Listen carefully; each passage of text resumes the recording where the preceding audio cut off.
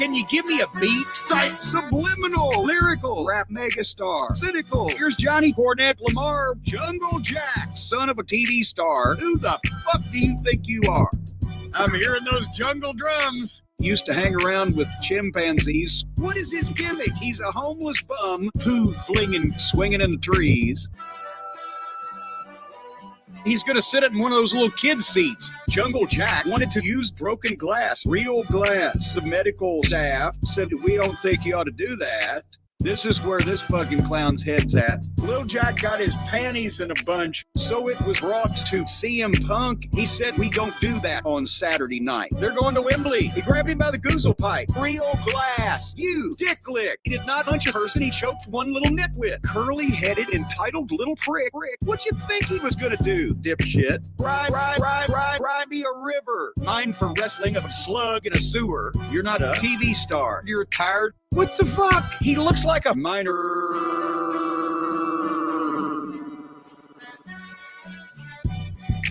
Jungle Boy sucks. Jungle Boy sucks. Jungle Boy sucks. Jungle Boy sucks. Jungle Boy sucks. Jungle Boy sucks. Don't run your fucking yap. Don't fuck around and find out. Jungle Jack, what, you gonna do something about it? Yeah, apparently. Oh my God, he grabbed me. Tony ended up firing his biggest star. Punk should send Jack off a Christmas card. Look in my eyes, what do you see? CM Punk to the WWE. What's Jack Perry gonna fucking do? Tony, fire the fucking little goof. Arrogant knob, indie nitwit. Here's your contract, Jack. Rip. Tony went, he made me mad. Send him another check, but don't let him come back. Jungle Boy sounds fake and like a dork. Runs and hides because he doesn't like to talk. Homeless Jack living in a box under an overpass on cocaine, shot into space. Jack is slapping himself in the face. He's ready to get butt fucked by Sonado, the Cucamonga Kids, Mr. Okada, and the independent legal team. They get through a bucket of Vaseline. Hey, scapegoat, Nanny Goat, Billy Goat, Rick. Hey, Sweet Chin Music, you're a fucking kid. Hey, he caused the thing with CM Punk, which he did. Hey, this place is a joke. You're a clown, and I quit. Hey, he's got very feminine hips. Hey, he might look good in a bikini, bitch. Hey, Jesus, I'd want to snatch him around the neck. Hey, bland, boring, mumble mouth dreck. Hey.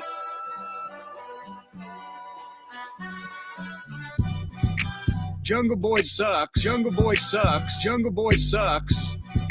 Jungle Boy sucks. Jungle Boy sucks. Jungle Boy sucks. Look at all this shit that he directly caused. Punk doesn't have to put up with these children anymore. Hey, scared for his life. Hey, scared for his life.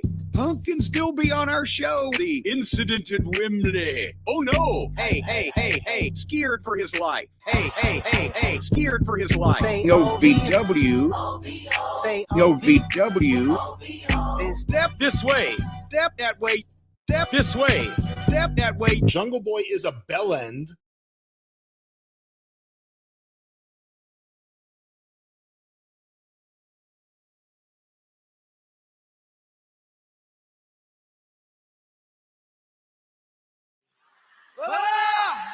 Okay, bye.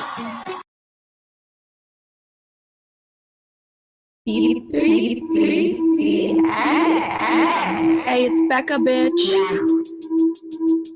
I'm a demon shit. Face card, $1 million. Chasing down cops and robbers. You've been dodging me, I think that's really odd. You're a demon, bitch, I'm a god. One punch and I knock you out.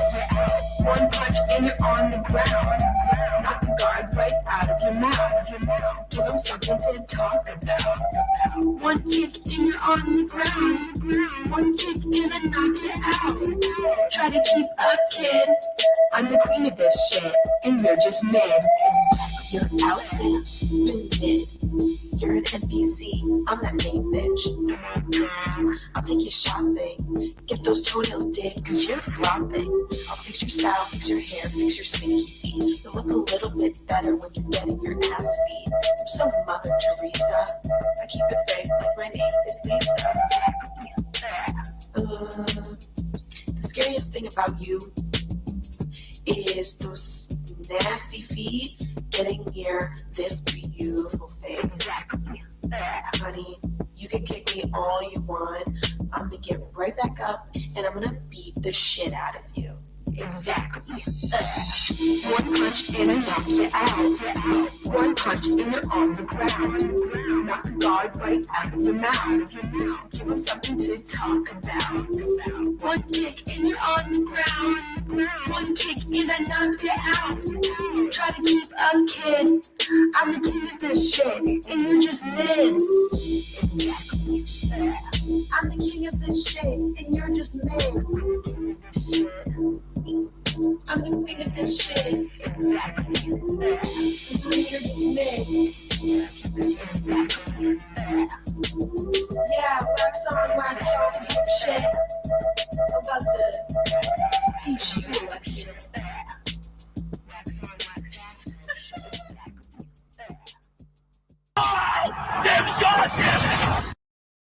Hey, Canada! Since 1995, Montana's has been home to all-you-can-eat ribs. Rib Fest is back, all day, every day. Why not pair it with a...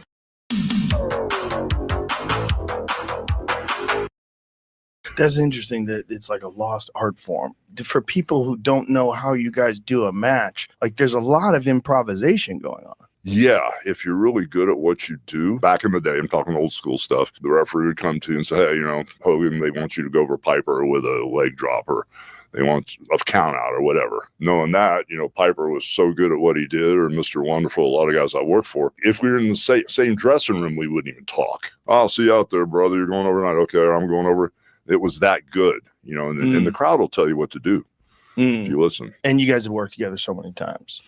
Yeah, and I mean, there's a lot of times where you run into guys like Chris Jericho. First time I ever worked with him, you know, they wanted Jericho to put me over. Jericho and I went out there, and I didn't know what to expect, and he was brilliant in the ring. It was like magic. We didn't even have to say a word. I told Vince, I said, give me that guy every night. That's like a day off, you know. Come on, Macho Man. You can always get out of the ring, but The Rock is extreme because there's nowhere to go. Nowhere to go. Not the cage. Oh, yeah. Landslide. Falling rock. Yeah. Meet the North Face. What do you do for beefy, spicy, extreme excitement? Say it. Say it. Slam it to a Slim Jim. Okay. Did they make the right call having Roman Reigns beat Cody Rhodes at WrestleMania? Yes, I saw Roman a week after. Oh, I saw him on Friday. SmackDown was important. I didn't visit with him, but I'm just name dropping. You said Roman. I want you to think that's cool that I walked past Roman. But they came out in Portland. Was packed. We got 15,000 seats to sell. They sold all 15,000. Show started at 4:00. Doors at 3:20 on a Friday, and it was still absolutely packed. What a monster business they have. I was surprised. Cody stabs them in the back with AEW and then tells them, I'll stab AEW in the back and come back to you, right? I mean, he's a carny. He's a carny like anybody, and he played it well. But when he comes to him and tells him, give me a massive push, get me right there, but don't quite feed me all the way, that surprised me. He was in the main event of WrestleMania because of the backstabber, the deal that he made, and they were paying it off, but he didn't make it. You had to give him the belt. That surprised me. Generally, in a WrestleMania final, you will have a clean 1, 2, 3. That is historically the way you do WrestleMania. So to have the interference play into the match was also a surprise. I enjoyed the product, but I will just tell you, it was unusual for the event. Oh, I love it. I love your beef with Cody Rhodes. Is there a particular reason why you have beef with him, or is it just because you don't like him?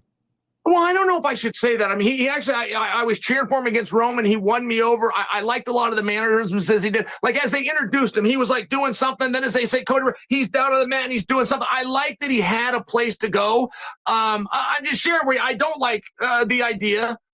I stabbed them in the back to form a rival organization, but I stabbed these guys in the back to come back to you to serve myself. It's the business. He's doing the business. I'm just sharing with you. I don't like it. Okay.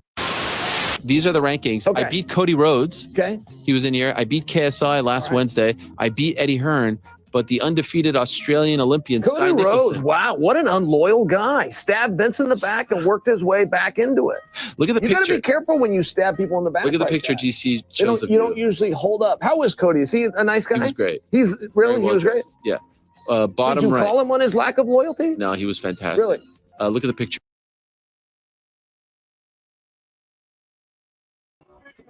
What's happening, guys? Welcome to PWT SummerSlam Night 2 Sunday School Special. Ladies and gentlemen, it is time for church. Yeah. How you all doing? I am your host, the infallible Phil Marks. That chill son and shit pops me every single time where he's just trashing Cody Rhodes. That just makes me laugh every time, man. I'm gonna do another one where he's like burying Goldberg and stuff, but yeah, that's good stuff, pal. So how you guys doing? How was last night? How are you feeling coming off of the back of last night? Let me know in the chat. I'm feeling pretty good. It was a fun SummerSlam. I mean, the ending was really good. Yeah, throughout the show wasn't like the best SummerSlam ever, but it wasn't the worst pay-per-view ever either, you know? So I think people are just, it's obviously just the engagement and culture that exists online to where, you know, yeah, people can't even discern things for themselves anymore. But the ending I thought was good, as far as like just Punk winning and then somebody stealing that away from the beloved babyface and stuff, you know. I mean, it is what it is. You guys already know I'm not the biggest fan of the Seth faction and everything. So maybe this SummerSlam is like people finally kind of woke up to that and were like, oh, you know, what is this? I don't know. Maybe that's what happened, but a lot of people are being bummy. A lot of people are excited about it. The wrestlers are excited about it. It's a huge success for WWE. The fans that are there are excited about it. If you know anybody who's out there, they're having a fucking blast. You know, the fans, like, you know, people are triggered that the fans were there chanting like "Thank you, Hunter" and all this shit. It's crazy.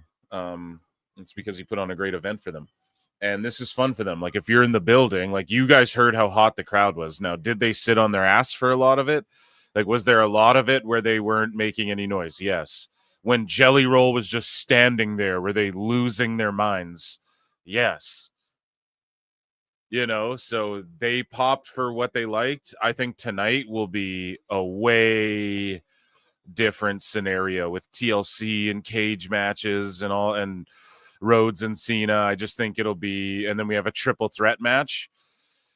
And then with how over AJ is, I could just see maybe Becky Lyra being awkward. Otherwise, I bet they'll be lit for the majority of the show. But again, it remains to be seen, and I don't really give a shit if they are or not. Well, like, I do, but it doesn't make me go, man, fuck these fans, man. It's like you'd have more heat with me if, like, I went to Chicago and used to draw 12,000 people there, and then I go back and can't sell 1,200 tickets to a theater. I'd be saying fuck those fans then, okay? Not for how loud 60,000 people who turned up are getting. And especially when you're outside. So a lot of people don't understand, like, when you're outside, the noise travels. So when you're outside, man, that shit's all going up and away. And it was also windy, apparently. So, like, little chatter doesn't get picked up even the way it does.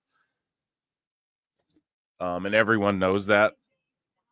Like, in a building, everyone knows that. But yeah, I think something crazy is going to happen tonight. You know, Triple H already sort of alluded to that. He's like, if you think today was crazy, wait till tomorrow. And I just had a feeling, because it's like a Mania event. They want this to be sort of remembered like WrestleMania. Now, unfortunately, does that mean we're getting shittier quality of Manias / SummerSlams? I don't know, man. Like, how much on it? Like, if you're sitting there crying about yesterday's show, right? What were the matches yesterday? Like, what were some of them, for example? Like, if you're sitting there crying about, oh, Jade and Tiffany. Okay. So as a fan, if you're crying about a booking decision or something, okay. But I mean, how many booking decisions do people cry about that it ends up like there's a greater plan or whatever?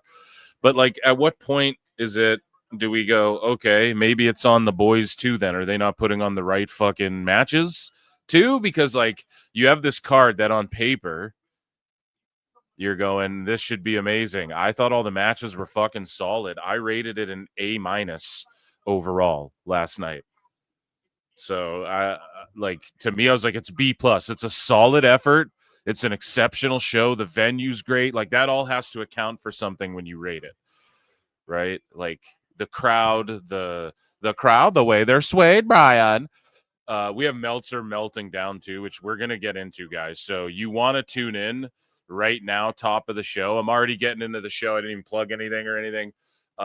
We're gonna get into some Dave Meltzer that we didn't yesterday, because we covered like all the main news yesterday. So there will be a bunch of news coming out of this weekend, which we'll cover on tomorrow's Member Monday show. So for 99 cents, guys, you can become a member of this channel, okay? And you get access to bonus shows, which I do once a week. And you can also hit like, subscribe, guys. If you're over on X, come on over to YouTube. You know the drill already. Vote in the poll, unless you don't want to, but just retweet or give it a heart or whatever you got to do on X. And if you're on YouTube, I do polls throughout the night. You guys already know. Hit like, hit subscribe if you're not. We're almost at 7,000 subs. We blew past 2K subs on the other channel, so just growing and growing over here. And I appreciate you guys so much. Maybe we'll do like another small super chat goal again in a bit. For if you guys want to watch the post show. Do you guys want to do that? Maybe we'll wait till there's more because everyone's filing in right now. But anyways, this show yesterday overall, I thought it was like, what's how do we break it down? Like a B minus would be, it was an acceptable show that was like good, right? Would that be a B minus or a C plus? That's what I'm saying. Like to me, it was an A minus effort yesterday. It was like there was something missing, but otherwise it was a pretty well flawless show. Maybe we disagree with all the booking, but you can't get too hung up on that. Now you can like rant and rave and fantasy mark book stuff. Like I do it all the time, but like to genuinely get mad about, okay, unless you're like an Uber fan, like I was very disappointed in the Cross thing. They were promoting his book though on the air. So it's like, why would they be doing that if he's leaving? I don't know. Maybe they did that as like a, hey, stay over here. We'll promote your book last minute. Who knows? But tonight's card, I mean, Jesus, man. We have John Cena, Cody Rhodes. All lock-in picks as we get closer to the event, I guess. We're like 20 minutes out. How long? Or 20 minutes out. Sorry, 40 minutes out, 30 minutes out. Whatever the fuck. I don't have a clock by me. We're going to, 3:22. Okay, excellent. So we got some time. So let's jump into some news and then I'll give my picks. Here, let me check in with chat actually, because I see super chats rolling in. Guys, should I set a goal? Let me know right now, chat. Should we set a small goal to do the post show again? I think that maybe is the move. You guys seem to have wanted that yesterday. So you guys tell me again. C's get degrees. Here, let me read these super chats here. Sorry. George Capture for 5 says, same as yesterday. I'll get the party started. LFG, PWT. LFG's another show, pal. No, we had an incredible turnout yesterday, and I think we're going to have another one again today. And I had such a blast, like, hanging out watching SummerSlam. And then, again, you go online, and everyone's just crying like bitches. I don't know. We're going to get into some funny stuff, though. Like, we have Jimmy Corderas got in heat, and then Dax Harwood, like, unblocked him to write a fucking novel about it. And then blocked him again like a fucking baby. It's so funny. I can't wait to get into it. For 5 says, not to be negative, but Seth work. My first thought was the father-son who can only afford one live show a year, and they went to SNME. Yeah. Seth's work. So what you're saying is like your first thought was like the people who wanted to see him wrestle and then they got to go there and watch him fake an injury. If that, like, I'm not like diminishing or undermining your opinion there, but I mean, that's every wrestling show, bro. Like, they're going to work you. Someone's going to come in a sling, brother. There's going to be something. Card subject to change. You got to kind of accept that aspect of it, but I get what you're saying. Mike Sausalese, 4-5 says, all hail the Illuminati and Phil we trust, PWT for life, for life, for life. I saw a picture of Muda, the great Muda, with like Mina Shirakawa, and he's throwing up the 2 sweets. And I know he always does, but I've always loved Muda. He's one of my favorites, but he it's just funny that it's just true. Once you're NWO, bro, you're NWO for life, brah. Juan Tenta for 5 says, Phil, I know this is a WWE event, but can you please make Dave huff your farts early and often, please? And thanks, brada. Well, let me tell you something, brah.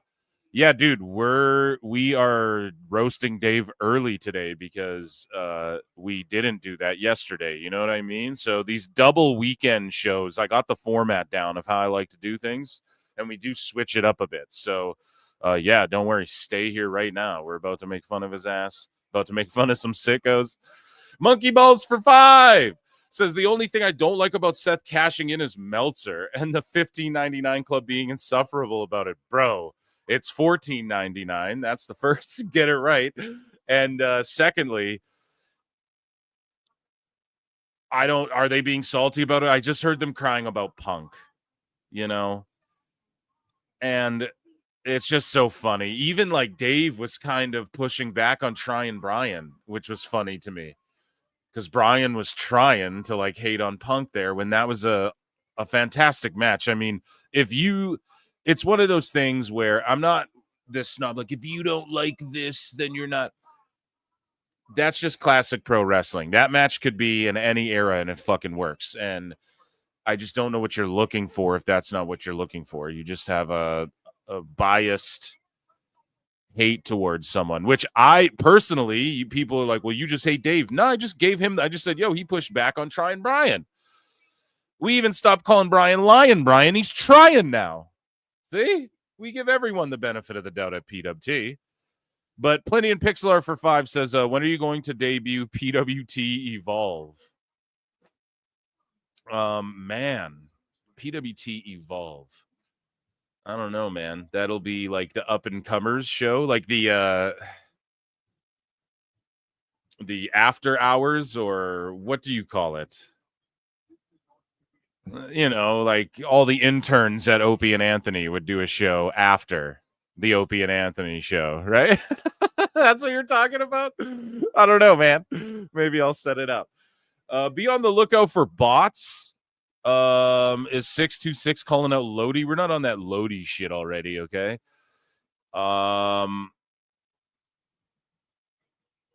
Yeah, so let's get into some news. How about that? I want to get into some news with you guys. I appreciate you chat all for being here, but we got half hour before this like crazy ass. I bet they're gonna start with TLC or something wild first, you know, because yesterday they began with one of their bigger matches. Middle was one of the bigger matches. End was the bigger match. The biggest match, I would say, on the card. Or maybe, I guess, well, it depends. Whatever. You're getting technical, but maybe Roman and shit would be bigger. But yeah, so tonight I'm assuming they're gonna. I'm just distracted by this fucking pre-show here. They're just recapping everything. Okay, let's get into some everybody's favorite segment. I want to see flutes in the chat, ladies and gentlemen, because it is time for everyone's favorite segment across the entire PWT universe, across the entire WWE universe, and every pro wrestling universe that exists. You guys see the flute weight championships, the unified flute weight heavyweight titles of Canada and the world. It is time for everyone's favorite segment, and it is called Dave Meltzer's Dumb Moment of the Week. And boy, was it dumb. So Brian is flabbergasted at Meltzer's blind defense of Tony Khan's excuse for posting blank tournament brackets. Dave then tries to deflect with a pathetic, but WWE, Brian. This was the supposed #1 wrestling journalist for the past 40 years. Is there no one else? Is there no one else from Troy? And oddly enough, a wrestler is who he fights. Who is it? Nathan Jones, right? And then Brad Pitt like stabs him real quick, and then he's done. And Nathan Jones is in the WWE. But anyways, here's trying Brian again. He's trying. Okay. And the reason that there were no brackets on the first week was he had that It's not about even here's the big part that Dave's going to leave out before he even gets going. And hopefully Brian brings this up. FTR had a match, advanced in the tournament, and then the tournament, like before the whole first bracket was even announced. So it's just dumb no matter what Dave says about this. Oh, Tony was late that day and couldn't write it down right. Whatever he says, it doesn't even matter because they already had a team that advanced before the fucking tournament was announced. Like who was in it. So it's just silly. It's just lazy last minute booking. he had he wanted to introduce. He was going to do the brackets, and then Colton Gunn got hurt. Okay, so he's going to put Juice Robinson with Austin Gunn as a team, but he didn't want to announce that until he shot the thing where they got together. Okay, so why though? So you're just like he didn't want to do it because this happened and this happened and this happened. It's just like the show. Well, this happens and this happens. Okay, why? Why though? Why couldn't he have just went, all right, we'll use one of the other 700 tag teams. Well, it's a big push for Juice. Push him as a single then. Just don't put him in the tag tournament. Get him build him up over the next couple weeks and just have the crowd going nuts for him. Whatever the fuck. I don't know, but it just seems so. Tony just gets stuck in his ideas and he just forces them. That's what Vince used to do, and we all hated that shit. So that's why the first What show. does that have to do with any of the other teams? Yeah, exactly. Like why? So okay, that's awesome. Why didn't you announce like all the other teams around it? There you go. There's Brian beat me to the punch there too. You know, it's just the overarching like, but why though? You know, so you couldn't announce other teams. Why? Brackets out until he had the whole brackets out. You don't want to leave like a blank. So he just decided. People leave. You don't want to leave a blank. FTR advanced in the tournament and the whole rest of the quarterfinals were still blank, Dave. So no, that goes out the window, which is what I pointed out before. Wait a second. Well, Hold on a minute, Dave. If you would have done this, I would have just given you hell for this. Just do it. If you had done this, do you notice how he had to kiss his balls? And well, you of course are the king, emperor, booker, greatest mind in all of pro wrestling. And if you even did this, I would go, hey now, Dave, that doesn't make sense. And you're typically a sensible guy. Holy shit. Just put Bang Bang Gang. Like, which is actually what he did in the end. He didn't even say Juice Robinson. He just said Bang Bang Gang. Exactly. Put Bang Bang Gang in the brackets and then shoot the angle of who the other Bang Bang guy is going to be. Or just don't use them. There you go. Who is this helping? Oh, well, they're all back. Well, one's hurt. So, like, 2 of them are back. Okay, then just push Juice. Fuck you doing? Don't put him in a tag tournament, you know? There's so many other ways around this. It's so silly. And just the defense of the silliness, bro. Yes, I would cook Triple H if he did this. When Triple H did a tournament of triple threats or whatever, I was like, what are you doing? We're watching you, bro. Don't get lazy now because, you know, the other company's fucking up. You know? So, yes, I would call this out either way. Like, this is so stupid. Want to do that because he thought that it would be false. This is the most you can get away with me. Ready? Oh, these 2 teams are mystery teams. Or like, hey, there's one mystery team in this tournament. Or there's one mystery guy on this side and one mystery guy on this side. Right? You can get away with that. Other than that, or like you can get away with this guy's injured and we have a last-minute replacement. I'll see him in the ring. And then it's like a surprise. Oh, you know, okay, sweet. But unless, like, why, there's no purpose to not announce everyone. And there's no purpose of even doing a fucking another tournament, to be honest. Advertising Colton Gunn. Bro, so he put up a bracket with no teams in it. Yes, I know. That's preposterous. And FTR advanced before there was any other teams announced. That's preposterous. That's why he did it. And he put the team. That's why he did it, because it was preposterous? What? on the next show on Saturday. That was ridiculous. You should have just put TBA. I've seen 1,000 tournaments I know where you there's. could- And actually, Dave, hold on a second. Yes, He's done brackets with TBAs. where he had a TBA in it. Absolutely. Oh, he's done a lot of mystery. So why didn't he do a TBA this time and actually put teams in the brackets? I don't know. I will not stand for this one. This Well, one is ridiculous. See, he has to be like, well, this one, Dave. The other ones that I've like tried to call out that you shut me down and don't actually let me call out and just spurg out about, so I have to change the subject because it's so flabbergastingly stupid. Yeah, this one though is for real, man. This one's really bad. Even you have to admit, right, Dave? Come on, man.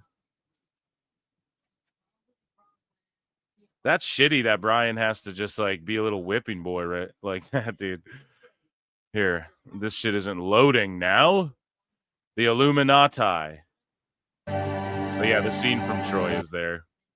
Yeah, I don't know. This video just melted down, but that's okay because we got what we needed out of that. So hold the booker accountable. Oh yeah, that's in here. I should have pulled that one out. So Dave did the voice cracking Tony Khan voice again. Are you guys ready? Julia Gulia, if you're out there in the wild, we need the new Tony Khan. Best guys, Tony Khan. We got a new one, dude. He gets real excited because Dave just hit puberty. I don't know if you guys knew this, and he gets really excited when he talks about Tony Khan, the best guy. Tony Khan. It's incredibly quiet on Meltzer Said What's part, so I apologize. When I clip this, I will boost the fuck out of the volume for now. Just crank your volume up. I'll try not to be loud in the mic, which I know is impossible. There's a lot about Tony Khan. I'll tell you. Tony Khan. Did you guys hear it? Sorry, I was instantly loud in the mic because I got excited. Tony Khan. Listen really closely. Right, Tony Khan. There's a lot about Tony Khan. I'll tell you. There's a lot about Tony Khan. Oh my God, dude. I love it. Did an interview with Case Lowe and, talked about his fandom and his favorite TV shows, which coincidentally were like, his favorite TV shows from the 80s, like specific episodes. Oh, he loves 80s TV. I can't listen to that because it's so quiet, chat. But I assure you it's there. What Meltzer said, what did is he used like the record app, but he had it on the setting where it records, like it minimizes the volume of what's coming out of the device and then records the outside world. Common mistake. Not for Meltzer Said What, just for iPhone users. Okay, so yeah, you guys heard it, Tony Khan. I'm gonna need that. I'm gonna need that clipped. So listen, here's what Dave Meltzer has to say. And the mole calls it out. He's like, it was 5 billion, then 4 billion, then 3. Sneaky Dave knocking off a few billion every few months. So Dave Meltzer talking about AEW is like a wrestling company valued at $2 billion and third largest combat sports company in the world. With major profit margins guaranteed based on just U.S. rights is the farthest thing from a failure. Sorry for your not reading the issues you subscribed for, because I've discussed business heavily and you didn't even pick up on something as basic as that. I mean, do I even roast this? Like, he's just so condescending. This is why he's become a lolcow through and through. And I don't know who he's responding to, but it's just this whole, like, sorry for you not reading the issues you subscribed for. It's, like, insanity, bro. It's such a crazy, like, superiority complex. Is that the term I'm looking for? I'm not sure. It's just insane to think like, Dave, you have the holy Bible of wrestling or what? Like, no one gives a shit. You get basic things wrong all the time. And when real people are like, this guy's a fucking moron, you just block them and then you go on your message board and go, oh, this guy fucking stinks or whatever. And then you just talk shit there, then you just don't address it. So it's like, shut up, man. So here's Dave Meltzer crying about Unreal being about Triple H. So think about this shit, dude. Think about how funny this is, okay?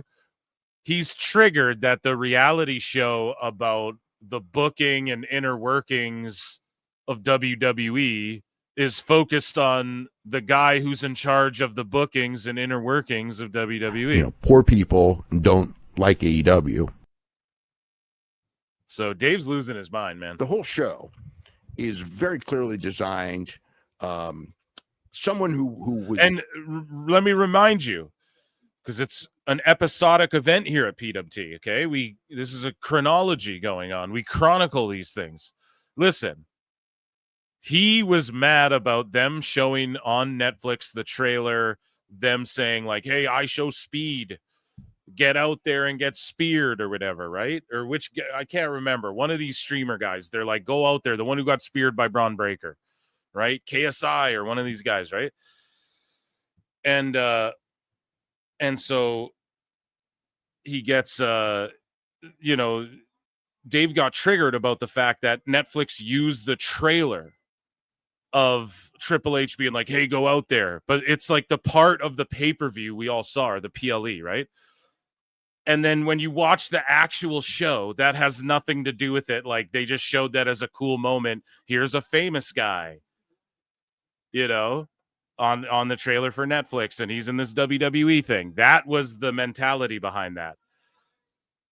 Okay? And Dave's like, "Oh, it was the phoniest thing ever. Clearly part of the show." And it's just like these movie trailers where everybody's trying to diminish these fucking movies before they even come out based off these shitty trailers. And it's the same thing. Like, you watch the show and the whole bit is about, no, we're setting up this bit with I Show Speed. And Dave melted down about that previously. So it doesn't even, again, he wrote this off before he ever even saw it. So whatever his critique is, doesn't even matter out the front door. Very involved, said the idea was that they were trying to present Levesque. It's a vehicle for Levesque. They were trying to present Levesque as Dana White, with the idea that the star, the mastermind, is Levesque, and the wrestlers are. He is the star and the mastermind. The wrestlers come and go. They're pieces. No, it's not. You didn't watch the show, Dave. This is why you're an asshole. Oh, they're pieces of meat. That's why they followed Ripley around in her fucking home and got their real names. Like, "Hey, what's your government name? What's your wrestling names you've used? Tell us about your journey." Chelsea Green, they follow her around from the top star to somebody who's like, "Fuck, I got left off the show in my hometown or my home country." Dave, it's not that way. You just didn't watch the show. You just watched the clips on YouTube. Or you put it on in the background. You didn't even look at the screen out of resentment, and you were typing shit about CMLL. And I felt watching it. That's kind of how I felt watching it. I thought that they minimized the wrestlers, that a lot of the wrestlers, Rhea Ripley, Cody Rhodes, they came off as very nice people. And so they minimize them when Triple H sits there and goes, "Okay, when we come up with this plan, there's certain people who have to clear it. Me, The Rock, John Cena, Nick Khan, Cody Rhodes." So Cody Rhodes was minimized by being brought on that conversation where, okay, there's 3 wrestlers involved in this. We have to talk to all 3 of them type shit. Like, Dave didn't watch the show. And clearly, Brian, I didn't even watch, actually. I was watching Naked Gun, Frank Drebin. That's what I was doing. I watched 33 1/3 last night, and then I watched Airplane after, which, again, those are all my favorite movies, but I'm going to go see the new Naked Gun soon here, starring Dave Meltzer. Clearly well-spoken people, but it was very much portrayed. They're very well-spoken. I mean, these dumb fucking wrestlers who are just stupid, low IQ plebeians, Brian. They're simpleton dumb fucks that I actually control with my masterminded brain of booking. The ones who study me are successful, Brian. Tony Khan. Oh, I mean, they're very well spoken. Dave, yes, they're way better spoken than you. So is any 6th grader, you asshole. That they were the pawns and Paul Levesque. They were the pawns. They were the pawns, Dave. Oh, my God. They're just pawns in his big grand scheme. It's like these wrestlers were just like wrestlers on this wrestling show, Brian. I couldn't believe it. I couldn't rack my brain, Brian. Manipulator. He's the great manipulator. Dave, you couldn't project any harder. You're trying to manipulate a narrative right now, and you're telling this to a bunch of people who stick their noses in the air, a bunch of Sidgewigs who stick their noses in the air and go, oh, I won't even watch this. Whoa, this dumb WWE brainwashing. Meanwhile, that's what you're doing. Okay? You're a fucking goofball, man. So we move along here. Dave no stars Meltzer with his anti-WWE propaganda. He'll lose. He goes so hard in the paint with his troll, dude. You have to respect that shit. So he's just so like over the top vicious with his trolls. But here we go. Here's Meltzer just diminishing. He's going to diminish Miro now, who, of course, when Miro gets the whole meat thing over in AEW, he's just like, well, this guy. The other interesting thing was how absolutely dead Rusev is. And boy, he knows. We've known that for a long time. But boy, does he know it. We've known that for a long time. How have you known that for a long time? Because you and you little ninnies sit around in your little tea party texting each other and, oh, Rusev doesn't want a job for guys. It's okay. It's okay, Tony. It's okay, Tony Khan. Stop saying my last name. You don't have to keep saying it like that. It's kind of weird, actually. And Brian's like, oh, we knew that for a long time, right, boss? Right, boss? Brian's that little yippy dog that's jumping. Oh, what do we, right, boss? We're gonna go get us a cat, right, boss? Yeah. Like, fuck, man. We knew that for a long time. Every time he showed up in AEW, he got a huge fucking reaction. He got a huge pop. They're chanting, they're going meat, right? They try to book him in some little goofy story with Lana and Andrade, I think, and it was just dumb and bad. And so everyone was like, fuck this, right? But Rusev's still over, or like Miro is, and then he comes back to WWE after being benched for like fucking over a year or something since the last time we saw him. Oh, we knew he wasn't hot for a long time. I mean, that's why Tony benched him, Brian. It's just this like burying the wrestler shit. See, wrestlers get mad at fucking the way I say stuff. That's all it is. Okay? I found out Swerve blocked me. Who put Swerve over more than me? I put him over all the time. It's like, you just don't like how I say the shit. But Dave is sitting here like burying you guys. I don't fucking do that. I put the onus is on the leadership first and foremost. And then if it's like, okay, we give you the ball, you got to run with it. If you can't live up to it, then the wrestler can get criticized as well. Or if they're doing the same dumb shit over and over, you got to call it out, right? A guy like Swerve, I've always put him over. Bulked up when everyone said he's too small. Everyone's like, stop slapping the legs. He stopped slapping the leg as much. You know, he listens to the criticism. He rolls with it. But it's just like people don't like how you say shit. Dave's sitting here going, so you can't listen to it really. It's like hard to even, he's like hypnotizing you with dumb fuckery. But they're just pissing in Miro's mouth. They do this all the time. Dave used to blow Gunther to death. Oh, they're doing great stuff in Europe. And then now he like acts like he's not shitting on Gunther, but he's just like shitting on him sort of by proxy all the time, which we've covered here innumerable times. I couldn't even pull up an example because we've covered it on the show, how he just subtly buries people and thinks he isn't, though. And Brian does this shit too. And yeah, it's unfortunate, man. If he was in AEW getting meat chance, Dave would be like 7 stars. Remember when he's in there and they're not reacting and he's doing, the whole thing of trying to get the crowd going. And it's like, man, they like Sheamus. But I mean, it's funny because Sheamus got a great reaction in his match with Waller. Rusev's the heel in this too, dude. Dave. So they're like, we're not going to cheer this guy going, whoa, and doing the whip the arm around. We're booing him. He's attacking our guy, right? So it's also a matter of that, but I just don't think you really watch the shows, the WWE shows. People were into his match with Waller. It was like a, super short match, but they were into the 4 minutes. Right. Do you want to know why? Because people don't want heel Rusev right now, but WWE's like, we got to have him heel against Sheamus, or else what do we do with Sheamus? And I think everyone's predicting like, oh, they're going to become the Bar 2.0 after they have a bunch of whatever, which I don't. that could be kind of hacky. I'm not going to lie if they go back to that.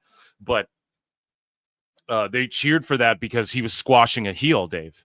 So you get it. They cheer the baby faces. So when Rusev first came back, he beat the shit out of Akira. Everyone was like, what the fuck? And they cheered because he came back.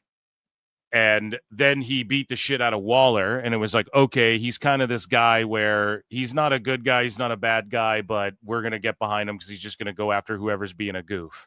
And so he can kind of get away with being a heel as long as he's beating up goofy characters. And then somewhere along the line, Sheamus came back and they went, well, he's got a feud. Sheamus needs a feud, right? It's like Black and Priest. It's like, okay, Black's here. We got to turn him heel because we need fucking Priest to fight somebody. And he's our babyface right now, right, guys? That's why that happened. So the exact same thing that happened with Black happened with Rusev on Raw instead of SmackDown. And so, and maybe even Rusev's happened first, actually. However, I just don't think Dave watches these fucking shows. But yeah, Dave, you're talking about in one instance, he's like a clear fighting Waller. He's the clear babyface. I'm beating up this goofy ass Waller guy who's a heel, definitive heel.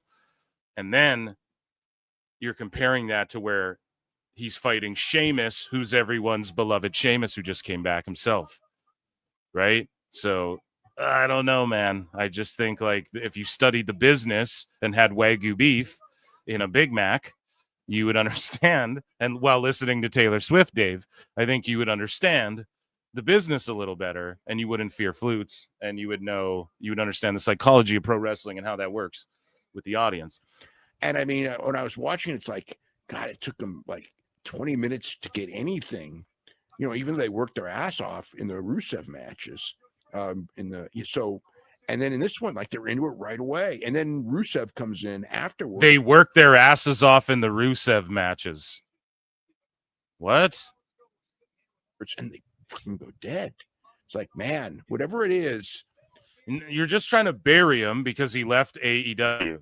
Just like you tried to bury Ethan Page, and now your publication is writing shit about how Ethan Page, CW, wants him to be a big star for everything for them.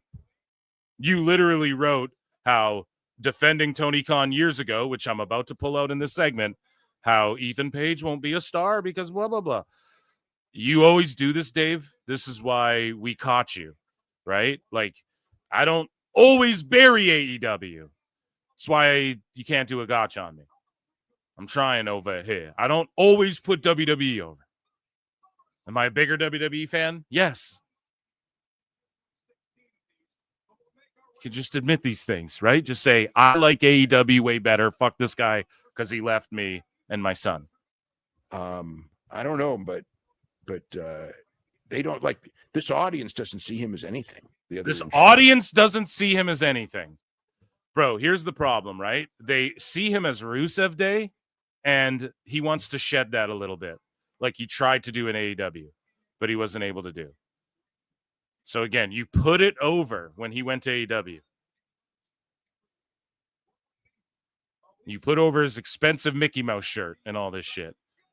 But now you're just, they don't care about him, and I'm going to shit on. We knew for a long time he was dead, right, Brian? Or Brian's like, we knew, right, Daddy Dave? We knew he was dead in the water, right? So then you bury him and then go, but the fans don't like him. No, you're projecting. You don't like him. So again, Dave talking about Unreal. He also said he didn't even watch the fucking show to begin with. All right. But then he complains and says, I show speed. And then he complains about, fucking the show's about Triple H. He said he didn't even watch it. WWE Unreal. How many episodes have you seen? I have not seen a lot of it. I mean, I've seen enough to know. I mean, I don't want to judge the whole. That is so bullshit, man. Holy fuck. I seen enough to know. That's like Fantastic Four released the first 5 minutes, like the day before it came out online. They just dropped the first 5 minutes of the movie. That's like saying, I seen enough of it to know it's not going to be good. Oh, man. People are TikTok-brained zombie monsters, dude. Thing based on what Dave's a seething goon. I've seen. I feel like I've seen like maybe an hour of it or so. An hour of it. So an hour of it or so. I feel like I've seen an hour of it or so. Dave, each episode's an hour. So you watched the first episode, or did you not even do that? But I mean, Well, I the know. first show. And when he says, I feel like I've seen the first hour or so. So it's exactly, see, I caught him. Ready, guys? Ready? This just in, we have confirmed that Dave Meltzer fears PWT and flutes. Another Phil capture. Gotcha. Ready, guys? The only way you don't know, I watched about an hour or so, because you threw it on in the background while you were typing about CMLL and not even paying attention and just listening to it in the background, Dave. Know how I know that? Because when I'm editing and I just throw shit on in the background, the same thing happens to me. Gotcha. First show was an hour. Did you watch the first See, one? Brian, well, the first show was an hour. So did you watch the first one or not? Caught you, Dave. Was an hour. Did you watch the first one? I watched a little bit of a lot of things. Oh my! You What watched the a little fuck? bit of a lot of the episodes. Okay. I watch no, a I mean, I little watched- bit of a lot of things. What a liar! Oh my God, he's lying through his liar. Whoa, man! Liar! Oh. Tell us what you know, you goddamn liar! Well, I was at dancing classes learning how to do neck breakers, Brian. I watched a little bit of a couple of things. Yeah. I mean, I watched a little bit of a couple of things. So, like, episodes? What are these things you speak of, Dave? A little bit of so you switch to fucking Happy Gilmore 2. Oh, I watched a little bit of that. Switch over. Pretty good, Brian. Loved it. I'm watching a train wreck, Area 51. Watched a little bit of that. Skipped over to Gilmore Girls. It's almost fall, Brian. What the fuck, man? I watched a little bit of everything. What a fucking clown, dude. How does anyone take this guy seriously? try to find the interesting stuff. I tried to find the interesting stuff. So how do you do that if you don't watch the show? How are you going to find the interesting stuff? Dave, you went on Twitter and looked at some clips that people clipped. You didn't even bother to watch it. Which, like, I don't care if you did or didn't, but it's the fact you're lying about doing it like a sixth grader who got caught pooping in his pants a little bit. Oh, no, I didn't poop in my pants. You fucking did. Go wipe your ass. Dave, you're an idiot, okay? This is fucking madness, dude. I just fast forward through shit until I saw a Punk, and then I hit play so I could get triggered, Brian. How do you know what the interesting stuff is if you're not watching the show? I just fast forwarded to where they're sitting in the writers' rooms. Like, what are you talking about, man? What a lying clown. I don't know if I got all the interesting stuff or not. I mean, what I, like, I don't want to. I got a bit of everything. I just got the interesting stuff, but I don't know if I got any of the interesting stuff or not. What a fucking Morlock troglodyte goon. Judge the thing before I've seen the whole thing, but my, I felt like there was some stuff in there that was. You felt like there was some stuff in there. You said you just only watched some stuff, so it doesn't matter. Some of the stuff you watched, yeah, some of the little bit of the stuff I watched of everything, wasn't that good. I mean, I don't like how Thing had a beard, and maybe that one's too new. Sorry, guys. Superman, too much crypto for me, Brian. Just complete bullshit. Which, I've asked some people. It's complete bullshit, even though I didn't watch the show. Even though I'm lying right now, I'm going to project and say they're bullshitting. It's always projection with these folks, man. And it was kind of like some stuff was complete bullshit. Some stuff was kind of real. So how can you say that if you didn't watch the whole thing? So some of the stuff was bullshit and some of the stuff was real? Fuck. Was, they didn't really go in depth on it. They never got in depth on it.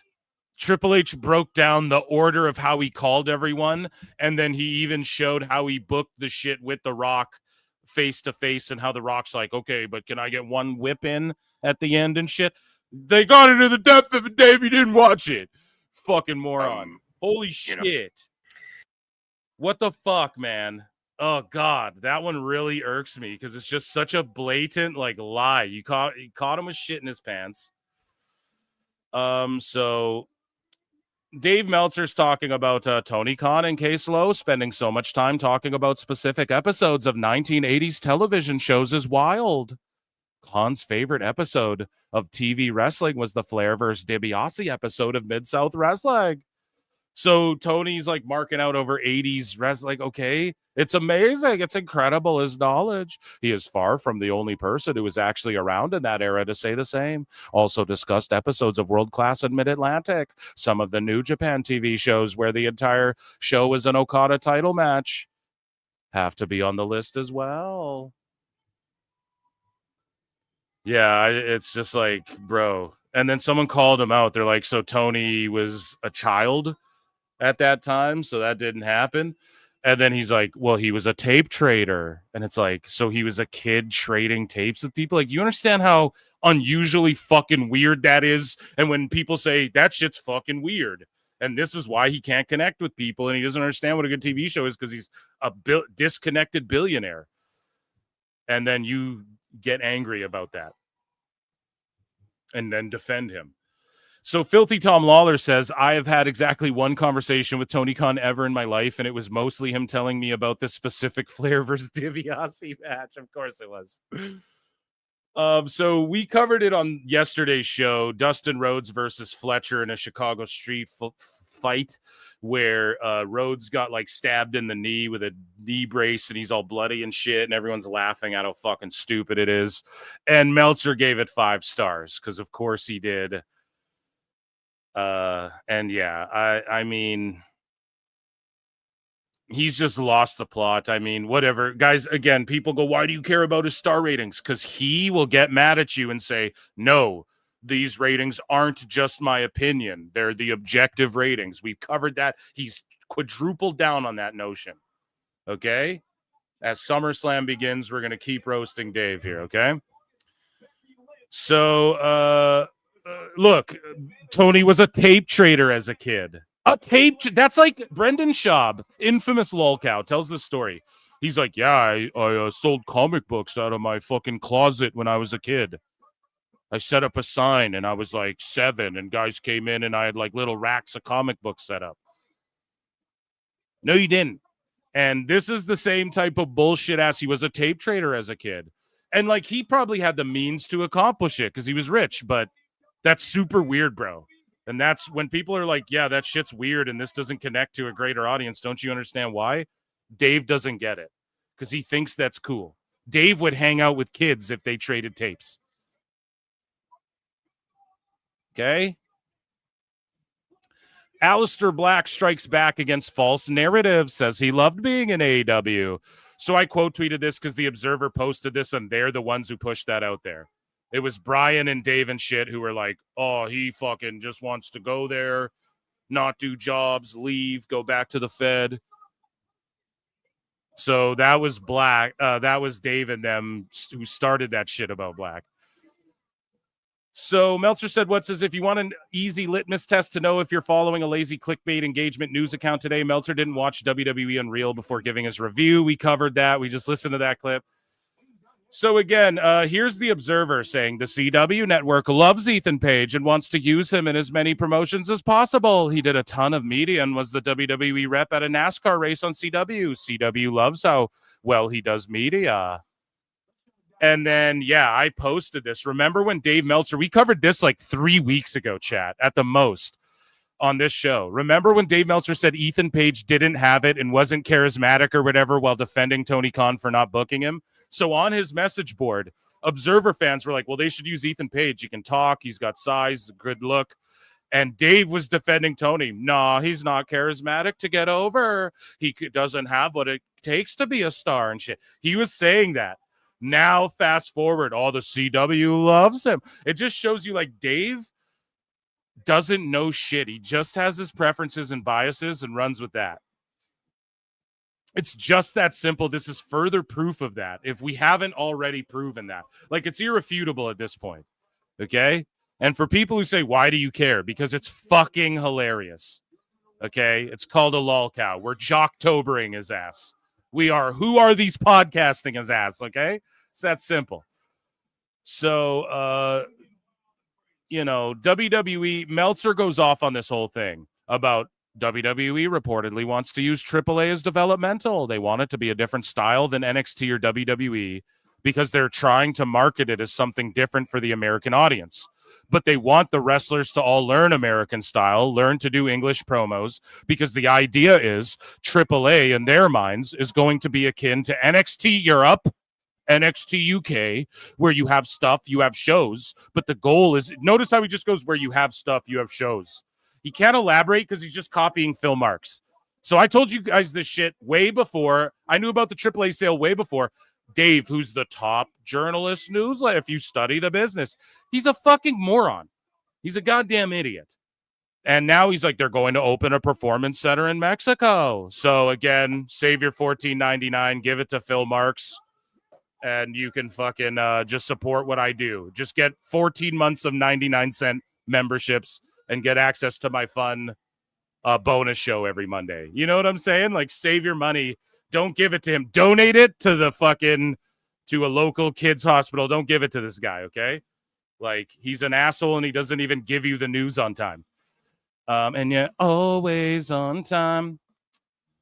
But, the Mexican coaches are going to have to go to Orlando to learn how they do it in WWE. So Dave's just adding extra here as well. But I told everyone this way before Dave ever fucking did any of that shit.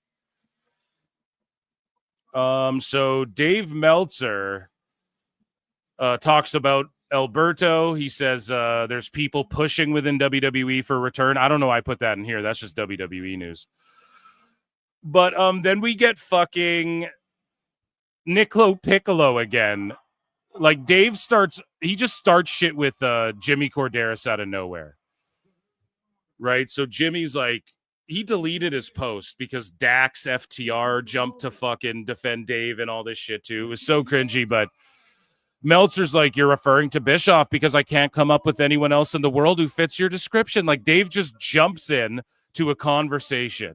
Yes. Oh, here's what Jimmy said. He said, imagine standing for a company run by a guy who throws tantrums on Twitter and bleeds money, while half the locker room wishes they were still in WWE. As a Canadian, I'd rather twerk for success than simp for a sinking ship.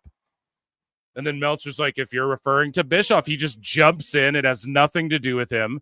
Goes at Bischoff. Bischoff doesn't own a company. He owns an amateur wrestling company or whatever. Okay, I can't come up with anyone else who fits your description. Like, just starting shit, throwing shots. And I just tweeted out, maybe one day Dave will gather enough courage to unblock me and have a conversation about this and Wagyu beef. So funny, man. It's just fucked that people are like, think they can bully Jimmy and shit. You're all goofs, and I stand on that. So Niccolo Piccolo's like, apologize to Mr. Corderas. This isn't even a smart clapback. I award you 2.5 and 0 bananas. So, here is, let's see, Jimmy responds and he's like, imagine, oh yeah, we just read that. So it's just basically, Dave just out of nowhere coming to fight for his friends. But here is Alvarez right before SummerSlam is commencing here, okay? And I will put a poll in the chat. I didn't even give my picks fully, okay? But we have to play this. And this will be the last part here. Well, Dave's like, anyway, I said that finish was brilliant 3 weeks ago, and it was. Also, a lot of people owe me a lot of apologies. Like, imagine being such a baby back bitch, you think you're owed apologies on Twitter. It's just clown world shit. So Meltzer said, did anyone else think CM Punk versus Gunther was atrocious? So here's Brian, like, burying this match because the rumors are Punk dated fucking Maria Kanellis and Alvarez wish he could have or some shit. I don't know if that's true. And by the way, Niccolo Piccolo giving Meltzer bananas is because the old story too, where Meltzer like put a banana or like his girlfriend put a banana on his ear and left. Again, these are like Reddit stories. I'd have to refresh my memory, but let's take. There was like two good. Does anybody think Punk and Gunther was atrocious though? Matches on the show. I thought the main event was like atrocious. And Gunther did everything in his power. He tried so hard. But CM Punk was absolutely, completely gassed out for at least 15 minutes of this 30-minute match. And it just dragged on forever. And it actually... No, he was selling. He was so dead, it actually made the finish even worse. But we're getting ahead of ourselves. Let's start at the beginning, and away we go.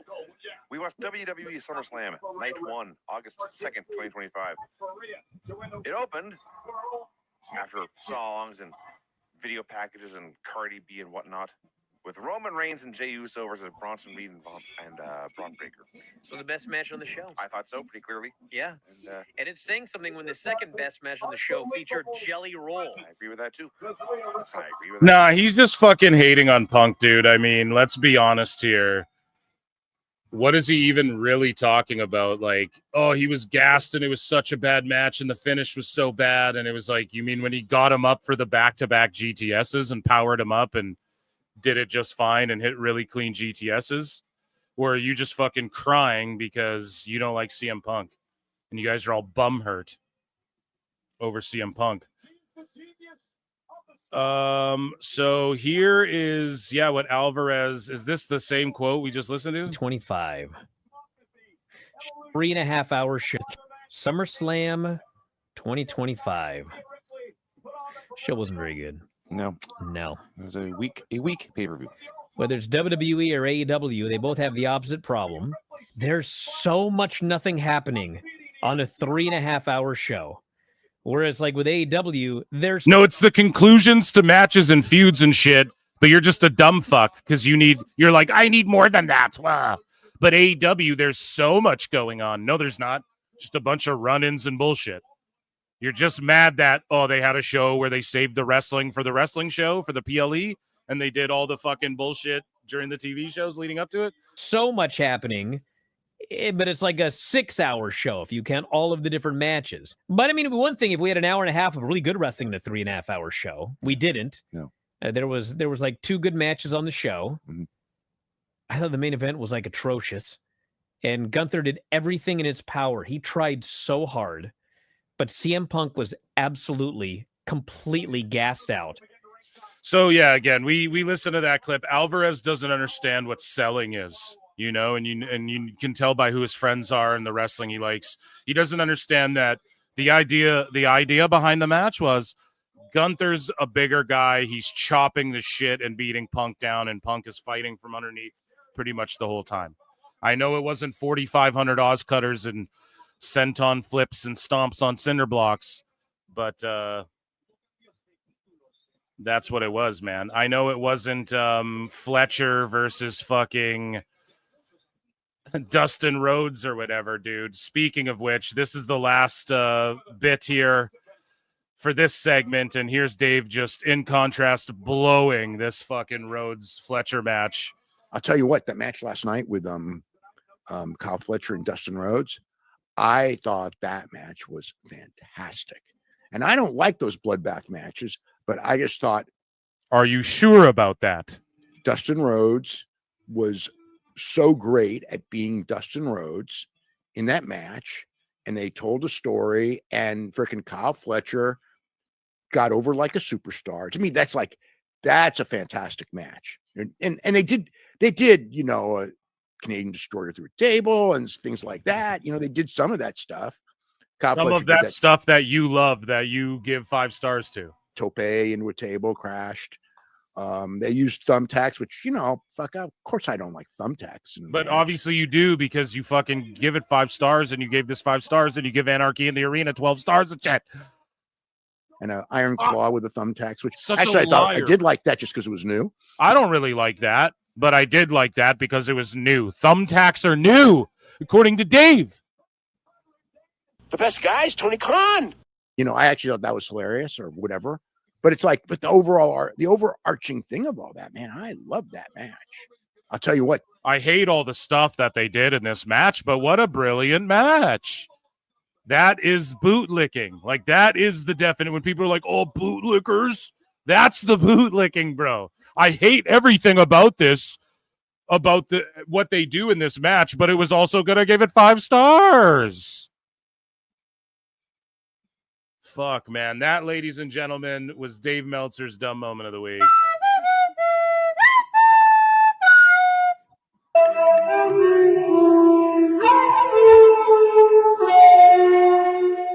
This just in, we have confirmed that Dave Meltzer fears PWT and flutes.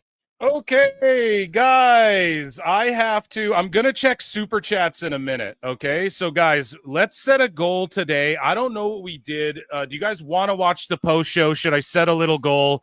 Tell me right now in chat. Okay, Naomi getting one of the coolest fucking entrances ever. She's so over with me. I have to do my picks really quick. I say Naomi defends her title. And it makes sense because it's in a three-way. And I think Naomi defends this title and then eventually drops it to Vac-Air in Paris. Becky Lynch versus Lyra Valkyria. I think that Lyra, I called it from the jump. This is also she can win the belt back on a big stage at SummerSlam, which she has, luckily, her overness has gradually built up over time, leading up until this point. The, holy shit, 2, 4, 6, 8, 10, 12, 6-team, 12-man tag, TLC tornado tag match. I really don't know. I wouldn't be shocked if they went with Andrade and Ray just because they're fun. I could see like a Street Profits breakup here or something for some reason. I'm just going to say the Wyatt Six just won them, so they're going to defend them, and they're going to have guys running out and all this shit, tipping over ladders on people. They are going to defend their titles. Dirty Dom versus AJ Styles. I have Dirty Dom defending his title and getting a big win over AJ. AJ's on a 1-year deal. He's got limited time. You got to put Dom over people while you can, But if he does win it and then Dom goes and wins like the AAA Mega Championship or whatever, I'm okay with that. Jacob Fatu versus Solo Sikoa for the U.S. title. Now, I brought this to the preview show, a little X-Files, Rikishi and Haku. And I hope everything's okay and it's not like a family emergency, but they both canceled their con appearances this weekend, like for this day or whatever. So I don't fucking know. Are they going to walk out, be part of entrances or so? I have no idea. Maybe not. Maybe they will. Who knows? Not saying they're going to get physical or anything. Let's get physical. But Solo and Jacob Fatu, I think Jacob's going to win his U.S. title back. He's going to do a fucking moonsault off the cage or something crazy. Do something crazy. Do something crazy now. Keg stand. And then John Cena versus Cody Rhodes. I think something nuts is going to happen. I think Cody Rhodes is going to turn heel. I was right about the Seth shit, so maybe the Rhodes full heel turn's a little too much right now. But I could see like Rock or Travis Scott or maybe none of those guys coming up. I'm just saying like someone comes out or something happens where it like we don't expect it, and then Rhodes does the turn and then maybe wins the belt back, or maybe Cena was swerving us the whole time again. I'm not just stacking all my chips on like Rhodes heel turn. I'm just saying something crazy will happen. Maybe Cena was working us all and he's really evil still, but on SmackDown he was just tricking everybody. That could be fucking it as well. Okay, so I don't know. Those are my predictions. Picks locked in. I'm headed over to, guys, there's 250 of you guys watching across X and YouTube. If you're on X and you guys have been doing a great job at this, come on over to youtube.com/@ProWrestleClips. There's a fucking link somewhere. Come on over, vote in the poll. Come say what's up. Tell me I suck. Hit like, hit subscribe, hit dislike. We're almost at 7K subs, and then we blew past 2K on the other channel. So I don't know. Well, let's get to 2,500 over there, but let's get to 7K on the main channel. And you guys can become a member. I do bonus shows every Monday. So 99 cents Canadian. Okay. That's like 70 cents fucking American. You get access to my fucking, and is it worth that? I think so. I don't know. You guys are worth it. So you get access to my bonus shows. Okay. That I do every Monday, and like member posts and stuff like that. Patrons as well. If you guys want to support, you can super chat in. Guys, let me know. Do you want to watch the post show today? Chat. Let me know right now. I got to read super chats, though. I'm sorry for keeping you guys waiting. Where were we? Can you please? Okay. Monkey balls. Oh, no. We talked about that. Or did we? The only thing I don't like about Seth cashing in. Oh, yeah, we talked about that. Rabid Wolverines LC Killer 17 has been a member for 12 months, dude. Thank you so much for your membership. Acknowledge me. I'm a little distracted. Sorry, guys. I fucking tried to end that Meltzer segment a little bit earlier, but I'm just watching this match here. Naomi does such great, like the way she's just doing the snap mirrors with the ponytail. Like, fuck, I love all that. 626 for 2 says, what did I win for XP yesterday's show? I fucking DM'd you, bro. Okay, DM me and we'll figure it out. You were like, oh, give me 40 minutes to talk about Glow. It's like, okay, like DM me, motherfucker. You know, you're my guy, so we'll talk it out. Juan Tenta for 5. And yes, tonight's XP winner, whoever you are in the chat there, you guys let me know. You'll get a special shout out at the end of the show, and DM me or I'll DM you and we'll work out a prize or something, okay? Like a giveaway or something, okay? I didn't really think of it before, but yesterday we kind of whipped it out of our ass, 6261, and I DM'd him, and yeah, we'll figure it out. I've given away gift cards and shit, so just whoever wins XP, let me know. Juan Tenta for 5 says, I can't tell if I'm high and having invasive thoughts or Dave Kayfabe, the biggest heel in wrestling, but I'm deaf high. Hydrate, brother. Yeah, you're right, Juan Tenta. Make sure everybody stays hydrated. It's hot as fuck up in Canada today, dude. And, well, at least where I'm at. And what are you saying here? Dave, he's kayfabing and being the biggest heel. So he's admitted that he does shit for engagement. So I, like, when he's accusing everyone of being grifters constantly, I wouldn't be shocked if we found out one day he's consciously, like, working people into talking about him and shit. But the thing is like, his sales are falling off. They're constantly doing deals and trying to retain subscribers for their shit reg. Meanwhile, I'm growing every day and just making fun of him. So I don't know how that works, how that's going to work out for him. But he's getting lolcowed. It doesn't typically, he's going to Brendan Schaub himself. Monkey Balls for 5 says, why is the show about how creative is done featuring the guy in charge of creative so much? A real mystery. I know, bro. This is why. Because Dave has two mentalities. You know, poor people don't like AEW. The best guy is Tony Khan. That's why. That's all it is. That's all his brain can muster up. I don't know why I played the poor one, just because it's funny and it pops me, but it's just in his brain, dude, the best guy is Tony Khan. So if Tony Khan did the exact same show, he would be like, well, the creative genius, I mean, it really shows you how his knowledge of pro wrestling. Dave never said shit about that Access show and how goofy Tony Khan looked in that show. Like, the shit they chose to keep in that show makes him look so fucking bad in that All Access show. And people got mad at me when I just clipped out every time Tony Khan was talked about or appeared on camera. I just clipped it out, put it in a compilation video. People got mad at me like I tried to make him look bad. No, that's what they chose to keep in the show. Imagine what they didn't keep of Tony Khan in that show. Is Dave a hypnotoad? Yeah, dude. He really is, man. He really is some guy for 2. Rabid Wolverines LC Killer 17 for 5 says Meltzer and Alvarez and the Wrestling Observer hate propaganda for WWE is getting worse. It's because he's angry that SummerSlam is just getting talked about all weekend, and SummerSlam is this huge ordeal and no one gives a fuck about All In. The ratings didn't boost up like he thought they magically would. Like, nothing's changed. And the more... And he's spurging out bad, I think, because this, like, okay, listen, man, the WBD shit is coming to a head. This lawsuit shit's coming to a head. The ratings and all this fucking, everything's just coming to a head, man. And we're a heed, whatever. And he's, I think 2026, we're going to see, like, by 2027, Dave will be in a fucking padded room. George Capture for 15 says it seems appropriate. What are you alluding to? What am I missing, pal?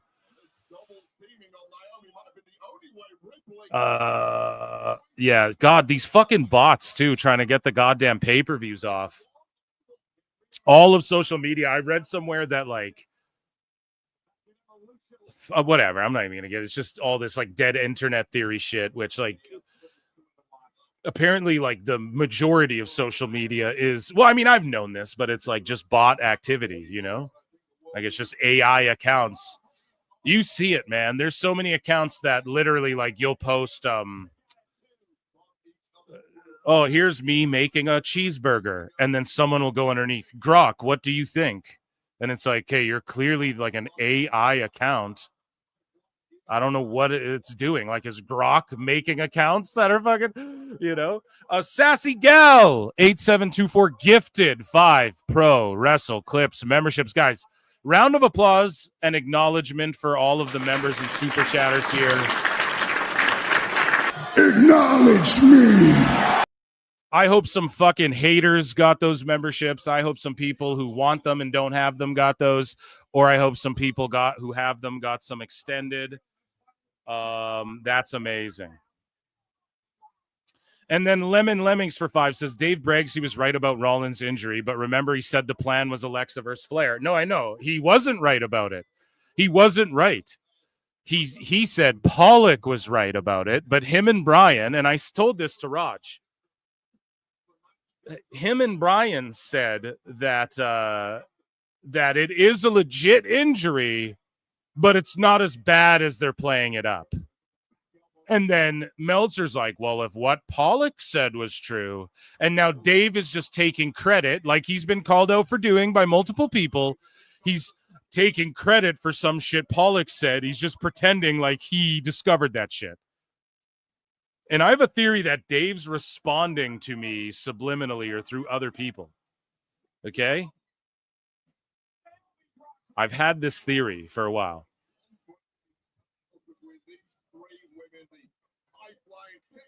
Skills of Io Sky, the power moves of Rhea Ripley, and this unorthodox craziness of Naomi. Now Naomi, who appeared to be going in for a cover, was stopped by Ripley. Now Rhea, Naomi going outside the ring. Rips through the barricade and up into the steps. Okay, now they're just brawling on the outside. We're locked in for this match now. Did I put a poll in chat? I don't even know if I did. Did I put a poll in chat? No, I didn't. Here, I'll throw one in there right now, guys. YouTube.com/@ProWrestleClips. Did you guys like that random Montana's ad they played during the pre-show? How funny was that? Ribfest is back, Canada. I'm like, shit, I'm going to get me some ribs.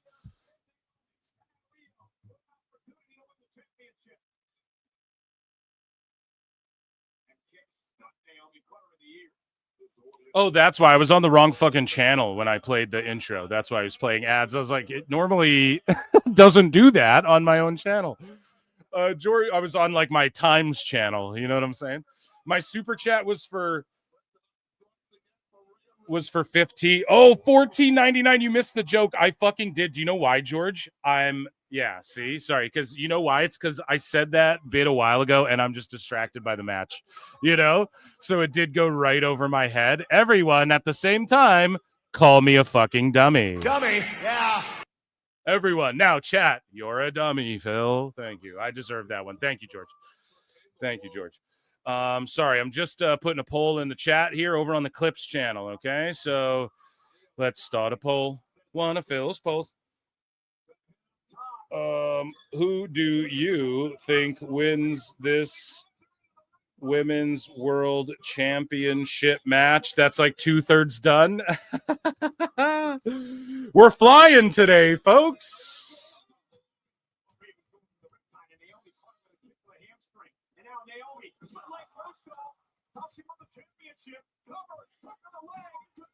Okay, there we go. Bang.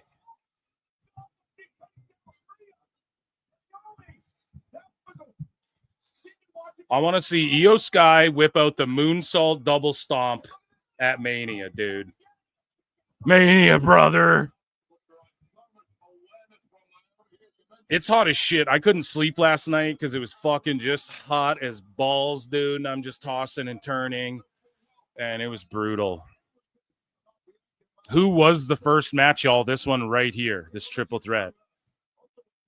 Naomi's dad was playing guitar. I believe so. Yeah, he's the guy who made. I believe Naomi's dad is responsible for the theme. Somebody call my mama. You better call my mama. Somebody call your mama. He. I'm pretty sure that's him who like composed that. I think he's composed some themes for WWE in the past, and yeah, so that was her dad there playing her down, which is just a spectacular entrance. What a moment for her. And this match has been really fucking good to open the show. Oh, and the flying knee, spectacular.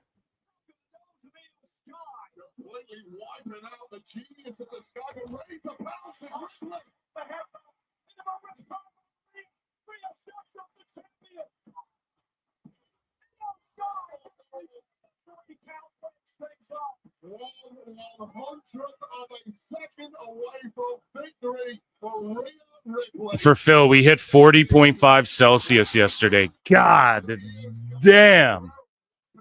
God damn, dude. That is crazy. 40? Yeah, the hottest I've had is like, I think I've been in like 42, but then like I've been in below like 56 and shit, like in the 50s, like late 50s, you know? So like with the wind and shit, you know? Whatever that metric nonsense means, 45, is that legal? That's what I mean, dude. Naomi looking so strong. Yep.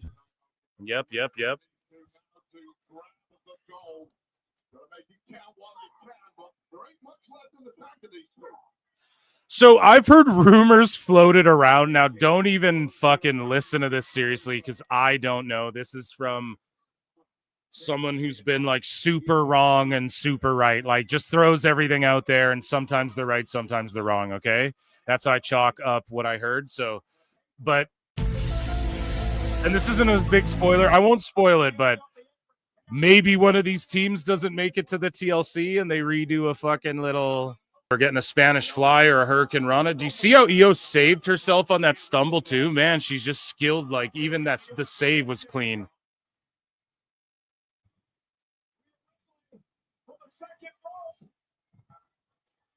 Oh, Riptide from the top.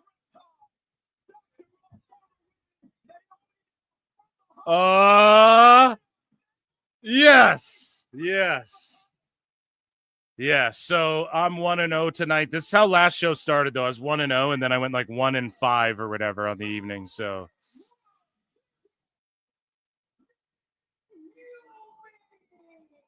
Naomi snags it. That's how it should be, too. I think she will lose it to Vaquer in Paris. I think that's the move.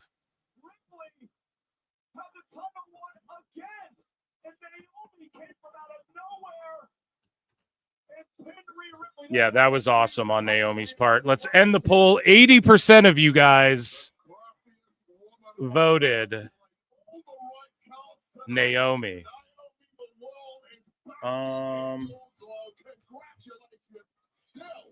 So I'll put another poll in for the next match here once we know what it is.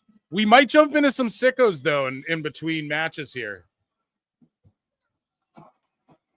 Doesn't matter. New feud is done.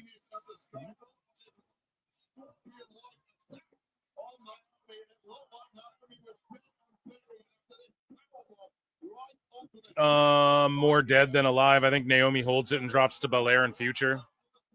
Big Jim is lucky. Yeah.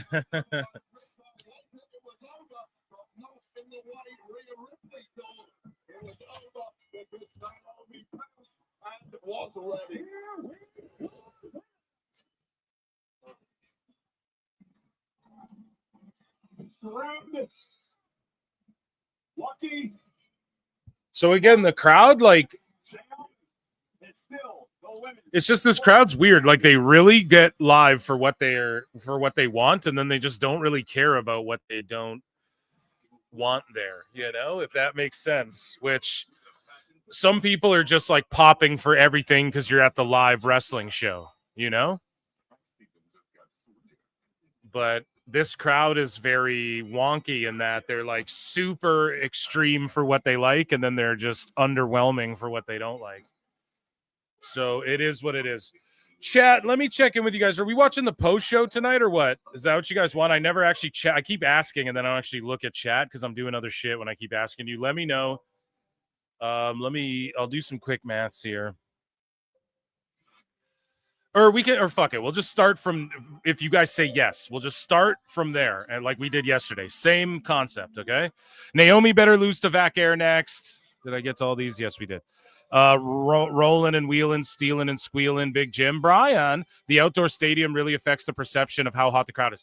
Thank you, Dunn did what. Now I said that at the top of the show too. Like it's not being discussed enough about how they're outdoors, and this used to get talked about all the time back in the day, but now people just don't factor that in. Like they are outdoors. I even said about the AEW crowd for All In, I was like, they have a great crowd, it looks great, and they're fucking loud for being outdoors. We said that on the stream.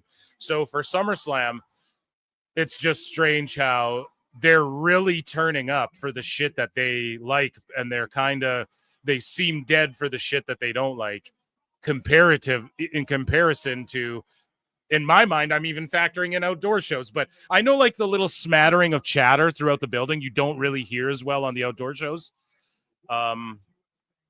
But yeah, it's interesting, man. Yes, Stino would doubt it one bit. It's 40K in the front row too. I'll just say yes, depends. Yes. Are you ready? Look at this bot. These goddamn SummerSlam bots trying to pitch us pay-per-views.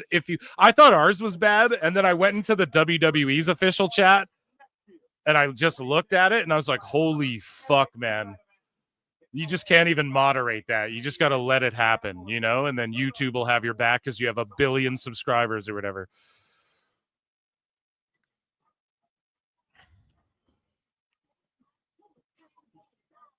Even in a dome, the sound still travels up. Right, but when you're in a building with a roof, the sound travels up and then it bounces down and it bounces around. Fucking sound bounces and shit, and it reflects off shit, or deflects off shit, right? So he's just getting booed. He's wearing an old school Cena shirt.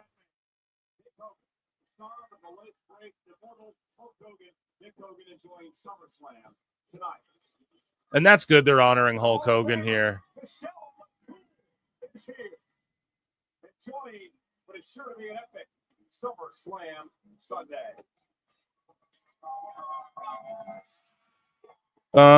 What is Horace Hogan up to nowadays? That's the real question. Okay, that's the real question. Okay,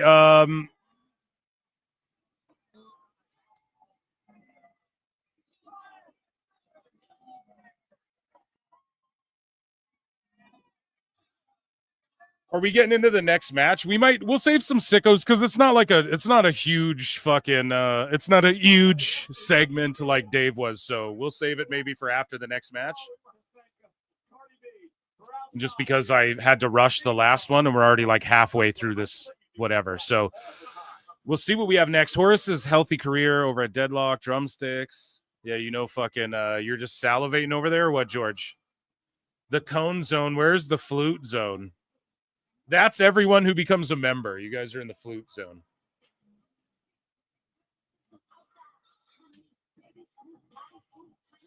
So where is Cardi B? Like, is she not hosting tonight, or has she come out? Like, I don't understand. And why aren't they ready for this next match? Oh, they're setting up the TLC. That's why. It has to be because they're talking about it. And they brought up the Dudleys and the Hardys, but not Edge and Christian. Notice that. The 25th anniversary of the very first TLC match at SummerSlam 2000. We're thrilled to have two of the teams. Oh my God, the Hardys and Dudleys are here. Okay, I heard a rumor that the Hardys would replace one of the teams tonight. They're actually fucking here. The fucking Dudleys, dude. Get the tables on that ass, son.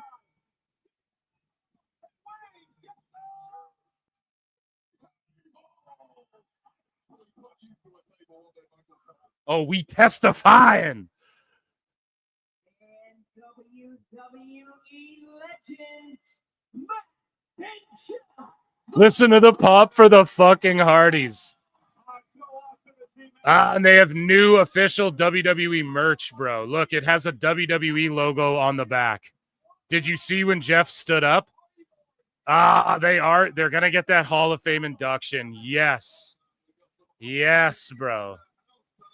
See, I heard some shit floating around where they might replace one of the teams, but it was from someone where I'm like, it's not even worthy of an allegedly, you know? It's like, you just kind of throw shit out there. And I was like, I don't think so. I think they're just going to stick with their guys. Like, you know, you spend all this time establishing, like, there's no point in that. You already have Los Garzas, like, as the AAA champs or whatever. But it's awesome that they are there and that they have an official WWE Hardy Boys merch. And I hope they get one last run, not even a serious one, like, or like a serious one, but maybe like not even for the titles, you know, like just, hey, we're going to fight this other team and lose to them at Mania, or we're just going to work in NXT, get our Hall of Fame induction, maybe do a one-off, maybe work with TNA and NXT more than in WWE, like just something. But they should be put on Legends deals. They should be in the video games. They should be able to go to WWE shop to get a fucking t-shirt of the fucking Hardy Boys. You guys know what I'm saying? So that was awesome. I love that. That was the way to do it. Don't have them replace a team or whatever the fuck. Just have them in the crowd. I love that. You know, Edge and Christian are like, fuck.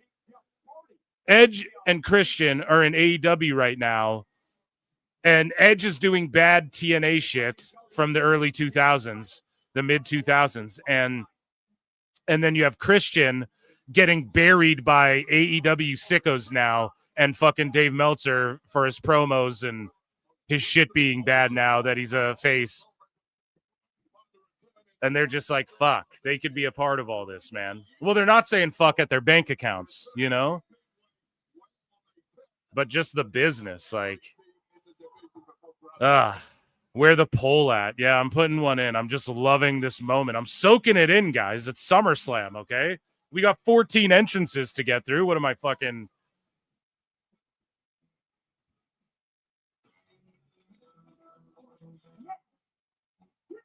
Yeah, there's not enough options for a poll in this match. So should I start this other thing? There's start a Q&A, and it says answer viewer questions live. So I'm not going to answer you guys. Or no, that's dumb because you're already asking me stuff.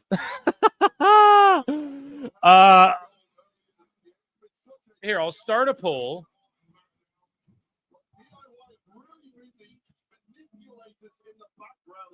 What we're going to do is I'm going to lock it. I'm going to try and stay on top of this. So I'm going to start a poll here. Who do you think will win? I'm going to pick 4 teams that I think will win. The top 4 teams, or I'll just put 4 teams, or 3 teams rather. How do we do this? It's such a dumb way. Who do you think will win the WWE Tag Team Championship? I got it. Don't worry. I got it under lock. Championship TLC match. And then we're going to put Hardy Boys, Dudley Boys. No. So hashtag DIY. Or no, who's the champs? They deserve the honors of first. So Wyatt 6. Yes, I'm being anal about this. Hashtag DIY. Add an option here. Who else is in this goddamn match? MCMGs. Who else is in this goddamn match? Andrade and Phoenix. We'll start a poll here. Okay, you guys vote on it. I'm giving you like a couple mins here to vote. So if you're going to vote, fucking vote. Then I'm going to quickly add the next 2, the last 2. Then you guys are going to vote on those 2. And then I'm going to take the winners of both polls, and then we're going to do one mega poll, Brian, before the brackets were even announced. Austin Gunn was injured, Brian, so we had to do it this way. So vote in that poll, and then I'll end this poll. Then I'll start another poll, and then you vote in that poll, and then we will put a super poll in the chat.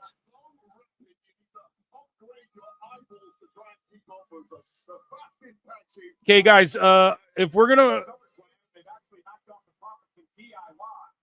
Andrade, here we got to lock in. It sucks it's not nighttime for Phoenix's entrance, but it's all good. Crazy Penta's not on this card too. And I'm not saying he's hurt, but like, man, that guy could be banged up. You know what I'm saying? Like, he's going hard in the paint on Raw every week. Like, give that man a couple weeks off or whatever, you know? I'm cool with that. Just let him cut a promo 1 week.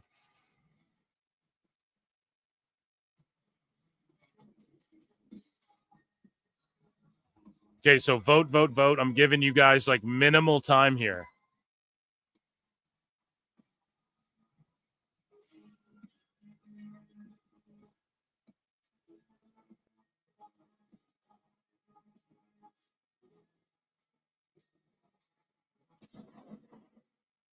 Hell yeah.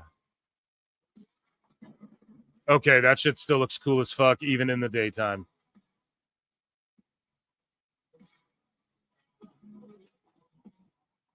God damn it. Penta and Ray's themes are so good. And then he's just hitting them with the animo.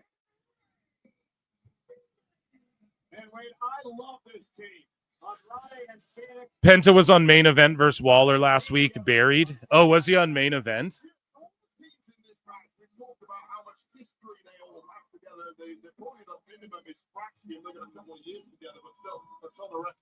These two, however, grew together about 6 weeks ago and just had instant chemistry. They went on a tear, win after win after win. Ultimately, got themselves a title match. Hell yeah. Andrade and Phoenix wins after Naito shows up and gives WWE the Los Ingobernables trademark. Okay, I'm ending the poll. I'm ending the first poll. So what two teams did I exclude here? So 44% of y'all think the Wyatt Six are going to win. So the second poll here will have Fraxium and Street Profits.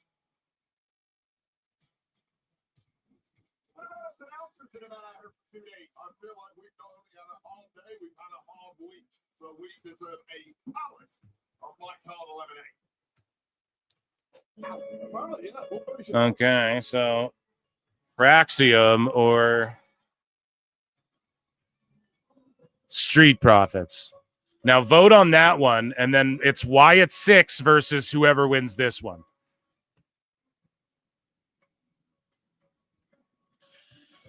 I got a feeling Naito is showing up soon this year. Here's the problem, guys, and the sickos will tell you this. He's legally blind. I'm legally blind. He's like legit can't see. He's got eye problems. And his knees are like shot to shit. And a bunch of New Japan fans, when they heard that Naito was like, I'm getting my American visa. Because he always said he would never do that. Like he's always like, fuck American wrestling type shit. And when the sickos and the New Japan marks heard that, they all started burying him and were like, his eyes are fucked, his knees are shot. I don't think WWE would hire him unless it was like in a coaching role or something. And I think it would be AEW. Like Tony Khan will just throw a shitload of money at him to just sit at home and be injured, you know, and just use him whenever he wants to wrestle. That's what he does with all the New Japan guys. So I don't think we end up seeing him in WWE, unfortunately, because that'd be cool. You have to count total votes, not percentages. No, I'm going percentages. Otherwise, we're going to be here all goddamn day. You fucking sickos. I think Naito will wrestle a couple matches and get his WWE Hall of Fame. I mean, that would be cool, but I just don't. He's like very anti-WWE and shit. Like, not directly, but just American wrestling. He's like preached that shit before. That's why the fans jumped on him when he's like, I'm getting my visa and going to America, you know?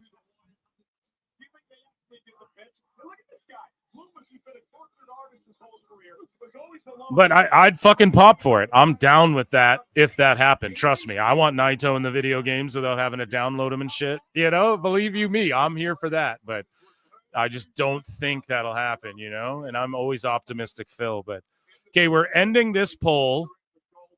Okay. 58% of you think Fraxium. So the final poll, which I don't know if this math works, but we're just going to go, who do you think? It's Wyatt 6, guys. Wins this WWE Tag Team title match. Or I'll take the 4 that have the highest percentage. That's what I'll do as this brawl kicks off. So 41, 58. I'll just take the 4 with the highest, 44. So, and then we'll do 4 again. All right. So Wyatt 6, Andrade, Phoenix, and then these 2. All right.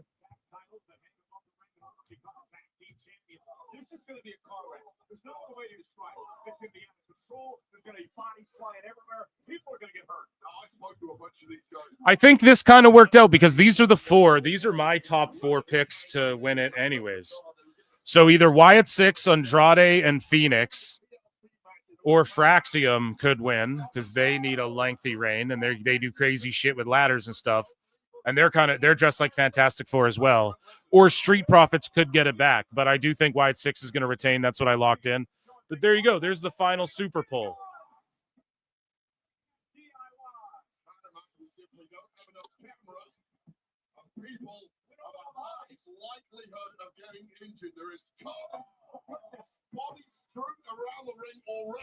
Oh yeah, Fraxium snapping. Snappium.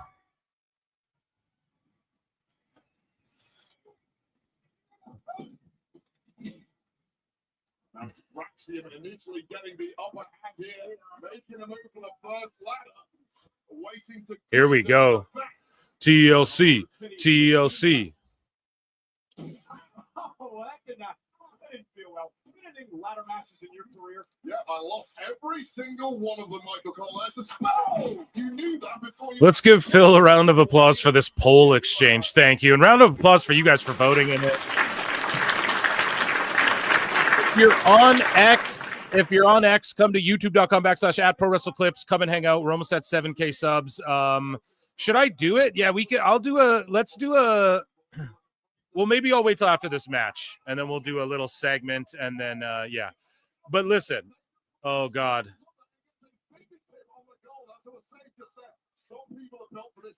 Oh shit. Okay. Death Valley on the fucking.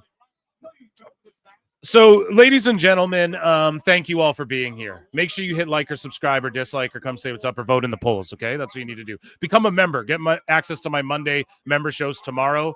Oh, and they missed with Gacy. This match has been chaos. What Montez Ford should have done after that was look at the camera and then shrugged. He should have looked at the camera and just shrugged. No, why would you throw him back in? Set up the ladder and climb it. You fucked up. Don't do it again. And then Gacy just gets cooked on the ladder. I mean, yeah, the crowd's popping for it live, but he should have just looked at the camera, shrugged, and then set the ladder up and fucking, or whatever the get the table spot was. See, they're just standing there like you should be climbing and getting the fucking belts. Street Profits are just ruining this match right now. What the fuck? There's no one in the ring to like put through a table. They're just standing around doing all this shit. That just that ruins it in a match where you're already have to suspend your disbelief a little bit.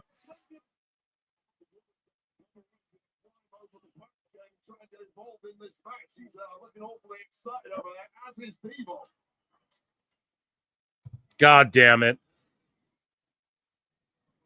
That was kind of fucking dumb, chat. No, is that dumb? I thought that was kind of dumb. Where's the fireball ladders at?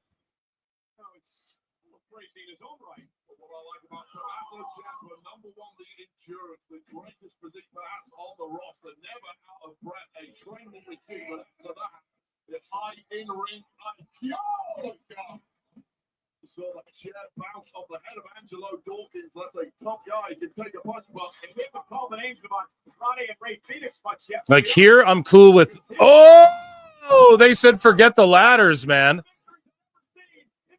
That was awesome. And okay, like the Street Profits are in the ring, so Andrade and Ray like clear some hardware out of the way, and they're like, let's set up a spot. I'll believe that. Like, yeah, let's fuck this dude up and get, and then throw him out of the ring or whatever.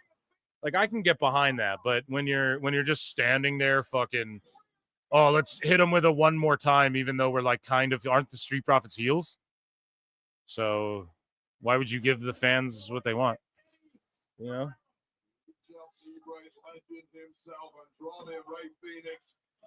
Fully in tune, fully on the same page here, and going in for the kill. With three amigos. Here comes DIY. Oh.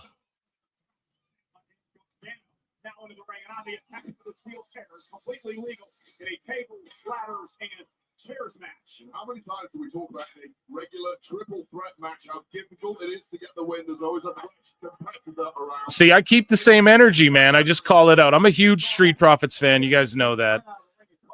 If you listen to the show, I'm not trying to bury Montez or anything. I think he's just spectacular. I think Dawkins, too. I think Dawkins like a sleeper. Like when I think Dawkins could be. Oh! Oh, my God, dude. Over a table over the buckle. Where's the crowd right now? They are on their feet. It's just the sound's going up, bruv. Mic the crowd louder. Over a table over the buckle. Like what that spot should be getting a replay right now, and everyone should be going, holy shit. Like, did no one see it? What the fuck? That was insane, man. But I think Dawkins, though, could go heel, and that would even be the move. You have him go heel. Because he's more of like I'll injure you, and like I'm more of a brute than you are, Montez. And then Montez can be like, I'm going to do my dives on you and shit, you know? We were friends. How, you know, I carried you and all that type. Like, I didn't leave. Like, because Montez has said it publicly. I won't leave because my guy. Oh, dude. Yeah. How are these tables holding these guys up? Oh. Hit him with the Sabu fucking.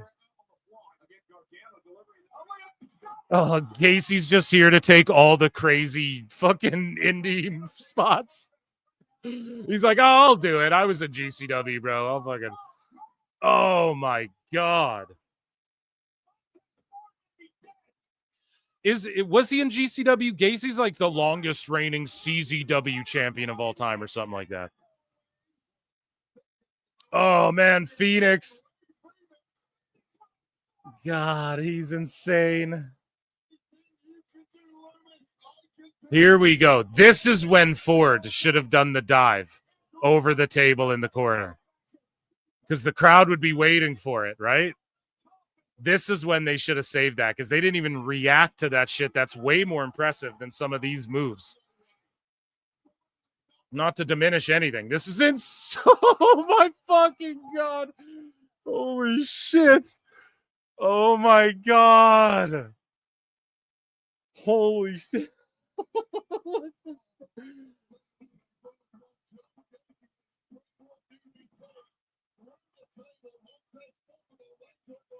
Look at Phoenix too. Like, look at that frog splash, dude. That's insane. Oh my God.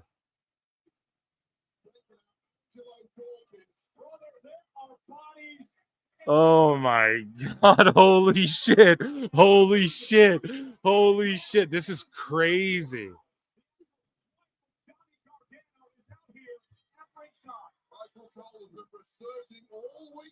What is Candice LeRae doing? Now here's BFAB. Again, they're like, oh, she's with the Profits, but she's not with the Profits. But she's with the Profits. You know, I don't really know. Like, all of a sudden she's just with Michin, but then she's with the Profits again. I don't know what's going on there.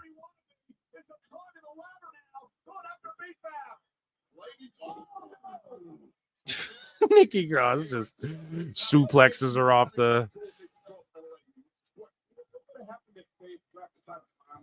Yeah, I don't know how that will play out, but Candice LeRae is getting a second bite of this. Yeah, AE dub with all the runouts. That's what I was thinking too. I'm trying not to bury this because I'm having fun here, but AE dub is right.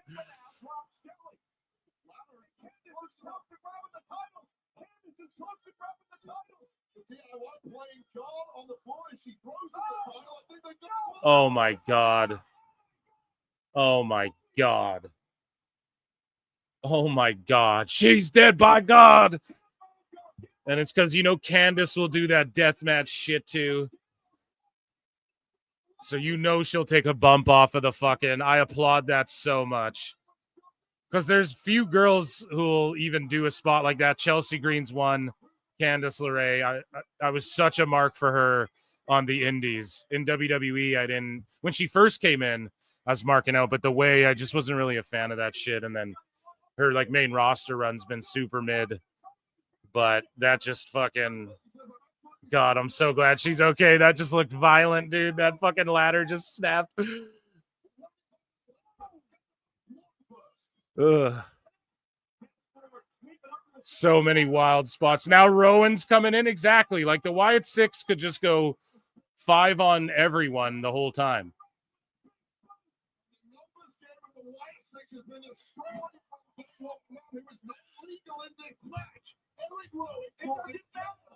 And there's nothing the ref can do about it. It's not his qualification. It doesn't matter. Throw it now.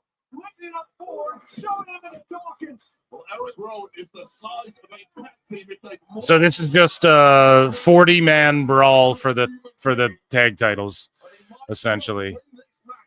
I'm here for it, Eric. 50% are saying the Wyatt Six in chat are gonna win. We picked the Wyatt Six. I think because they just won them.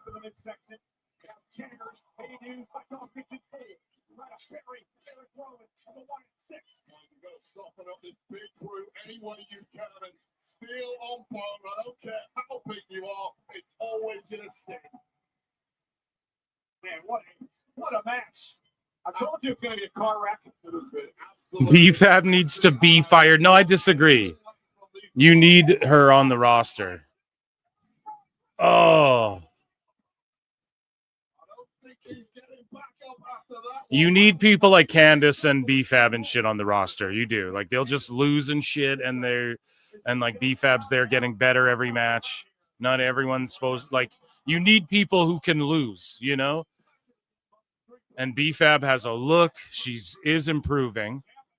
And they have a situation like you have a tag division and they're sort of establishing her with Michin, but she's kind of in the Street Profits. So I don't know. They should have just kept her with Michin. You know, that was starting to work. So I don't know. I don't know if that was flat finish, yeah. But the Wyatts for sure because they just won the belts. So how are you gonna like not let them win that one? So I'm 2-0 tonight thus far. And with on that note, cue the music. Meh, meh, meh, la, la, la, la, meh, meh, meh, meh, meh, meh, meh, meh, la, la, la, la, meh, meh, meh, le. So let's get into what do we have in these folders here? Yeah, there's not too terribly much. Ladies and gentlemen, let's get into nobody's favorite segment, and it is called So we have a bunch of people, Observer writes that Cody Rhodes felt disrespected in AEW and wouldn't stand for it. And then we have this Dav Boro guy's like, I genuinely think that he left because Tony tried to get Brandy off TV and stop stinking it up. And this doesn't give me any reason to think otherwise. Does Cody Rhodes really think he is as talented, this guy GB Fly, as talented as the Young Bucks and Kenny Omega as an in-ring performer? His ego got the best of him, and that's why the fans turned on him. Imagine saying that about him and not the Bucks. Like, just objectively. Anyone who wants to debate that. Who's doing what business? Who's the biggest star in wrestling? The Bucks or Rhodes? Imagine saying that. Who took a victory lap as their dying show in a half-empty building as their show died when they kicked CM Punk out? Rhodes or the Bucks, man. But go ahead. Let Travis Scott continue to embarrass your ass. Okay, Travis Scott's, they don't even like him in WWE anymore. We truly do not care, man. Well, clearly you do. So this woman here, this wrestler, sorry, Metro Angel, this woman here, sorry, she's an indie wrestler, but she wrote this long thing just saying like, bro, I told you no, stop stalking me. And she tells this story like, you've made multiple accounts, that you've made. I've blocked them all. It's been nonstop for over a year. You're not a fan. This is obsessive. This guy's like, my birthday's coming up and there's a lot of pressure from the wrestling world to hook up with this random chick and this random chick, but I kind of just want to respectfully reintroduce myself to you. She's like, no, and shit. So I guess like people are egging this guy on. Some people theorize this guy's like mentally ill and they're like egging him on to like ask this indie wrestler out on a date or something. I don't know. It's fucked up. Is Cardi B even here tonight? So Zilla Fatu's mom started spilling all the tea about Rikishi, saying he was jealous of Umaga for taking in the boys, the Usos. I'm the one who said, go get the twins. Twins are handsome. I think we can pull this off. And then he said, okay, let's go get them. And that's what the fuck we did. Where was his dad at? He never did shit. And he got jealous. How many months were the twins here? 9 fucking months they stay with me. 9 fucking months.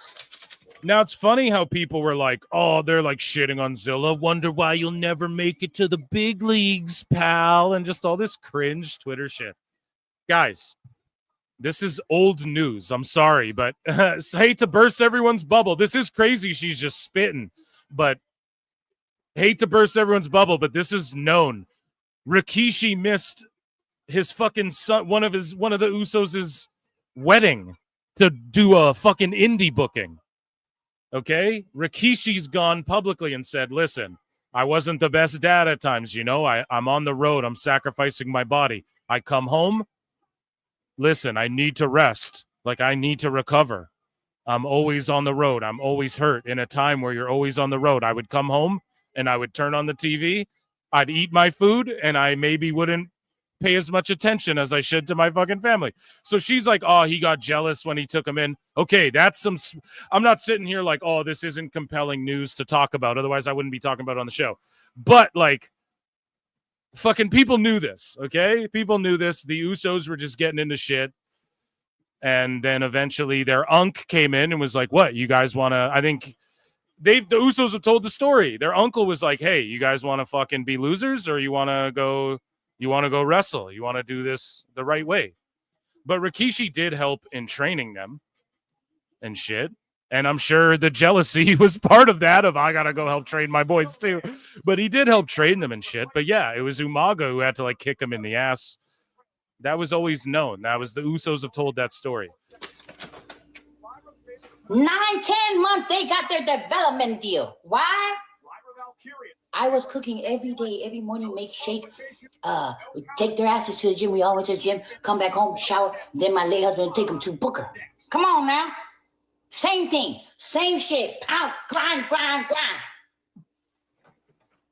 What happened? They got development deal, 9-10 months. 9-10 months. And this is when his brother was jealous of him. Sorry, I'm putting all this in. This is the same. Yeah, so she's going off, pulling the curtain back a bit, but she's just saying, like, a lot of people were like, well, they trained with Booker T. Yeah, she just said it. Umaga dropped them off with Booker. You know, like, he was the one helping them more, and then Rikishi got jealous and kind of swooped in. Okay, that's family shit. You don't need to spill that on the internet. But this isn't going to prevent Zilla from getting booked and eventually going to WWE and shit. You know what I mean? Like, people need to calm down. They start attacking Zilla because of his mom. Like, guys, old people they go off on fucking the internet, okay? Older folks.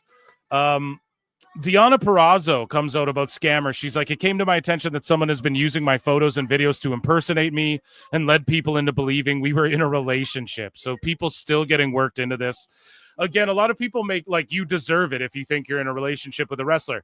Okay, but some people are like fucking autistic and shit and they're on the internet. Like, there's no, hey, what is your IQ level to use the fucking internet? So some people are being taken advantage of and it is fucked, you know? But yeah, she just is like, I don't have a private fan page, you know, just, I'm not asking you for money. I'm not trying to date you. You know, I'm married and shit. Like, fuck.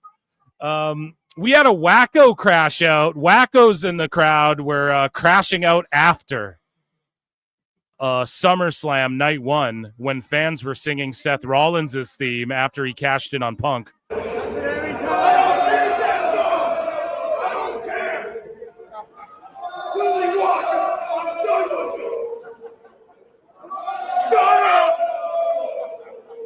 Shut your mouth! Silence! Shut up! Shut up! That's all he has is insult! That's all he has! That stupid song! It's still real to me, damn it! It's still real to me! Wrestling's not fake! Stupid song! Shut up! Shut up! Shut up! He got back up!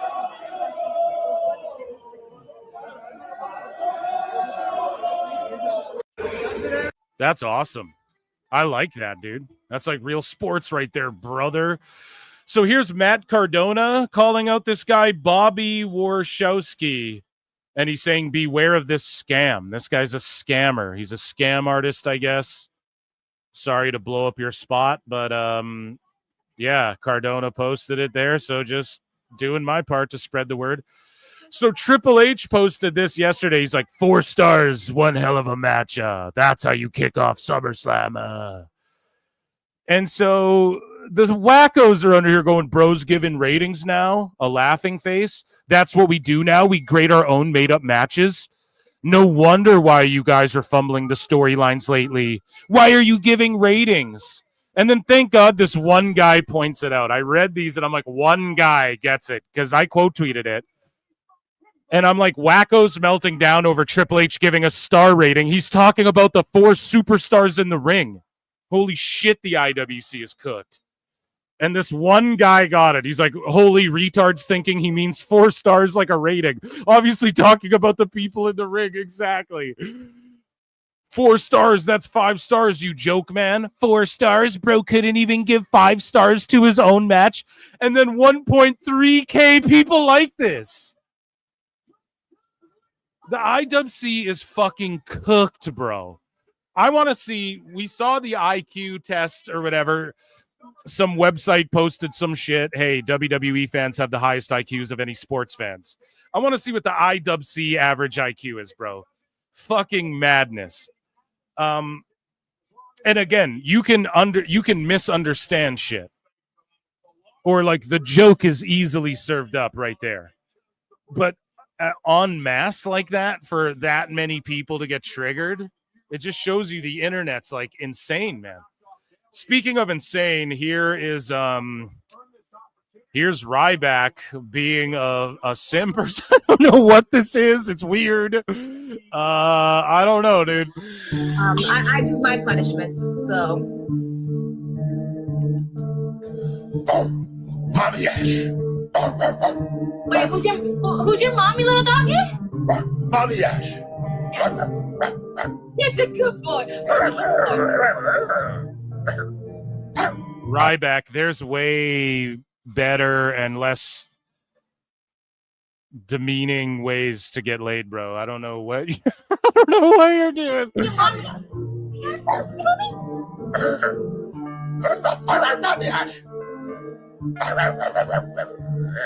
You two go too bad.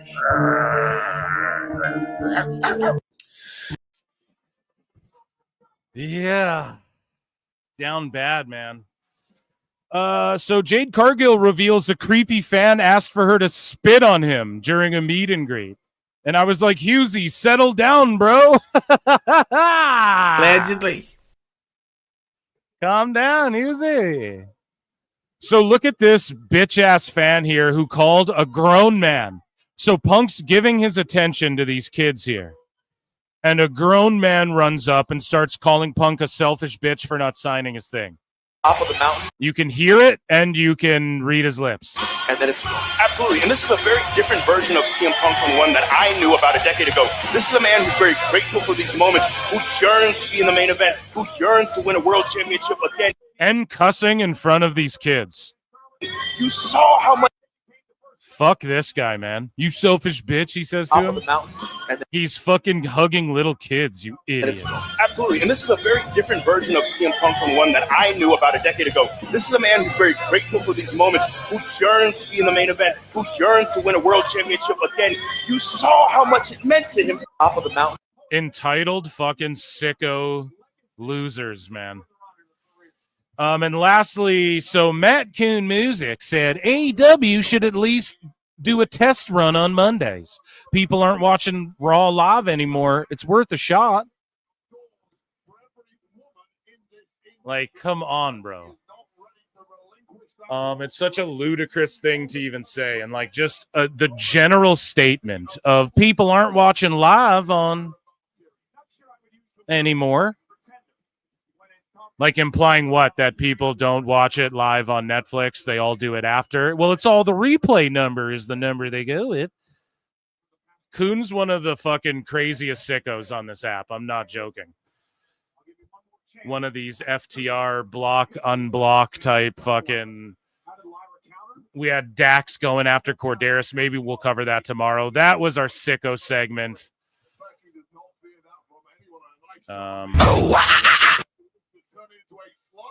And let's get into this here. Guys, I got Lyra. This is her crowning moment. Becky's going to go away for a little bit and film a TV show after this. Chad, are we watching the post show? Should I set I'll set a mini goal and we'll there's over 320 some. It's climbing. Guys, if you're on X, come on over to youtube.com/ProWrestleClips. Vote in the poll. Tell me I rule. Tell me I suck. Hit like, hit subscribe. Let's get to 7K on this channel. We're almost there. We're like 40 subs away or something. And then we surpassed 2K on the other channel. So that's insane. A poll. Yeah, here, let me get a poll for you pollsters. But yeah, this is Lyra's like crowning. They did the same thing in NXT.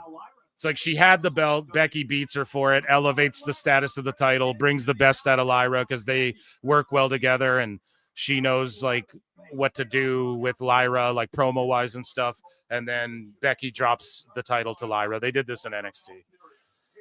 Okay, let's start a poll. Let's start a fucking poll.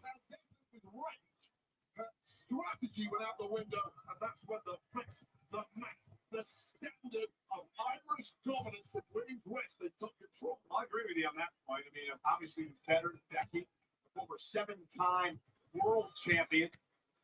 More than one way to skin a cat in this game. Sometimes you got to take a couple of shots to really get the advantage or right off. The man.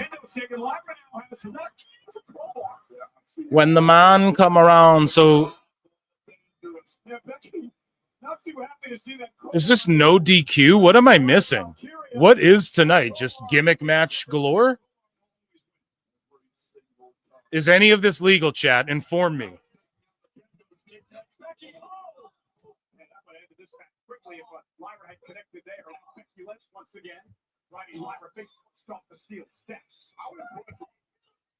With that movement of Becky Lynch. Oh, well, it would have been nice over had that crowbar connect, but nice movement there from Lyra Valkyria. Landing on the I don't get it. Is this match no DQ? Like, why am I shouldn't be confused about this stuff while watching the show. Hunter, we're watching you no rules match, so it's a street fight. So TLC, cage, street fight. Put one of these on the end of triple threat. End of triple threat. Put one of these on the other show. The fuck? Maybe they just were like, we're going to overload night 2 and make it super memorable or something. I have no fucking clue.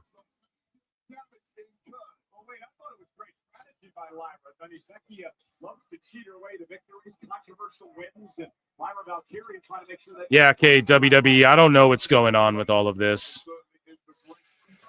Okay, guys, we'll just go starting now. If you guys want to watch the pre-show with your boy Phil, just starting now. We'll just say $100 in super chats. We'll watch the post-show just starting now. So whatever we made before, we're just starting right now, and then that's what we'll do. If we can hit that goal, I'll put it in the chat here. Then we'll stay and watch the post show like we did yesterday. They're formatted differently now too, and it's funny because I saw a dirt sheet report, like I forget who it was from, but they're like, per this dirt sheet, the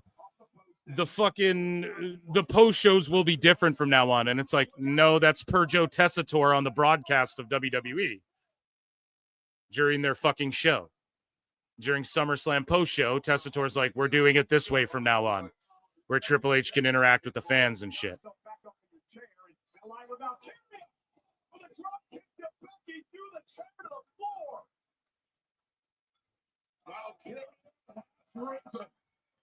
Becky Lynch, my baby daddy, wondering why she ever agreed to this matchup with Lyra tonight. She was forced into it, to be fair.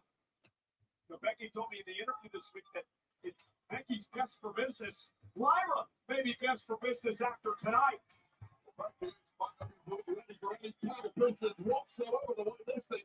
Becky you may want to wake up because Lyra's got a table. Lyra Valkyria dragging a table out here to ringside. Getting more tables. We just saw a tables match. John Don Bus for 2 says Lodi said it was a great match. You guys with Lodi. Lodi, come to the show and participate in the show. We love you and miss you here, buddy. I have your back against all these sickos in the fucking chat, okay? I have your back, brah.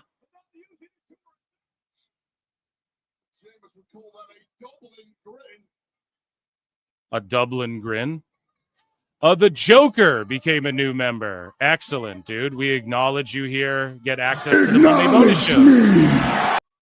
Tomorrow, I'll be going live again with tons of news, SummerSlam Fallout stuff, more sickos, more Dave.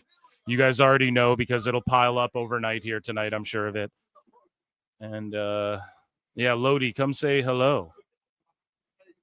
It's okay. We'll $98 and we'll watch the post show starting now because whoever had a $2 super chat there. So we'll start from there because I unstart everything else. I actually unstart that one too, but it's all fucking good.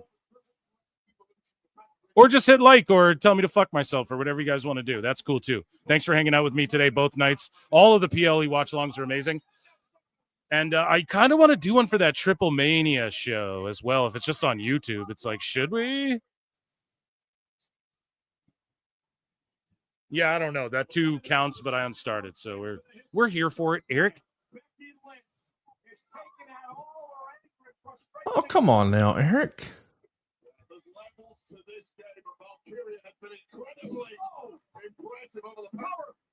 I believe this is the first cover of the matchup, and an ear fall by the champ. The past 12 months, but it is Becky Lynch who has risen to the top heights of the industry. And do it. Need one for AAA. We could fucking do it, man. We just what day is that on? We got she just Happy Gilmore'd her. Shout out to Happy Gilmore because she was in the movie. Get it, guys? It's a callback to the movie.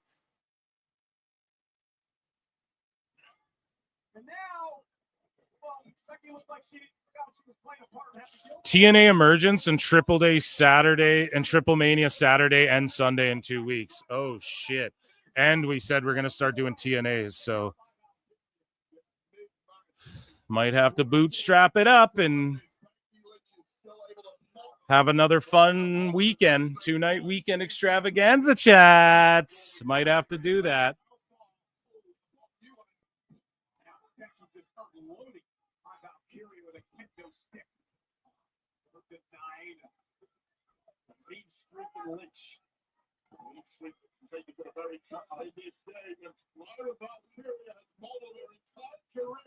I believe that their way is a toolbox. And that is a chair. You should climb inside that box, Michael Cole. Name for your little home. I said a box for excited. Even one of those tonight for the TLC match. And now Becky Lynch with a steel chair in hand. And Lyra Valkyria looks to be defenseless after the beat down with a kendo stick. Now right to the spine of Lyra. This is a vicious Lynch. We're watching here again to Valkyria. Period. Getting credit to me speak tonight. I mean, this is a woman that I grew up idolizing, Becky Lynch. They developed a great friendship, and now I believe a jealous Lynch has turned things around in the way she feels. Damn. It's just like we already saw a bunch of bullshit go down, so these ladies are just beating the shit out of each other. Finesse and heinous attacks from Becky Lynch. Why she is the absolute best. Oh, yeah, this is the post here. Per Fightful, we will not be doing standard post-show. WWE will not be doing standard post-show conferences for the foreseeable future. 5.3K likes, 333,000 views. No, that's per Joe Tessitore on the fucking post-show. It's not per any fucking dirt sheet, man. Jesus Christ. Fucking people are cooked, man. They don't even pay attention. Inside those boxes, and Becky Lynch is pulled out, but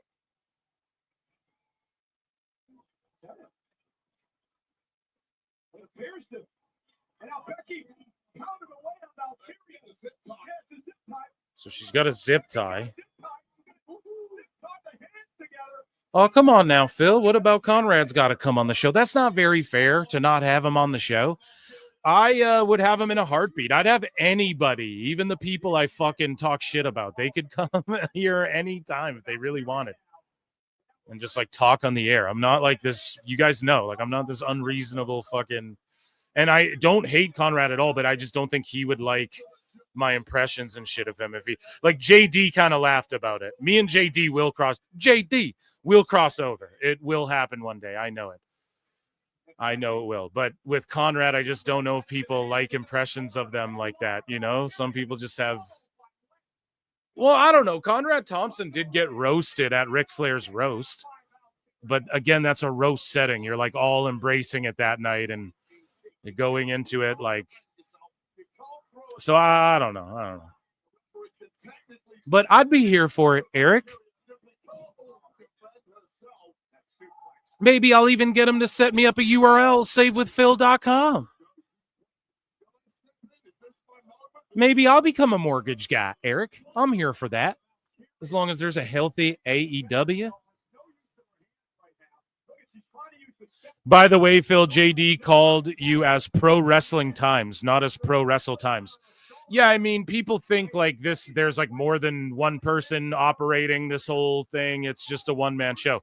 But, and it's fine. Everyone says Pro Wrestling Times until they catch on to Pro Wrestle Times, you know, which is fine. So he literally was just doing that out of, that's what everyone does. I get that until people are like, oh, it's Pro Wrestle Times. Like it takes a few to catch that. So that's fine. But he laughed about it, so I give him points. At least he could laugh at the idea of him being Dice. Well, he kind of was like, he's like, well, it's more Dice. Like, I think you're off on that, bro. And it's like, nah, dude, it evolved into Dice. You know, like it was just JD. Let me ask you something. It was more like Pesci, but it evolved into Dice after like one of his outlandish rants. Or I think it was like the Momo Watanabe thing, because that's just like, what is that? Like a fucking cocktail? I think that's where he became Dice to me officially. So the Joker for 2 says the best guys, Tony Khan. The best guys, Tony Khan. It's funny how we have a new one of those for the soundboard. That's way too high. Here we go. And like if and this is I'm not giving Fightful shit either. If Fightful reported that Joe Tessitore said on the broadcast, that's fine. I'm literally not shitting on the dirt sheet in question. I'm shitting on the person who posts that per Fightful, and it's like, motherfucker, like no. You know, or clarify it if they clarify it in the thing, you know. The Joker, so 2, 4, 6, 8. We're at $8, guys, towards the new $100 goal for the post show. Just so everyone knows, Joker says, Brian, you missed the Dave Meltzer segment. Rewind this, watch the Dave, come back. We went through all these sounds. No, no, it's cool, dude. Lucy Moody for 2 says Summer of Lodi. That's right. He's gonna drop a pipe bomb. He's gonna come in and drop a pipe. But apparently, I'm reading. So Meltzer said, "What? Just sent me something." We'll save that. I'll show it right now on the show, but we'll like go over it more tomorrow because we can go more in depth. But he snitch tags. He goes, Triple H, Adam Pearce. You have a Meltzer mole backstage cosplaying as media, and this guy got a media pass. Yeah, Alfred Konuwa is like, Phil, why don't you fucking get a? He's like, why? Like, get a media pass. I'm like, I don't think I could. And he's like, why not? And I'm like, oh, maybe. I don't know if I can know. John Dauncey Bus for 5 says the Thrilla and P-Dub Tilla. Lodi versus 626. You guys want that badly. I mean, we could absolutely set it up, but you're just putting Lodi in a position where he hasn't even responded like, yeah, I would do that. You know, so. Oh, my God.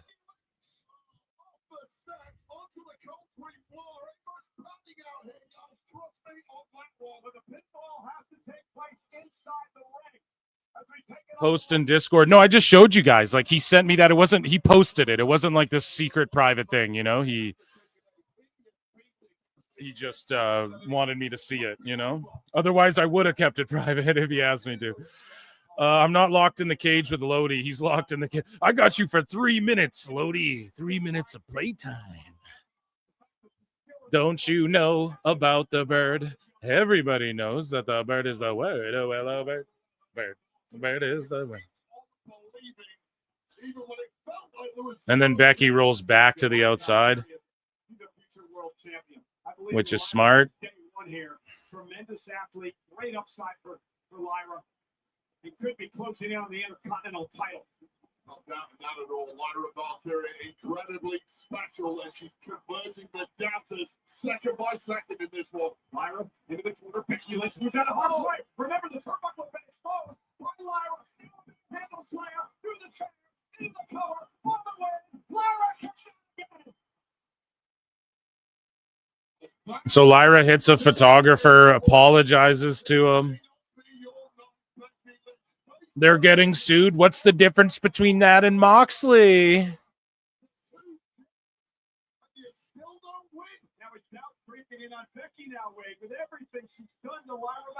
They should get sued too. Becky Lynch is wrapped in doubt. That's all that exists for Becky Lynch right now. Can she overcome that? Probably the best thing Lyra did was roll out of the ring. So, like, at SummerSlam, they promoted that fucking Hardy's Dudley's match, too. I mean, I hope Bound for Glory goes crazy. I hope Bound for Glory goes fucking crazy. Somehow still in this. And Becky just first off the chair. Bouncing ball repeatedly. Up and down. Oh, no, my God. Oh, God. Oh, goodness, just kicking the back of the neck of Valkyria, who's now caught inside the steel chair. Well, Valkyria is getting against the sharp edge of the back of that chair. The crowd's getting, like, they're winning the crowd back because it's sort of lulled out. Oh, God. More than again, Lyra is trapped in that chair. And now Lyra, she may have Becky pinned against the post. And Lyra may use the chair now as a weapon. Becky Lynch, though, out of harm's way. And now going to swing Lyra into the post. Got the leverage, got the momentum. Man, what a match. What a sickening mindset to maximize the punishment here. And there's a victim, Valkyria. Becky Lynch, who's got Lyra trapped, now standing on the Spanish announce table. And Becky Lynch, with a kick right to Lyra. And Lyra Valkyria appears to be out. A spine-snapping moment on Valkyria. And now Becky Lynch with a crowbar in hand. That was fucked. Now she has the crowbar. She's going to bludgeon her. Lyra hasn't moved. She's defenseless. And Becky now with that steel crowbar. It's going to bounce and hit her in the face like Eddie Edwards in TNA. Oh, come on, Becky. Don't do this. Don't do this, Becky. Oh, And then Bailey gets there too late, like a smidge too late.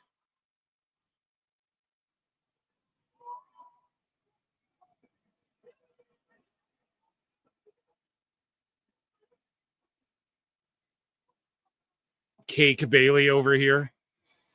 Yeah, I don't know about I don't know, man. You guys already know I'm not overly like into Lyra and shit in the first place, or the Bailey Becky stuff. I'm not, just being honest, but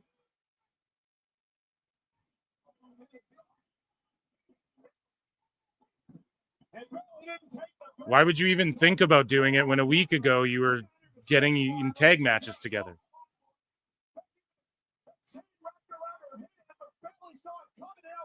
I just think this is overbooked as shit.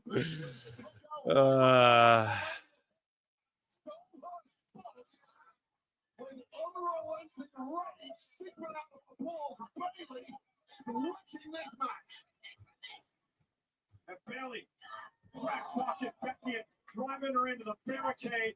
Again, the official can do nothing. Match continues. No disqualification, but Lynch is being destroyed by Bailey here. Becky Lynch. Oh, man, she just got out of harm's way. Bailey going like the entire building was doing the wave during this match and shit. I mean, there you go. A big table spot after we just had like 15 table spots in the last match. That's all right. Bailey looks great. Thirstcast, take no Street Profits. That's how you wear real red leather pants. Triple H match doing too much. This match is dragging. It really is. That's why the crowd cheered for no reason. They saw Bailey sneak in. Yeah. Wait till New Japan and WWE work together. I don't think that's going to happen, guys. Tanahashi likes his partnership with AEW, man. Up on her shoulders. Becky rakes the eyes. She's going for Nightwing again. And now Becky with a quick man hit slap by short track takedown. And Becky, oh my goodness. Oh, wow. So Becky's going to...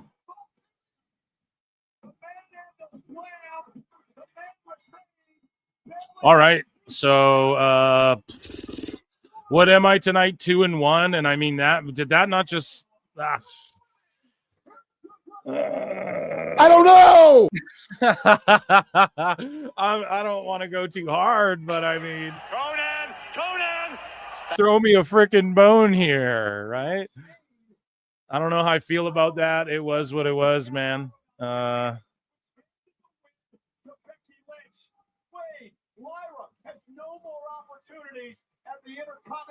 So now Lyra's never allowed to get a shot at the IC title as long as Becky's the champ. Congratulations to Becky Lynch. The late 24 presents the Smashing Machine, starring Dwayne Johnson and Emily Blunt. Yeah, I don't know. Chat, what do you guys think about that one, huh?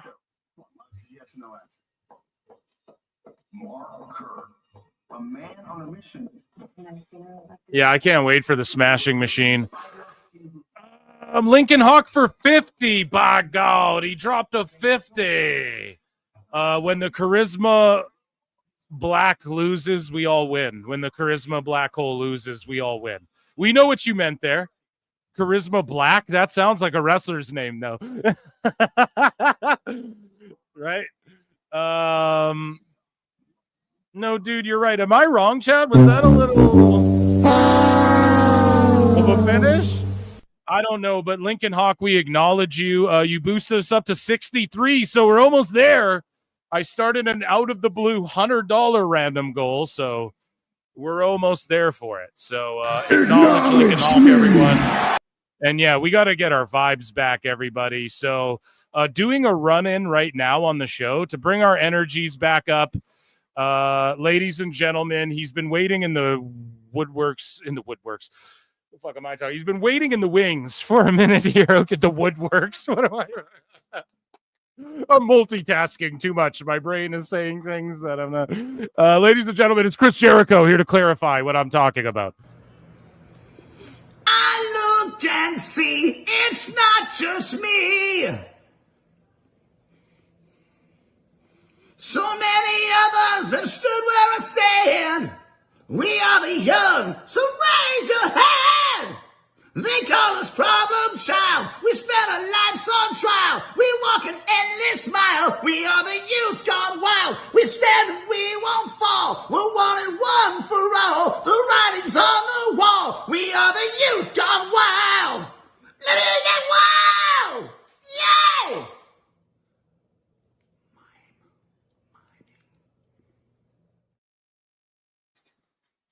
Oh, this is SummerSlam. Yeah, I don't know what's going on. Like the last couple shows, just with the finishes, I feel like are falling flat both nights. You know, then they had Punk, and then yeah, I don't know, guys. So we're $40 away from our goal. If there's 350 of you watching across X and YouTube, come on over to youtube.com/@ProWrestleClips. Subscribe if you're not. Okay, we're almost at 7K subs. Like you might as well. We're like right there on the precipice, on the cusp of it. Thank you all so much. And I appreciate you all for being here. We have plenty in pixel art says bow ties are cool. Okay, so now we're 30 away essentially. And bow ties are cool. I concur with that. They are classy. So Jelly Roll's here, but Cardi B's not hosting night 2. Am I missing something, Plinian? What the fuck am I missing? Everybody. Acknowledge me. Metro Boomin with a WCW United States Heavyweight Championship belt replica. How fucking cool is that? Tigger Lily Gold, they sang earlier tonight.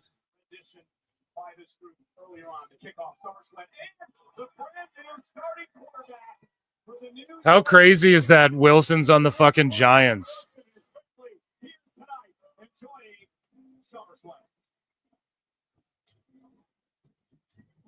Oh, it is time to go inside a steel cage.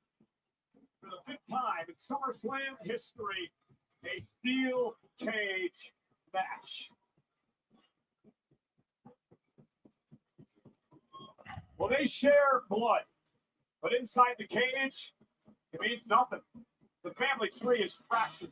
The animosity is intensified. Man, so the cage is lowering. We have another gimmick match going on here, which is fine. I'm actually excited for this one. Unless they start bringing tables out and shit, then I'm going to be like, oh, come on now, Eric. So 60% had Lyra winning. We did not. We didn't do good there. So let's start another poll here. Who do you think wins the United States?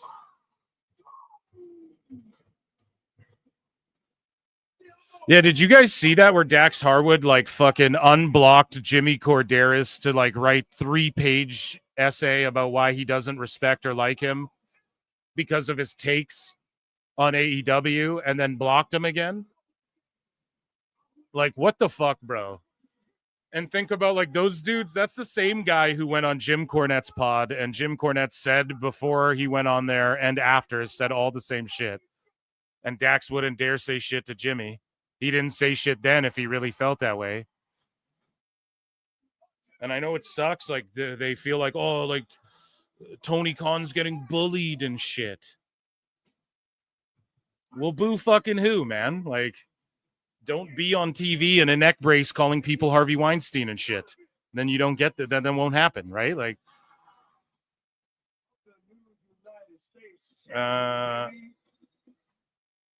okay, so we have. These are my MFTs. My family tree. And now my family is complete. If Jacob wants to get involved in our business. Like lowering the cage on SmackDown too, I kind of buried it. I thought that was stupid. Sorry, I was just adjusting a cable there. A cord rather, a cable. I mean, same thing. Same poop, different group.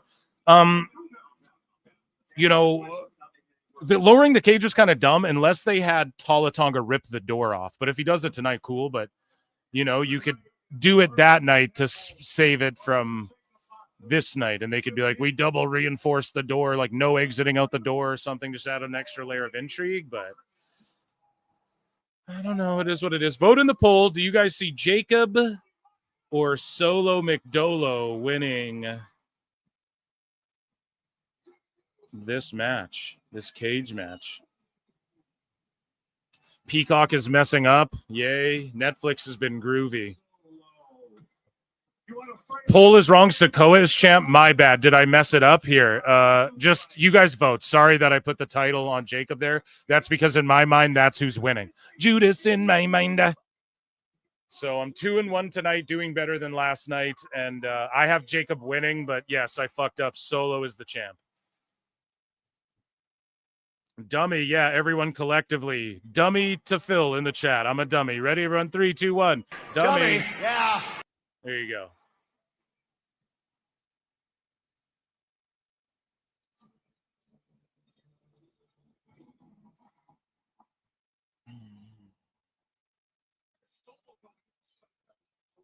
Agree with that. I could get down with AJ being on that. I think HBK, Flair, AJ, I think those three you could argue could be on it. There's probably someone from before my time I'm not thinking of, though. So I guess to round it out, that Mount Rushmore, I would personally maybe put, if we're just talking guys, just working, like the ability to sell is like a huge factor too for me, guys.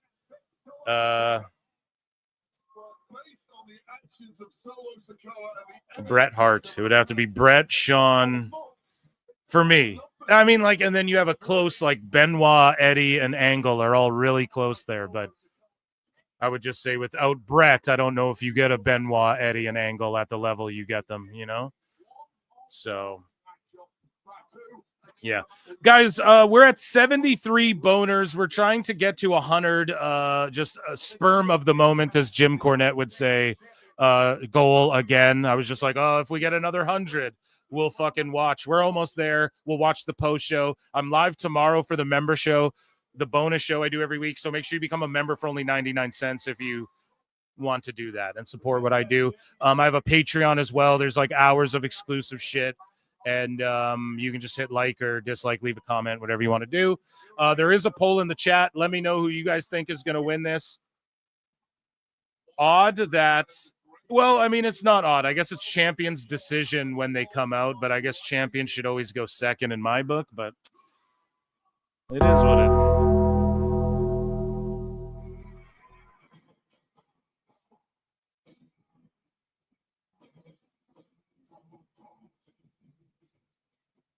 Whatever happened to Juice and Jay White?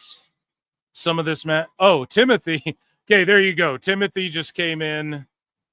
Okay, hold on. An F1 WGP7. So for 2, who is your favorite? Here, let me answer this in a second. Timothy came in with 50 and just said, there you go, my dude. So everybody acknowledge, everybody Ichi Nissan Da for Timothy. And Errol, he just bought you guys the post show. So round of applause, PWT Universe. You guys are all goated. And thank you so much, Timothy.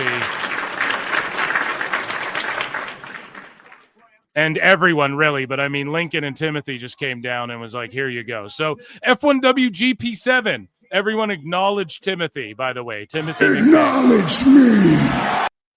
So F1 WGP7 asks a question, though, that I want to answer before the match starts. And I have Jacob winning this one, you guys know. But for 2, who's your favorite NWO guy after Hogan, Nash, and Hall? So, like, you named them, right? Because then you get off in the weeds and it's like, well, is Dusty Rhodes, like, he could be one of my favorite ever. But as an NWO guy, was he one of my favorites? No. Right? So it's an interesting question. But if we're talking, like, who is just affiliated with NWO through and through after Hogan, Nash, and Hall, you name the 3. You name the 3. So for me, I have to go with, just looking at the NWO, man, I want to say 6, but it was so short-lived. Like, he was in it, but it was very much like he wasn't in there that long. And also my perspective on Big Show. So I would say the Giant as well. I always loved him in NWO. But Big Show, again, he was asked online, are you more of a WCW or NWO guy? What do you consider yourself more of? And he even said he's more WCW than NWO, which he kind of was. So for me, I want to say 6. I'll say 6 just because I'm such a Sean Waltman fan. I'm a fan of all, from 1, 2, 3 Kid through the, X-Pac, Sean Waltman days, everything. I'm just such a fan. Even like X Factor, when he had that little group with Albert and Just Incredible and shit. I've always loved X-Pac, man. I've always been a 6 guy. So I'll say him, but if you want like my Markish, like who I really liked when they were in it, like Muda. I love Muda. I was a big Buff Bagwell guy as a kid too. So I was a Freakzilla, Scott Steiner. But yeah, if I had to pick one, I guess I'll just say 6. But if that's too much of a cop-out answer, I'll say Muda, because I'm just such a mark, and I fucking loved when the Japanese guys were getting involved at the NWO and shit back then. I thought that shit was so cool and badass, because you didn't see those dudes like all the time. And then when WCW is how you saw like Jushin Thunder or La Parka or some of these guys, right? So yeah, like Chono, that shit was so badass. So those are my picks. 6 by just like, he was my favorite, but if I can't use him because it was so short-lived, I'm going to go Muda. And then, how long was Muda in the NWO? For a good while. I mean, brother, he still puts the 2 sweets up. Once you're NWO, brother, you're NWO for life. And if you specified and said Wolfpack, I might have a different answer, too. Might have a different answer for the don't turn your back on the Wolfpack. Speaking of Wolfpack, the Samoan werewolf, oh my God. Flipped onto the cage, dropped onto his neck. Northern DC, that mid-90s gimmick led up to Dungeon of Doom is so nostalgic to me. Do you know what I watched last night? Like as I was fucking sleeping again, or actually this morning. I could not sleep last night. It was so hot. I was just tossing and turning. I put on, what was it? What event was it?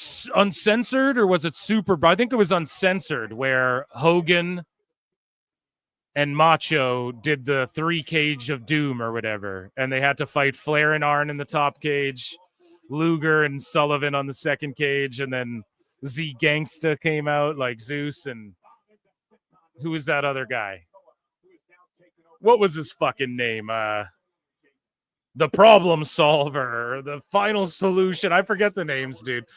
But yeah, I watched the cage with the Mega Powers, with the 3 cages of doom or whatever. That shit was hilarious. It was so bad. Uncensored 96, The Solution. Yeah, you go and watch that back and you're like, this match is the shits. Just all over. And then when Luger botches the accidental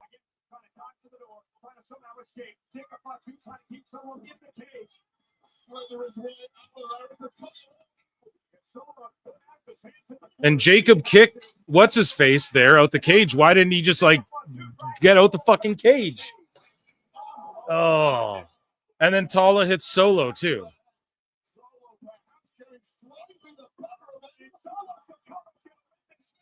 Okay.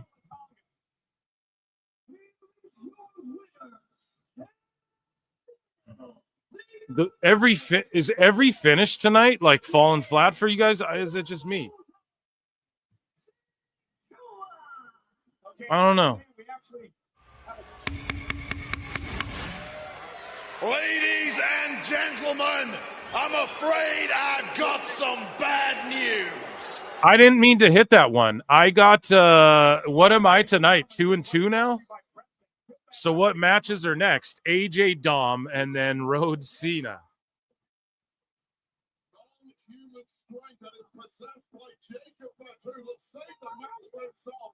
Just when Solo Sikoa was heading for the entrance, JC Materna getting flattened on this boot from Tala Tonga. You saw Jacob Fatu catching that steel ball flush on the top of the head. An incredibly And it hits Solo too.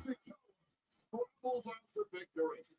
Nakoa is still your United States champion. So is Nakoa.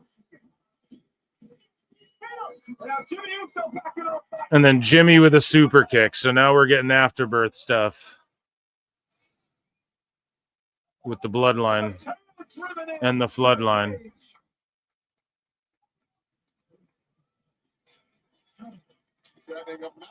Now Jimmy's throwing him in the cage.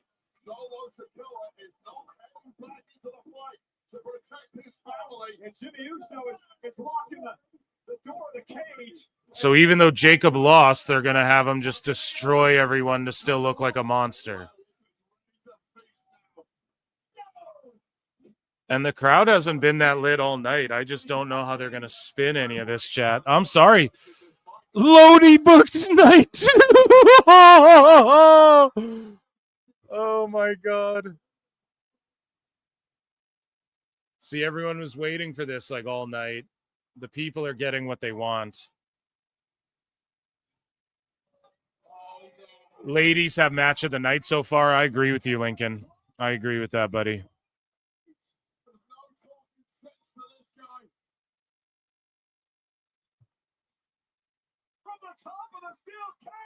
Oh.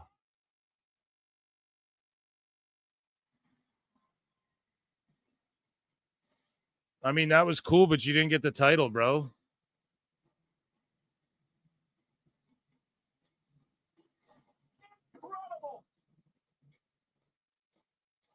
Yeah, so I locked in Dirty Dumb, but I feel like I want to switch that, but I don't know.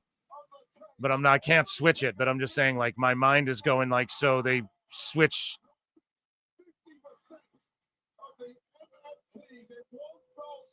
There's got to be a switch tonight. One. So maybe it's the WWE title and they're just saving it for the main event. So yeah, maybe Dom retains. I just they could have did this when they lowered the cage on SmackDown, chat. Why didn't they just do this when they lowered the cage on SmackDown? And then like have the match. Do something crazy. Have like Jacob splash Solo through the wall, Mark Henry Batista style or whatever, and do that finish. Or say it's a draw instead of saying like, well, Solo won it. You just say, well, it's a draw because the cage got dismantled. We don't know whose feet touch first, and we have to have another rematch or something. And we're gonna do it on SmackDown, but this time, fucking whatever. I don't know, man. It just because everyone ran out anyways, and they were a distraction anyways. So it's the purpose of a cage, kind of. I don't know, man. I'm not trying to shit on this. I'm a little boo-boo face for the first ever 2-night SummerSlam thus far. Let's see if Husey will cheer me up. He DM'd me just now. He said it's too much and too many matches back to back. I'm guessing it's their way of evening up all the big names being on night one. Yeah. Yeah, he's probably right. Okay, I'm excited for this next one. I think this could be a show stealer with AJ in it. Did I end the poll?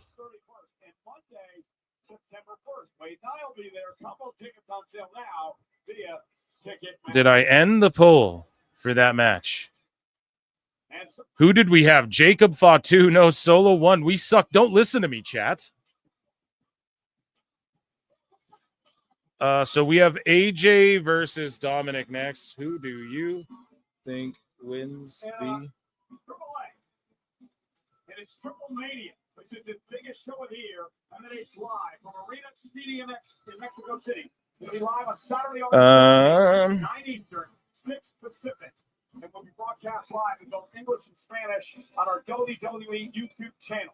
Don't miss Triple Mania 2 weeks from yesterday. Okay, polls in the chat. And look who's here. La Yesca, Psycho Clown's here, Mystery Iguana. Guys, if you're on X, come on over to YouTube. There's like we're gonna watch the post show after, and there's like 350 of you watching on X and YouTube. Come on over to YouTube. Juan Tenta for 2 says Luger celebrating after beating Yoko by DQ part 2. Yeah, I mean maybe not to that. Like maybe that not big of a thing, but like yeah, that's a decent comparison. Like oh okay, you moonsaulted on those guys. It's not like you won the fucking belt though.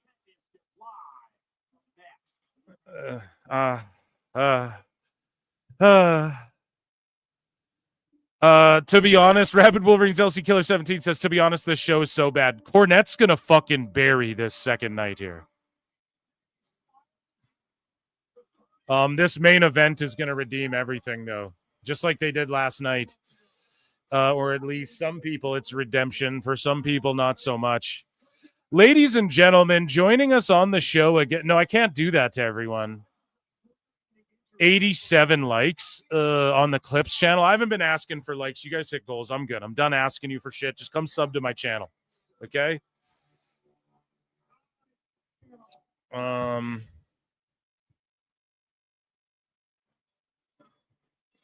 Yeah, Judgment Day is going to get involved in some way. Or maybe not, but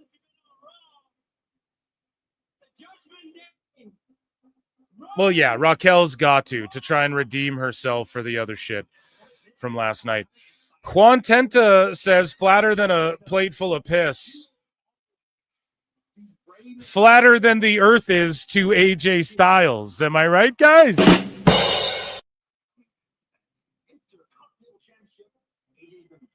Am I right?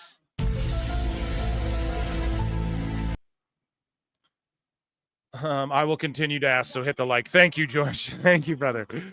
Look at that tongue, yeah. Stop thirsting over Psycho Clown. I know he's cute and shit, but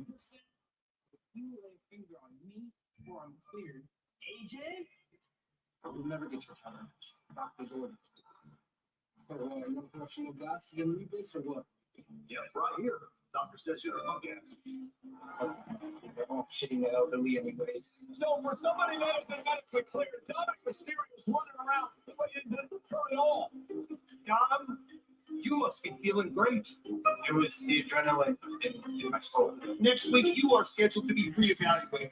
If you are medically cleared, I'm going to write a contract for you to defend this Intercontinental Championship against AJ Styles.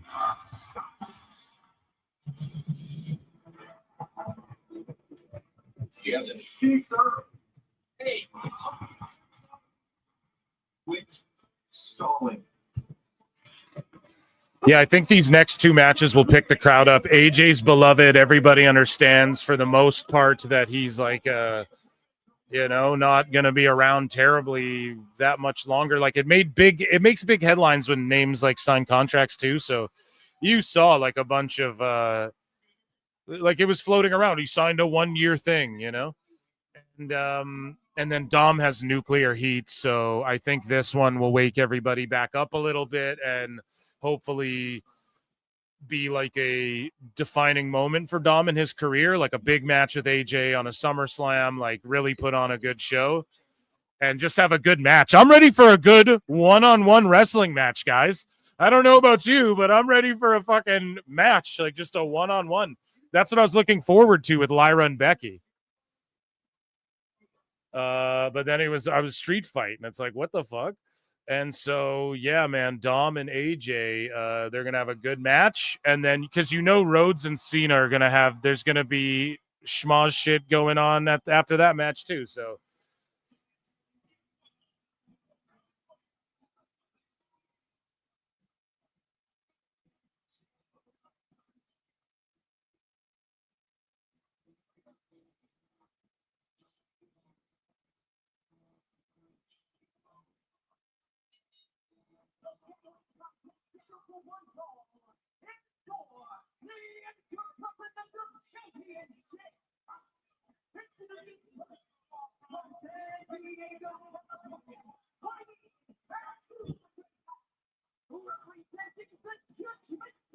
Yeah, you can buy. Yeah, you can. George Ives stock in TKO. People saying TKO or TK, like Tony Khan owns stock in TKO. I would not be shocked.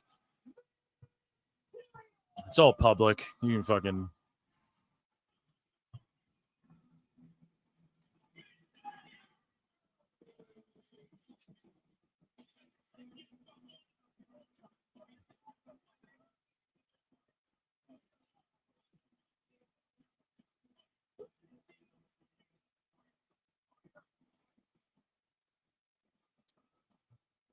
Dominic Mysterio says he's celebrating the 20th anniversary of WWE this year. 20 years ago at SummerSlam, Rey Mysterio battled Eddie Guerrero in a ladder match for custody of Dominic Mysterio. Dominic still on himself in his bathroom, and I'm going to protect the championship tonight, wearing a prototype of the gear that my dad wore at SummerSlam in that ladder match for the custody of me. Yeah, I don't. Let's see. So there was a fight. Do you guys want to see a fight in the stands at SummerSlam or what?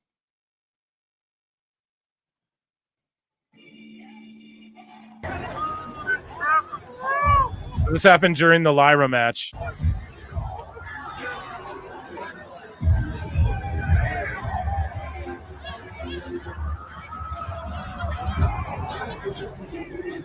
Oh, shit. Oh, look at the cheap shot. Is that Kyle Fletcher with AJ Styles in the...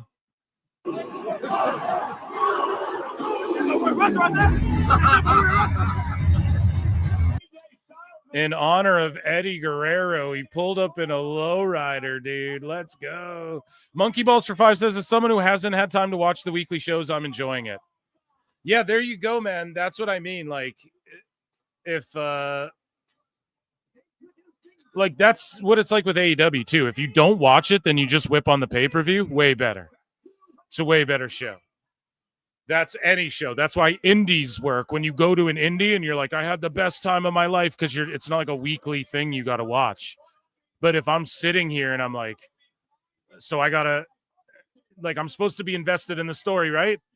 So that cage was fucking pointless and stupid and served no purpose, essentially. Like, you know what I mean? Like, I have to bitch about that a little bit, just being a guy who talks about stuff online. Now, again, what are people going to do? Call me a fucking hater? You just hate on WWE. You just have bad takes. So when I'm blowing WWE, is that a bad take then? You know what I mean? I just call it like I see it. I don't think I'm alone on this one. I think overall... Like, is it me, chat? The crowd was better yesterday, too, right? I just said that to John Draper. He tweeted out that the crowd was better tonight. I'm like, I don't think so at all. I think they're way flatter than yesterday. Like, when during the Jelly Roll match, they were going insane for him just being there. Like, he was just standing in the ring. They're going nuts for him, you know? And then everything else, they're, like, flat for and shit. Now, they are outside, but I just don't think the crowd... is as hype as they were yesterday. I don't know. Crowd feels better tonight, Kay. Maybe I'm wrong then. I don't know. My vibe has been that they're better yesterday, and they were more hype, and there was more celebrity fanfare and shit going on in the crowd.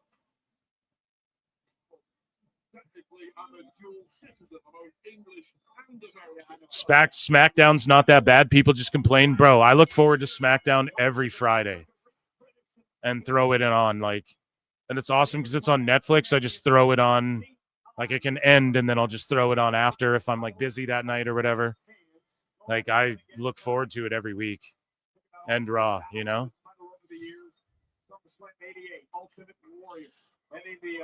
Yeah, you guys tell me, what do you guys think? Is the crowd better tonight or yesterday?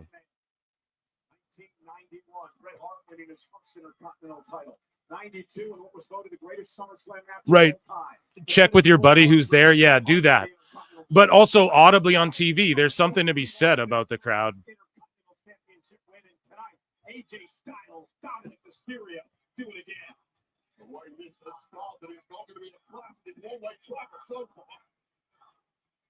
Again, we mentioned it earlier in the countdown show. Big match for Dominic Mysterio tonight. He wants to prove he belongs on the big stage. In these type of matches, he can do that by beating Styles. World champion and being on your own without any help from anyone will be a massive thing, but it's certainly what Dom is capable of. But right now, Dom can't get out the blocks. His head is all over the place. Well, to the antics of AJ, so that's a good point, Wade. He's got a lot on his mind. Of course, leaving his girlfriend out with injury. Dominic's got a big match for the Triple A Mega title in 2 weeks at Triple Mania. Oh, that fatal four-way. And now he takes control of AJ Styles. Right, that was the brilliance of Dom Mysterio. That's Oh. Guerrero, phony AJ Styles. I don't think he's being funny in this thing. He's paying homage to the man. Dominic Mysterio. Now to climb the ropes up over the top and takes out Styles. And one of the things about AJ that I was a bit concerned about prior to this match tonight was the fact that perhaps AJ was overlooking Dominic Mysterio. Dominic's been playing this cat and mouse game with him for a number of weeks. AJ Styles. Maybe this needs to just stay with Wrestle Lima. What? Ants ticks. No, thank you. I don't complain one bit. What goes on in WWE, I just enjoy it.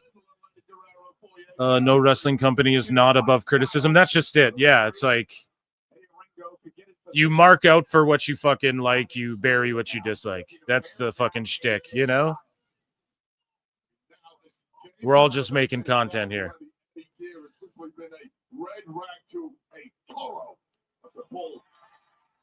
Again, I'm not sports entertained. I'm not sitting here going that cage match was ass or anything either.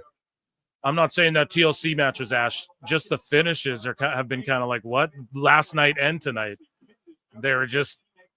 They've all just sort of, and I think the crowd's with me too. Like they're all just kind of sitting there like what? And some of the matches have dragged on a little long, you know. So as a first-time 2-night SummerSlam, does this go down as one of the greatest SummerSlams of all time thus far? I don't think so. Honestly, I don't.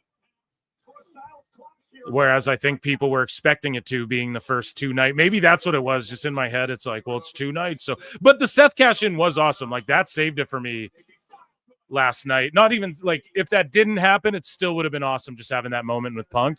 I'd be like, word, that was a solid B+ effort for me. You know, tonight I'm at like it's been a B- for me tonight. B-. So this match is so far really fucking good. The next one I think is gonna. Like, I'm just going to be a little kid again. You always are when it comes to Punk and Cena and shit. Well, I mean, I don't know. When Punk was going, I wasn't a little kid necessarily, but when I discovered him, I was he was still on the indies and shit, you know? And then through ECW. What year was ECW on? Or yeah, maybe I get, like, I don't know. Yeah, it was maybe like in my teens, maybe, like early teens. Pretty good AJ Styles. John Cena here at one point in his career.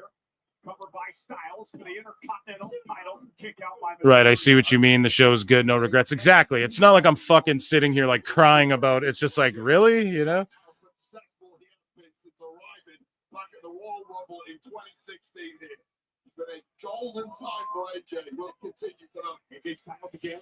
99, no major mess ups. Here's the problem. When you do so many PLEs and then you do some shit like you did on Evolution 2 where everyone's like, holy fuck, you know, and it was just such a killer event, then it's hard to like a couple weeks later, you know, be like, oh, this blew me away. Maybe if maybe if there's some more time in between all these events. It's hard. Oh, AJ overshoots it a little bit. A rare mishap it just added to the match though. Catches him into the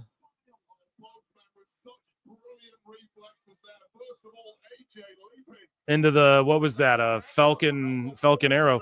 George Capture for 5 said he said that last night's crowd picked their spots to be loud, and tonight they're pretty consistent on what they like. So he said almost the same. Yeah, that's what it seemed like. That's what I was telling Husey. I was like yesterday, or like I was telling him this yesterday, like, dude, they're just going nuts for what they like, and then they're just not loud for what they don't like. I was saying it on the show. Or like just for anything neutral or below, they're just not reacting to it all. But like Jelly Roll just standing there, they're going ape shit for her. AJ Styles drops Nice brain buster.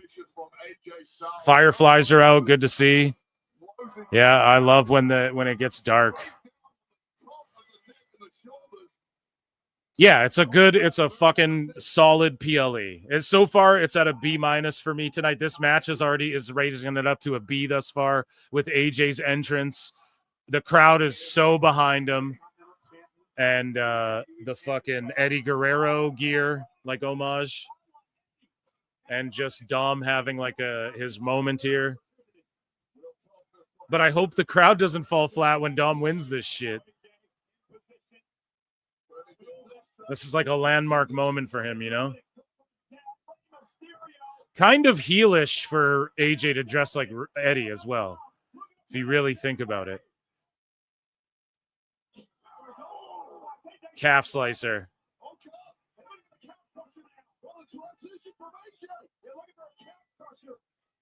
Help a brother out, brother. Yeah, George is like, we need 8 more likes, dude.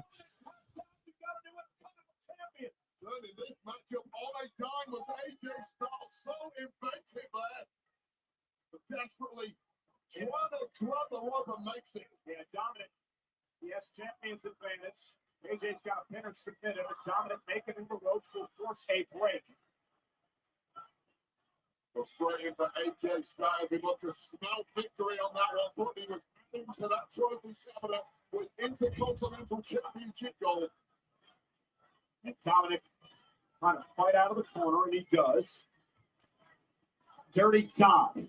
Oh, sends AJ face first into the turnbuckle. A millionth of a second away from colliding, but just at the right time. Dirty Dom, who is now, well, the official, Eddie Orango, pretty much caught Dominic there. And said, what are you doing? Here we go. So the new Hayabusa took on Masato Tanaka today, and it went to a 30-minute time limit.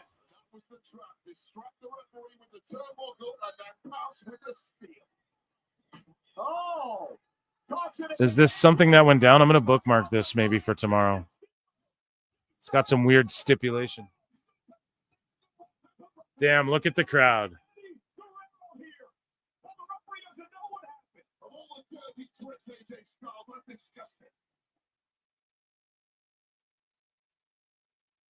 Well, the issue is the official has no idea what happened, so the matchup's going to continue, and AJ Styles makes $30 pay.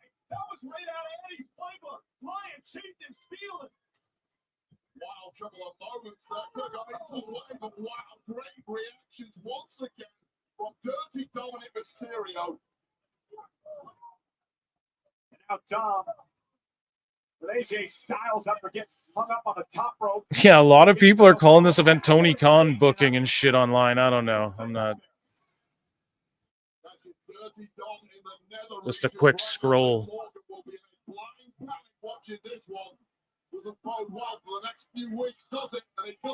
And they're just right behind AJ.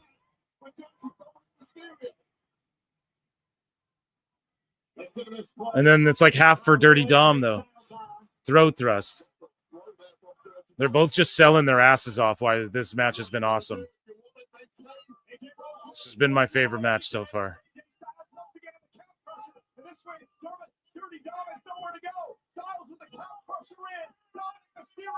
Oh, yeah. Oh, yeah. He's pulling the boot off. Eddie Guerrero style. Why is AJ like cheating to win though? I don't like everyone just does this tweener shit all the time. Or is the idea that Dom slipped the boot off? Because if that's the case, it just the idea, Brian. Every match has been so schmozzy. Like, why can't we just have a fucking here we go. Frog splash.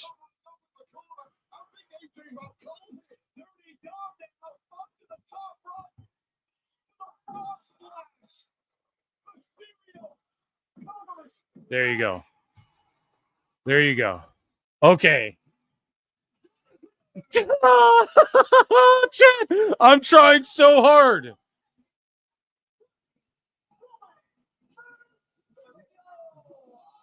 Well, how unfortunate is AJ Styles when he had victory in his grasp? It was good. That was my favorite match. A little schmozzy there at the end, though, with the ref staff. So, yeah. We're on to the main event, ladies and gentlemen. Okay, I'm going to put a new poll in the chat, and then I'm going to chat you guys up for a bit. 60%, 58% said that Dom would win. What am I at, chat? 3-2 tonight, I think.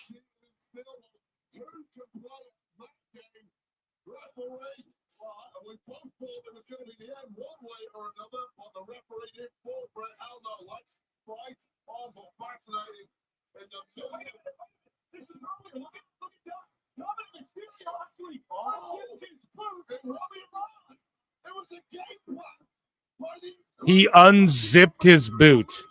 Get boots with fucking laces, Eddie style, dude.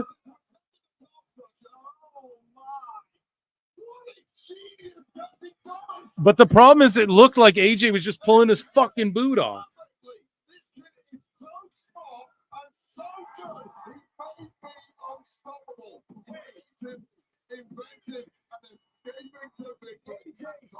Okay, the polls in the chat.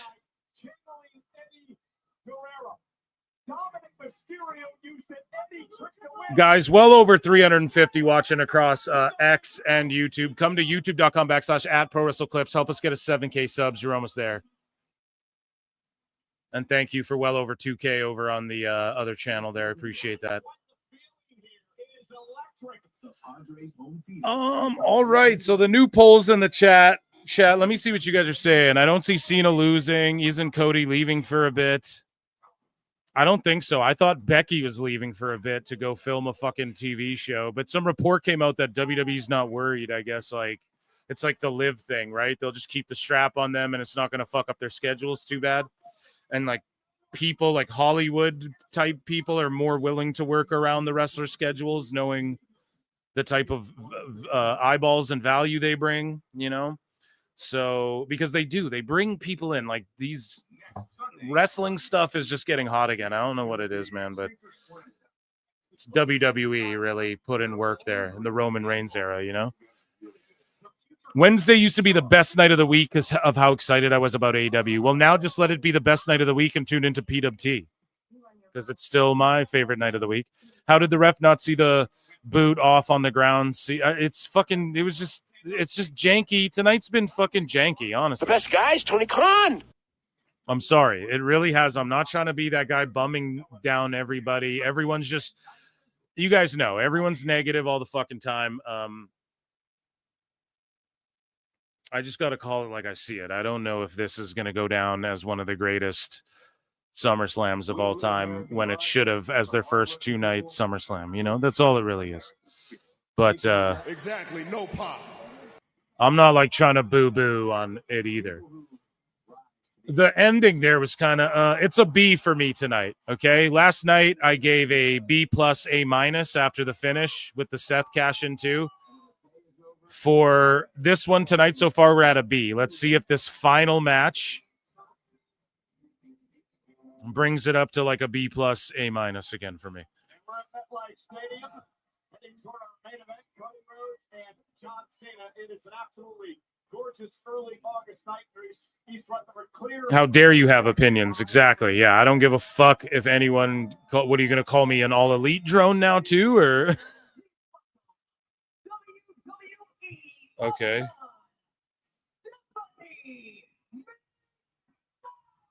Okay, Steph coming out again for the big pop.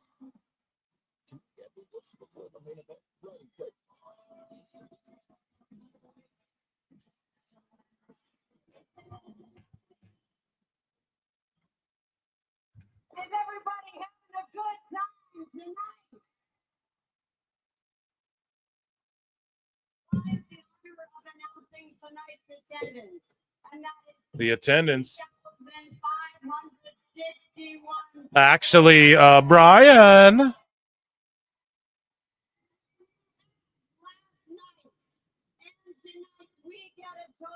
Brian, that's not actually the real attendance.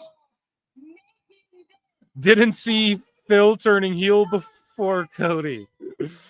Juan Tenta. Oh, fuck, man. Exactly, no pop. I don't know why I clicked that one again, but yeah. Yeah, Juan, I pretty much did a fucking full heel turn here, dude. No, I'm excited for this one. This is what I'm locked in for.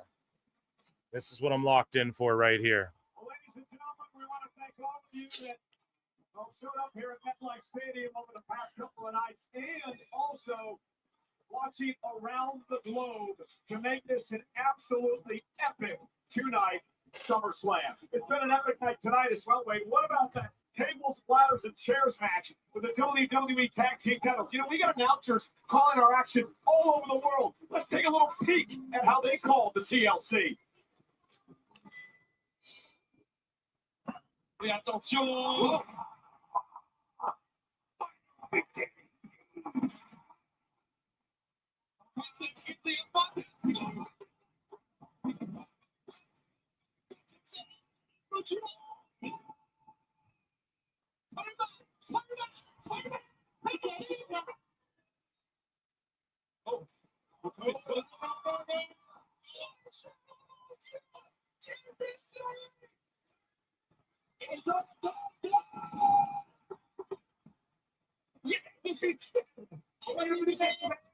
Damn, just all the fucking different language. Sorry, I'm just listening to their commentary. Funny. Who are they talking about here, though? Who is never removed from the roster? Talking about someone being removed or what? I don't know. Probably just some dumb fucks making shit up again. We're going to see. We're going to lock in here. From the USO, the 88th Aerial Force Squadron, 514 Air Mobility Wing, and Joint Base McGuire Dick Lakehurst. Wheatley raises the glass to Staff Sergeant Martinez and all retired and active members of the U.S. military for your service. Now, chat, do you guys think The Rock or someone's going to show up? What do you guys think? Yay or nay? I'm not even going to start a poll because you guys are voting on the poll right now. But yay or nay in chat. Damn, you guys are dead split on who's going to win this. Are we going to see a wild Rock or Travis Scott or something like that tonight?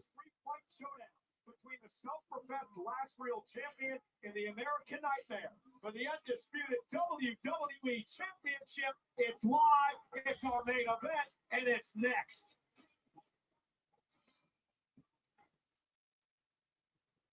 Anybody want to get matching attendance? Tattoos?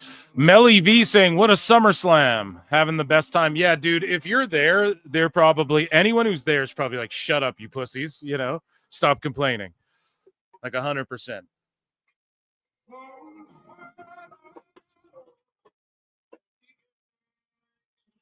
It's just like I bitch about the same thing when AEW does that, when they overly gimmick stuff up. So I apologize. I didn't mean to try and ruin anyone's SummerSlam night 2. Much more optimistic yesterday, clearly, about things and positive. But I would give AEW. That's what Husey said to me. He's like, nobody can give AEW shit for this if they're not giving WWE shit for this anymore. It's like you literally, he's like, because it's happening a lot now where it's schmozzed up. You know, like their shows are getting more schmozzed up, or on a night like tonight, you know, he's like, I don't want to see anyone making this. I'm like, yeah, I'm kind of with you on that, dude. Rapid Wolverines LC Killer 17 for 5 says the Pontiac Silver Dome is now an Amazon Fulfillment Center parking lot, dude. When I was here in the Superdome on Mars, Jack. Is that a true thing? Is it an Amazon Fulfillment Center parking lot, dude? Are you working me here? Are you twisting my titties? I am not going to be at SummerSlam. I am filming a big movie for Netflix in New York City. DJ Evo's been a member for 10 goddamn months. Acknowledge me. He'll be tuning into Member Mondays tomorrow, bonus show. Yeah, these packages are great, and I'm locked in. We're locking the fuck in for this match. This is what I've been waiting for this whole 2 nights. It's like all I wanted to see was Gunther Punk, and I thought that was awesome.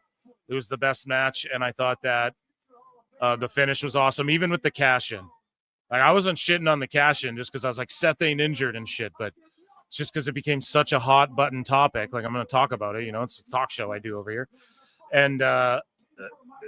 And what I thought, you know, and this is the same for me. I think this match will steal the show, and I think it's going to be some crazy shit after, and it's just like Gunther, Punk, the TLC match, and this main event are the worth it for me alone right there over the whole 2 nights, personally.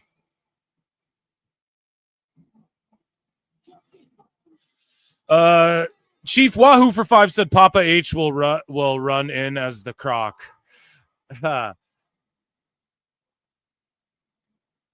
Yeah, him and Evolution come out, and then Cody Rhodes starts a faction with Evolution. No.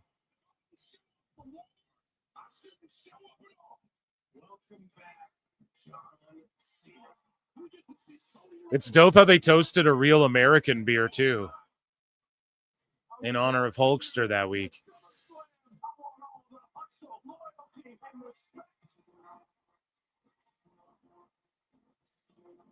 I guess Triple H was wrong. We had seen something yet. Another no rules match? No, this isn't no D. Oh, yeah, it is, bro. What the fuck? Whoa. And then we had cheating in the only singles match with. Oh, boy. Oh, boy. They could have taken 3 matches yesterday, put them on today, 3 matches from today, put them on yesterday. And it would have just had me not crying as hard like a little bitch. No, I'm going to enjoy this. This will be good. I can't believe, yeah, holy shit. This one's, it just, see, it goes lost on you. It goes lost on me, rather, just because all of the steps on the one card. I'm not used to that being the case. Okay, let's all shut up. Especially you, chat. No.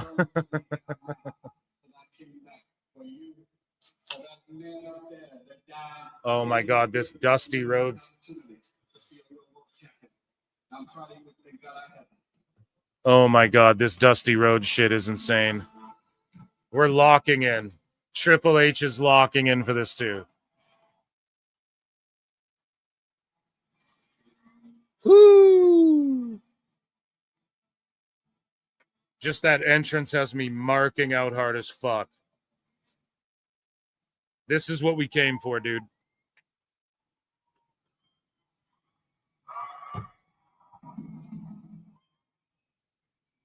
He got the Cody Vader.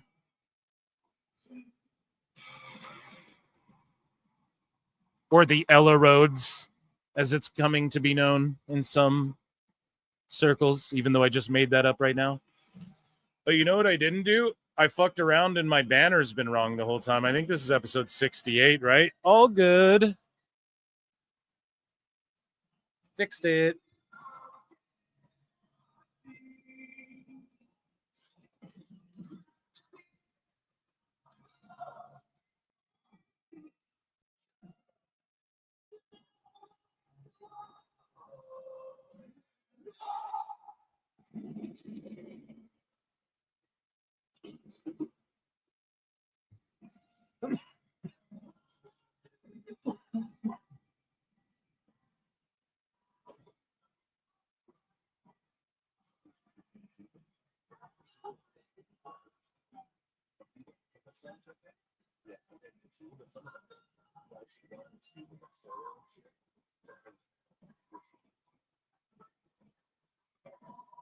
So follow me into the air of my kingdom.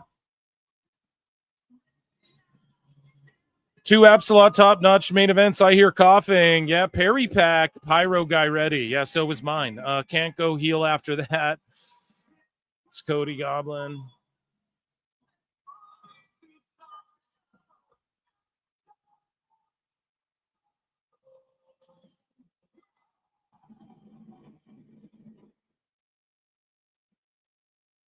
when I was younger. Here we go. If Cena was playing everybody, though, that'll be the craziest ruse of all time.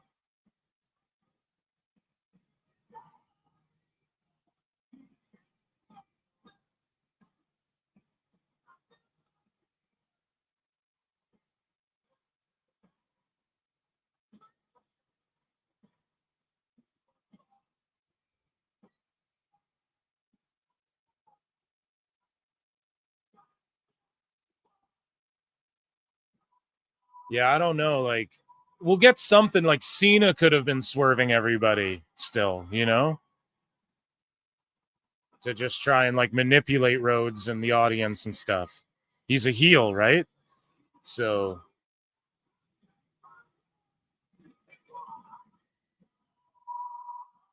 that could absolutely be a factor. But I just predict something crazy will happen. Who did I lock in for this match? Who did I pick will leave with the title, though? I don't even think I picked who would leave with it. Did I? That's the problem here. I wonder if they overbooked tonight on purpose to bring some AEW people over who would love it. See, I kind of thought about that as well, but the problem is that they're coming over anyways, just over time.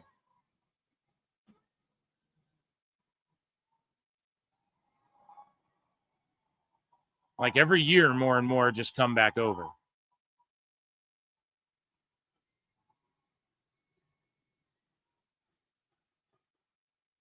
And Rhodes doesn't have the gold on his stuff. He has the silver lining.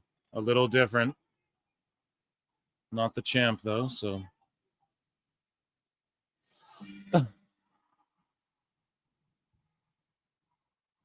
They put his heel Tron up.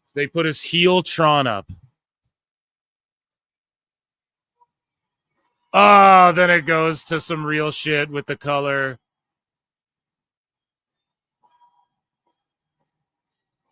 Yeah, he's gone fucking.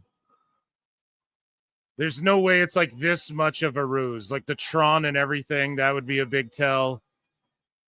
It could be, though, but I just think you got to flip him. Like I explained on the show before, he's got like 3 big matches left if you factor in the 11 appearances or whatever he has left after this, 12 appearances. So you need a few of those to build to those matches. Start go just babyface. You got to go babyface now. He's back, dude. He's got to be back, right? Disco Inferno's like, hopefully there's a big angle here. This show has not been good.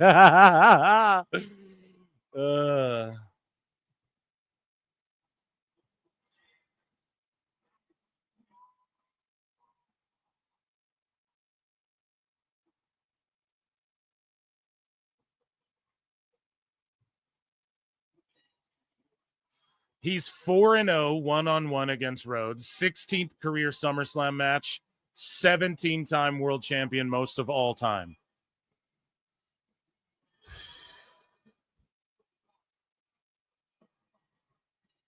No, because think about why Cody Rhodes could snap. He could be like, dude, after like all the shit, like sort of real Cena shit. Like, yo, I was so good to you guys, and this asshole, turned his back and sold his soul. And do you guys see that sign? Cornette loves Trump in the fucking crowd. Thank you, fuck you, bye, boom.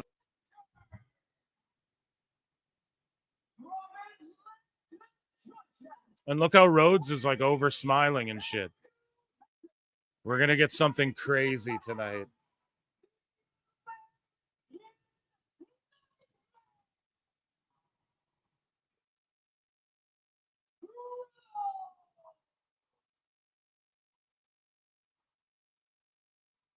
So for people saying Cena's doing this as a trick, why? He has 2 or 3 matches left if we're lucky.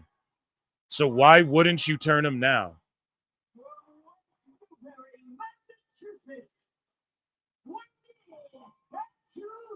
Randy Marsh, Hulkamania fucking sign. These signs are goated.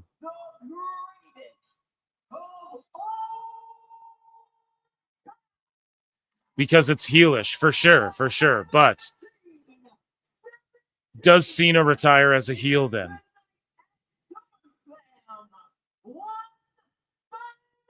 Or do they just officially flip him? Then it's like the boy who cried. That's cringe. Like, oh no, he'll actually change in next week, though. You know, it's like, why? You just did it. You did it and you have everybody. But here's my problem. Cena and Rhodes are both overdoing it right now. The good guy shtick. So it just makes me feel like one of them is swerving us for sure. But listen to the crowd going, Cena. He's more over than Rhodes. That's the problem. People want to love Cena more than Rhodes. It's all the motivation right there. This is how Ricochet sees himself. As soon as John got hair plugs, he went back to face. Cena's got to cheat to win. Yes. Rock offered Cody the deal. Cody took it. That's what I mean. He'll be like, no, I sold my soul now or whatever.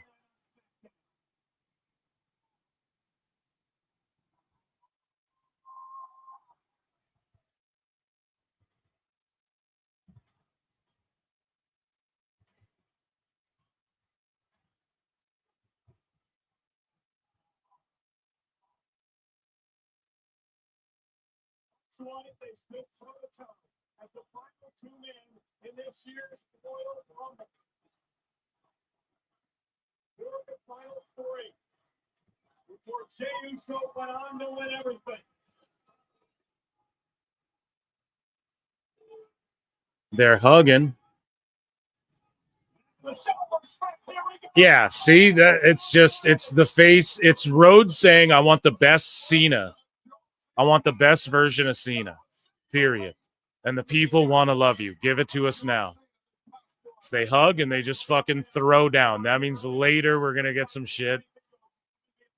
I don't know. I'm leaning towards Rhodes. Let's just fucking, right into the stairs right away.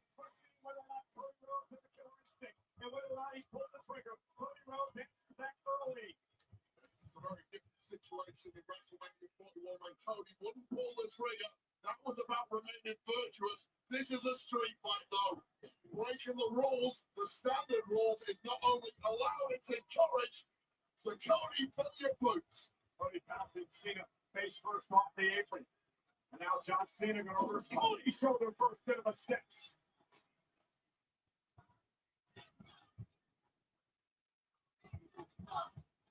And John Cena. That's Tyrese Halliburton of the Indiana Pacers. Tyrese Halliburton getting You Can't See Me. He's wearing a John Cena shirt. He just gets dunked on.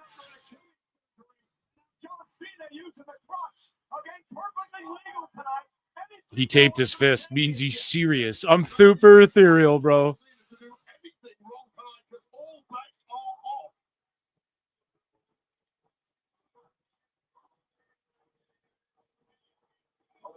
Clutching up here, using the base of the steel steps that is much heavier than the top end, which is bad enough in itself. Looking at something here for Cody. Again, Cena won the championship in WrestleMania with a win over Cody Rhodes. Cody wants the title back tonight, but John Cena wants to. Oh, it is his first SummerSlam with a bang. Looking for the AA. Cody Oh shit! Scoop slam on the. Oh!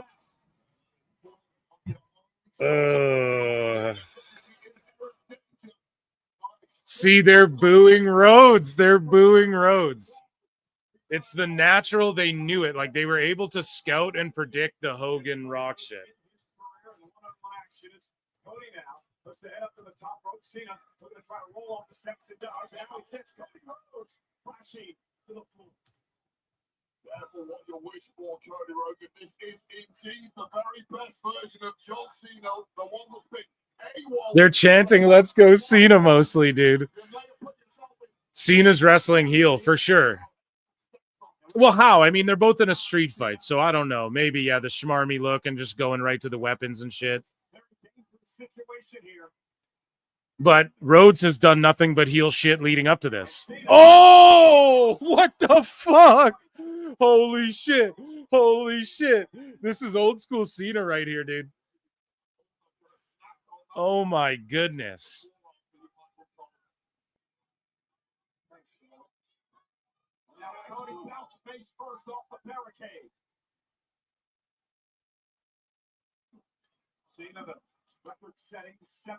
Cody is going to break out the flaming table spot. No, because he doesn't have all that flame retardant stuff on his back. You guys remember that? When it was like peeling off? Oh shit, can't have two baby faces.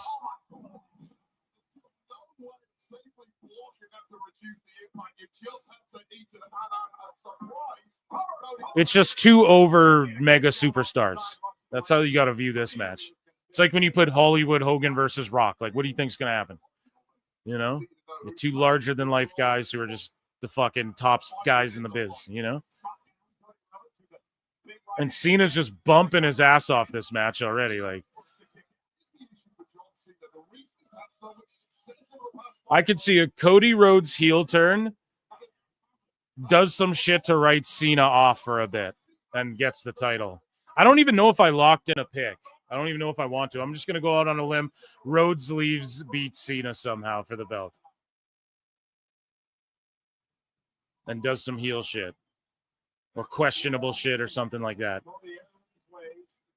Maybe Cena gets, quote-unquote, hurt. You write him off just a little bit. Just to, like, keep him off TV for, like, a month because he only has so many appearances left, you know? A few weeks. Yeah, this is the best Cena's looked. Yeah, he is in his, he's in rare form right now.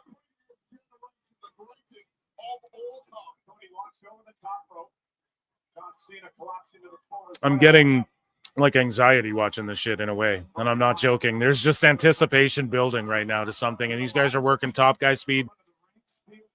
Like I told you guys, for me, Punk Gunther, Cena Rhodes, and a TLC match, I'm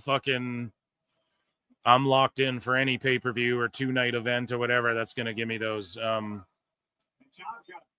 Yeah, I didn't know every match tonight was like hardcore. I should be watching the shows, Brian.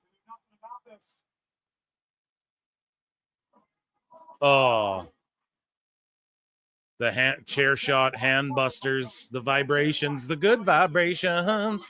Oh, see, now Rhodes is working heel. No, this is wrestling PWT. It is. This is just like a larger than life fucking moment.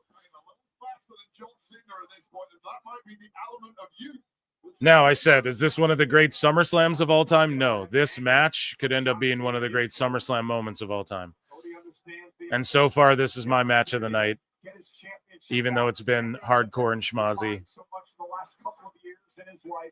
Finishing the story a couple of years ago in WrestleMania, only to have it ripped away from him in such controversial fashion this past April.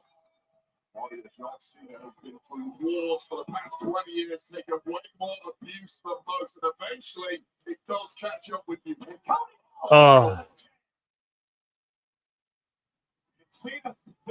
Oh, shoulder tackle. They're going to pop for it. No more same old shit. They're going to pop for it.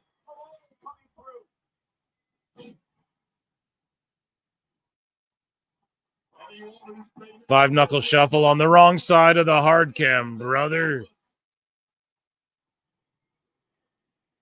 Cena smart, though.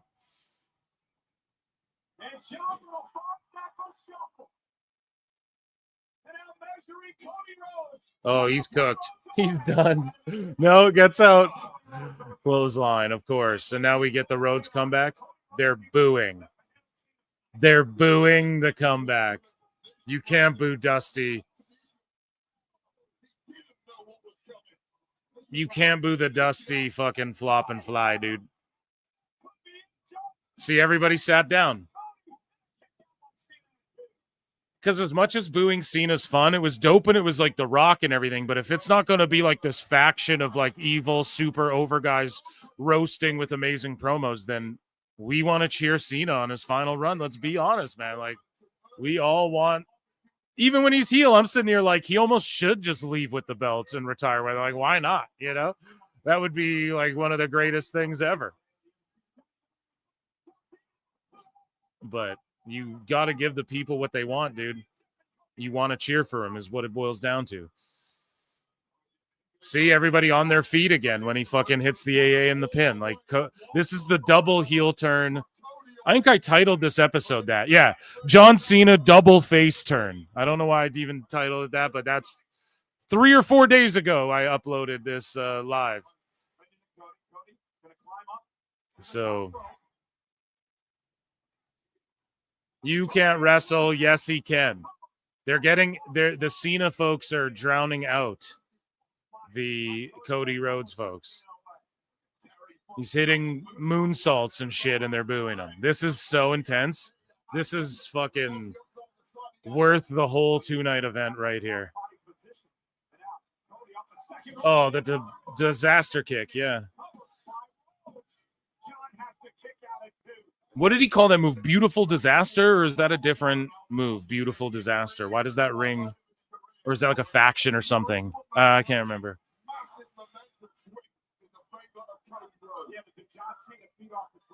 Is that dude dressed like Pac-Man? No, he's like yellow shirt guy. He's copying green shirt guy, but he's got a yellow shirt. Oh, a super Cody Cutter. Disaster kick. Right, what's Beautiful Disaster in pro wrestling? That's a 911 song. Right, there's a move. Maybe, I don't know. I'm just being a fucking idiot. Maybe that's I swear that's like a move on 2K or something. Maybe that's why I'm thinking of it.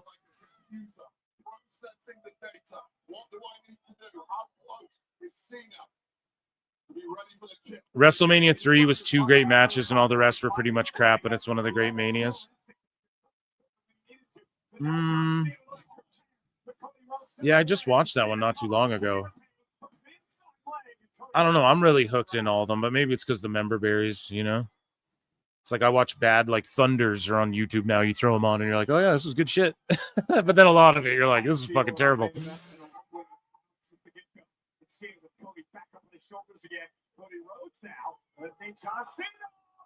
Oh, pile driver. Oh, my God. That's a finisher. Oh, dude. Dude. That move's technically banned, they're saying. You can't ban it in a street fight. Who's the heel now?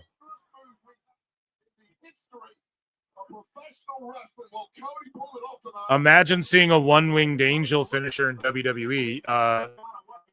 What's his face used to do that? Killian Dane used to do the one-winged angel in WWE, brah. You can't do that. Yes, he can.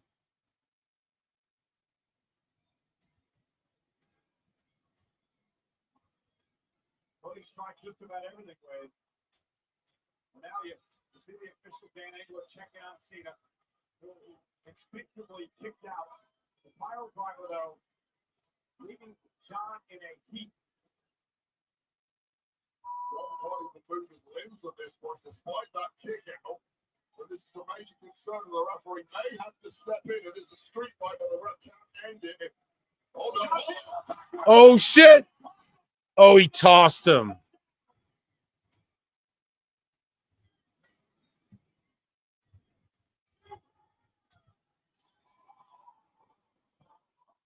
And Cena, with a tremendous amount of resilience, getting Cody up and delivering the AA. An explosive, almost instinctive reaction from John Cena, unable to mount a pin here.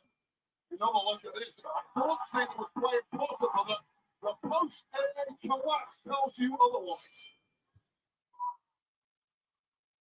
This is our main event in front of 60,561 WWE fans at SummerSlam Sunday.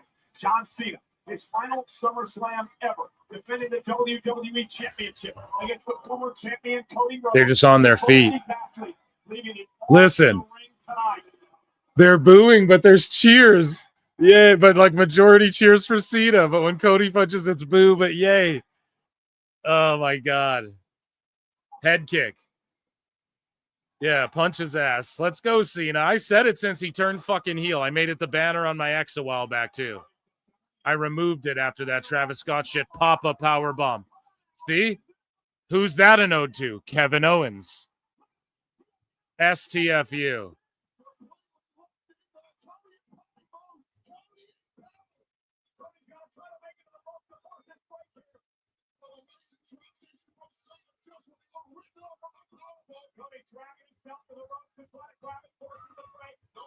Ode to, he did the pop-up power bomb because it's an ode to KO and because KO is right.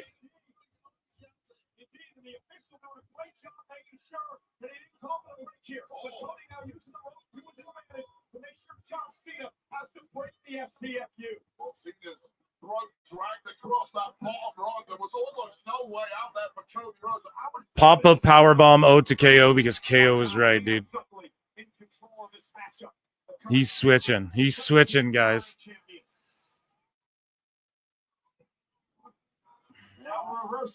Oh, Phil, they called Julia the beautiful disaster. Thank you, Soul Certified.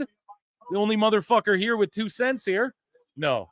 Thank you, Chad, for helping me uncover that mystery. We solved it here together. Thank you. I was like, what is the beautiful disaster? It's in my mind. Hits him with the mic. Glommed him. Crowd pops. Oh, the code red. See, it's full. He's going in his bag like he's going full baby face. You remember when he came back and did that U.S. title run shtick? Like, I'm going to defend it every week.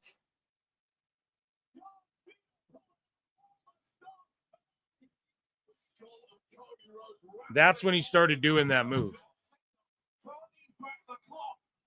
Oh, beautiful madness. Yeah, see, you're right. It's beautiful madness. We're all dumbasses. Everyone, let's listen. I'm thinking of some song, I think, and that's what people are saying. Shut up, bitch. We all get a dummy. Dummy. Yeah. Let's lock in here. We're locked in, okay? I got you, Phil. Yeah, dude. I got you too, bro. She's the beautiful madness. Yeah, thank you. That is correct now. That's, yeah.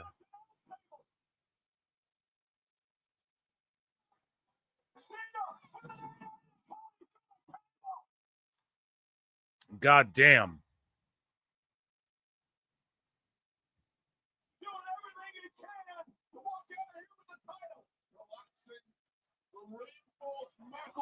I'm getting like anxiety fucking watching this match. I'm not joking.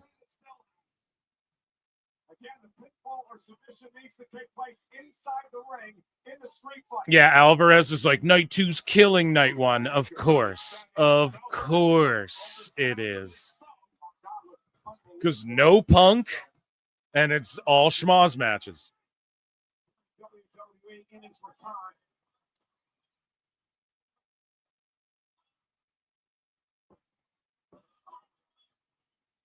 Let's go, Cena. That's what they're mostly saying here. Big cover. That's what you do. Through the table. Pin. 2. Oh. 2 10/8 of 1/2 of a quarter cane.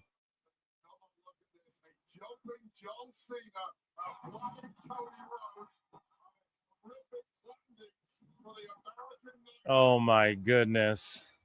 They've both been equally great. What I think for me is the main event saved it both nights. For me. Because what I'm getting mad about, well, not even mad, but just my gripes have been the finishes all sort of fell flat. I feel like for most of the matches, like overall night 1 and 2, I think that's been an overarching thing both nights, at least for me. I don't know. But it's not like I'm not enjoying myself. This hasn't been a fun cage match or street fights or anything, you know? I told you guys I'm all for the gimmicks too. Oh, I'm biting on the false finishes a little bit here. Like the table one was a little obvious because it took forever, but this one had me shook there. Girl, you got me shook with your pretty brown eyes. But I think the end of the night for both nights just saved the fuck, are worth it, are worth every goddamn penny for both nights. Just Punk Gunther to me was just an incredible match. And then you had the cash in after, like, just shocking, fun moment, you know? We'll always remember when Seth did that. Some people are tired of Seth and his faction, you know? I'm a little boo-boo face about it too, but it is what it is. He's a heel, so you gotta fucking... You want to see him lose. With Rhodes and Cena here, it's just like, this match is fucking top guy speed. And they did the schmozzy street fight shit at the I am smart SMRT at the start, and now they're just like wrestling. So it's like, fuck yeah. Also, AJ and Dom cooked it up, but they're just not as over as these two guys. So automatically on a star scale, Brian, the crowd wasn't as moved. Headbutt. Don't you know Rhodes is an oos? You can't headbutt a Samoan. No, I'm just kidding. Rock's music's gonna hit. Please, God, no. Oh, one of the deadliest moves in WWE. Oh, it's over. It's over.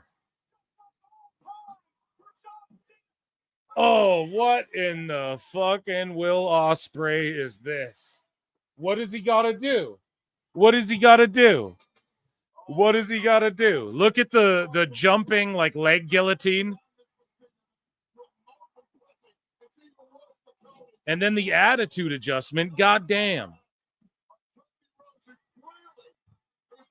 God damn. Woo! We'll rule you. What can I do? Street fight the rules, but John may have an idea in mind. The way Cena's playing it up, I think he's just having a shitload of fun. I don't think there's like anything sinister behind it.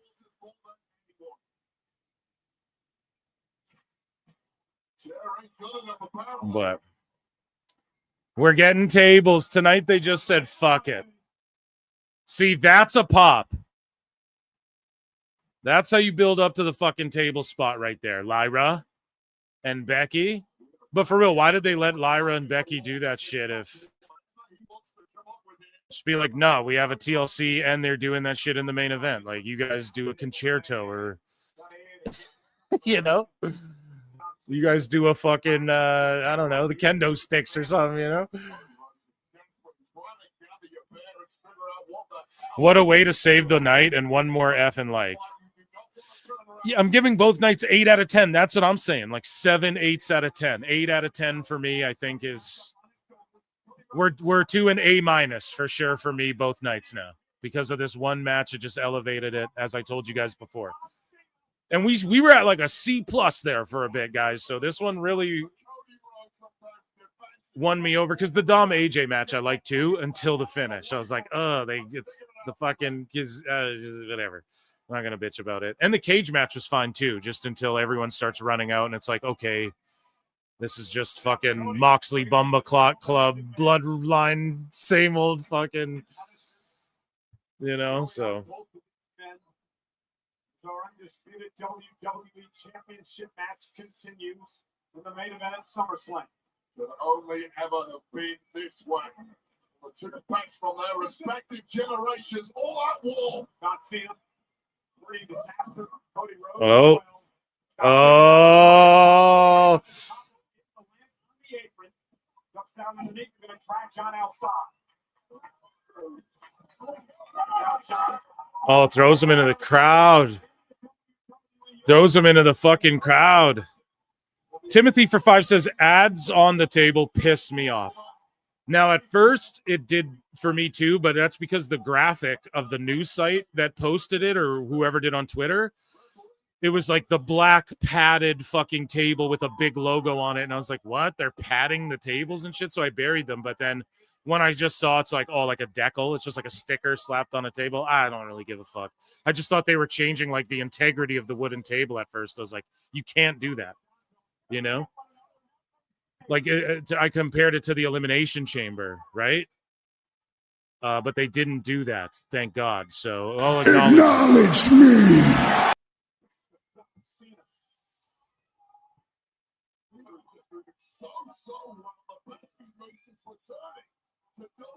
Oh, yeah, they're brawling it out here. Oh shit. Oh shit.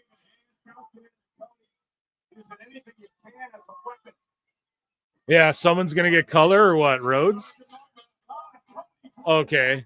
He blocked it with his hands.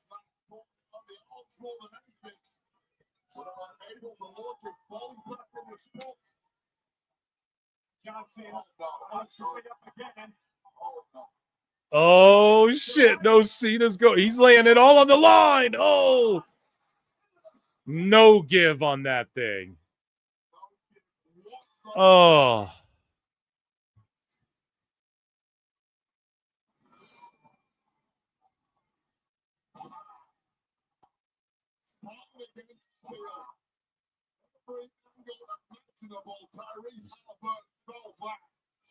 So did all of us. Cena trying to call away. Cody Rhodes trying to gain the upper hand. This match has been so evenly for the undisputed WWE title. Absolute ball burner so far. Who's going to crumble? Both men close to collapse. Cody still in pursuit. Cena doubled over in pain. Both driven by greatness. Something out of reach to most of us mortals. John Cena, said many times, the greatest of all time, the 17-time champion. Damn, they're just brawling all over. They're under the fucking. Do we got a camera down there? Or are they gonna come up through the Cody Vader? So you see the smoke? Yeah, they're gonna come up through the fucking. Like in 2K, pal. The elevator shaft that somebody don't fly. Cody Rhodes came off. Oh, what the fuck? Cena has it. Oh my god.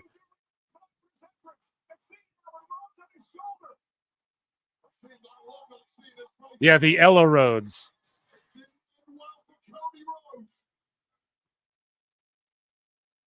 Formerly the Angle Vader in TNA. You're right.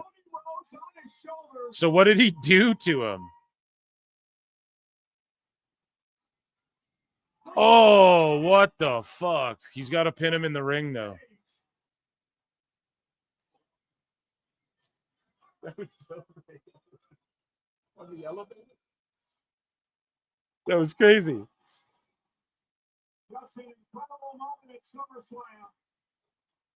Yeah, the crowd did go mild for that. They didn't really pop for that.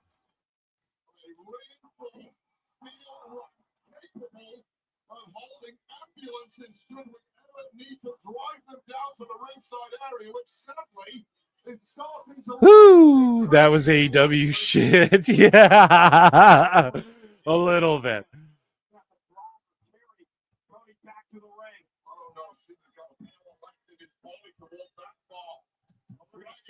Dead weight like Cody Rhodes. Cody is a big dude. John Cena with a fucking wrong way. Cena with Cody on his shoulders is working his way back to the ring. The ultimate farmer's walk. He's strong enthusiasm. This is this deep into an arduous. Exploding shoe alert. This D because they were expecting a surprise. Sucks. This sucks. There we go. You bring him in. John has to actually get the pin to win. John Cena really has back into what made him great in the first place this evening. My dance with a rousing speech. Cena's going hard here, dude. Oh, no. Oh, threw him through the table.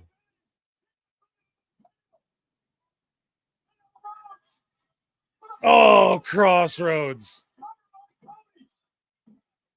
Oh, he kicks out. He kicked out.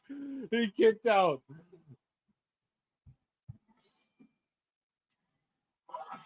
He kicked out. Let's go. Oh, my God, dude. Woo. Now again, crossing the eyes in the face of Cody Rhodes, wondering what he needs to do to put away the greatest of all time, the 17-time Woo! champion. Let's go. WWE for the best part of 15 years, and to this day, I'm pulling for Cena, dude. continues to do so.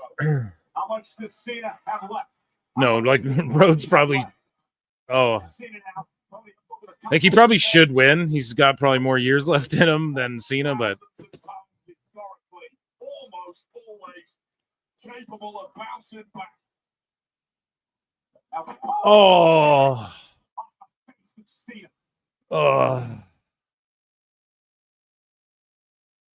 Street fight rules. Do anything you can to keep your And they're just booing him.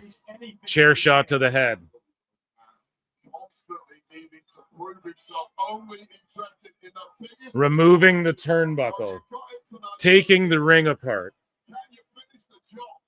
Exactly as Cody doing here. What the fuck?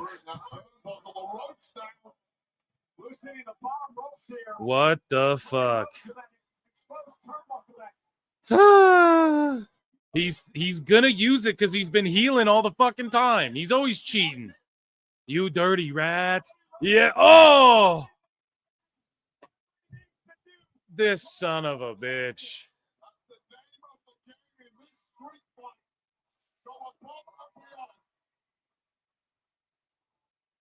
See, I didn't miss with the big surprises this weekend. That's why I missed with the fucking matches themselves. Like, overall, I went like 50-50 or like 0 for life yesterday, you know, but I was just right about the sort of the outcomes. Oh, you're going to have a second heart now, Rhodes? You son of a bitch. You son of a bitch.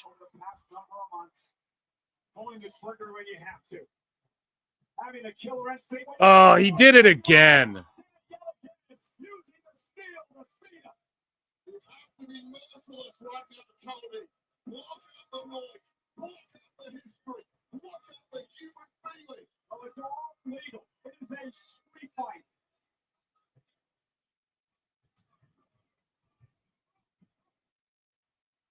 Cody begging the referee to pull this off. Check Cena. He can't defend himself. Cena just shoved the referee away. Went to the table. He got hit in the face twice with that steel. And John makes it back to his feet. Oh, it's not Cena. What a run on Cody Rhodes. He's got the ropes, dude. Keep the championship. Cody's trying to play out of this. Trying to get some oxygen back in his lungs up there. Cena coming up with that rope, but reversing it. Cody making Cena pay. And can John fight out of this now?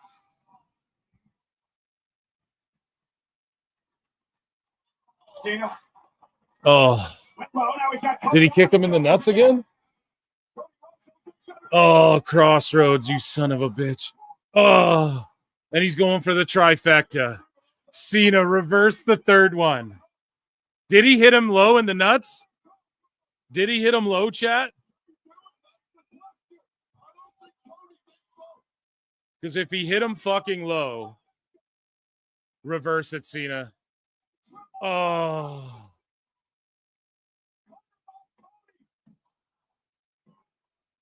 Oh! Oh my God! Holy shit, dude! Holy shit, dude! That doesn't work for me, brother! Oh my God! That doesn't work for me, brother! Let's go! Let's go! Oh my God, the Crossroads, the most buried fucking move. It has been since like guys in AEW just started doing it and then people would kick out of it. Oh, super. Are they chanting Super Cena?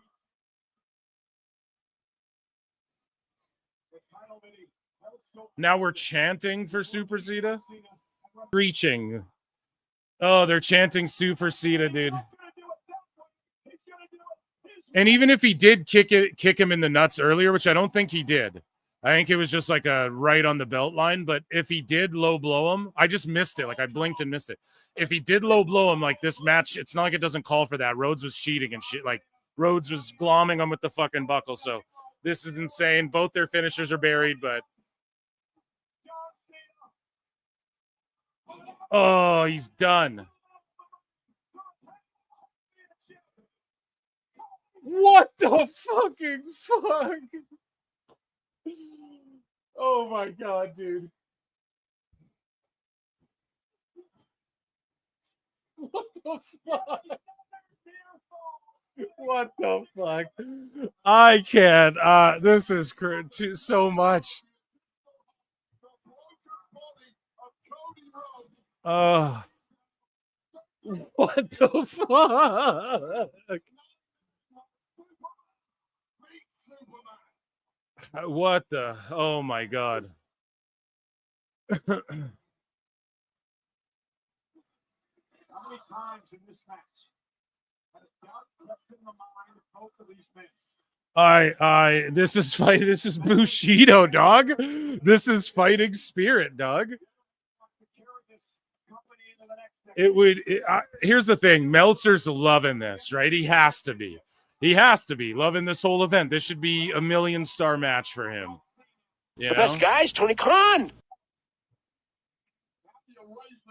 When you simply throw everything at Cody Rhodes, yet somehow it's not quite been enough. Well, he introduced Oh man, it's the eye of the tiger. It's the thrill of the fight. Oh my god. It's gonna try and throw a Cena line in there, but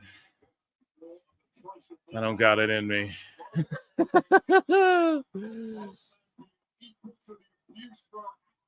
Oh, wait, there's no doubt whoever wins this match will have earned it.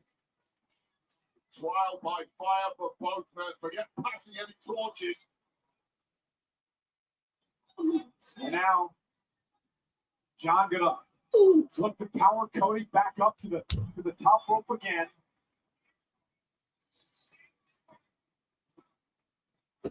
How much do these men have left?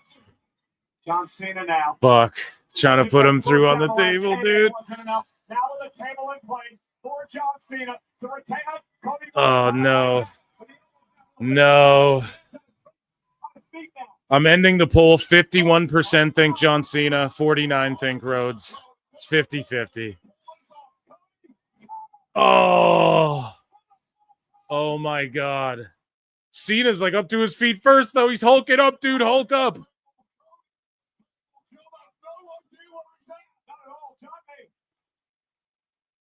Just collapses out of the ropes. Cody's body is not cooperating, but he has his back to the greatest of all time. Cody Rhodes from the crossroads to Cena. Into the cover. Hooks the leg. Oh, fuck. Fucking Rhodes won. Fucking Rhodes won the title.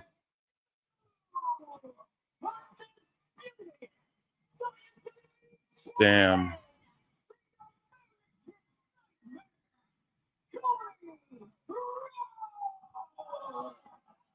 In one of the most emotional matches in Cody Rhodes' career. Cody Rhodes has defeated the greatest of all time in John Cena's final SummerSlam to once regain the title that means everything to him. The undisputed WWE Championship. And ladies and gentlemen, this replay is presented by Weekly American Boxing. Fuck, man. I wanted to see Cena pull that one off big time. But Rhodes won it back. It's inevitable. Cena's the all-time record holder, and we're going to see him. We are going to see him, have some big money matches just without the title, maybe even for the world title. Well, we already wrestled Punk, so I don't know about that. And we will see, Rhodes like descend into madness here, dude. And they just booed him.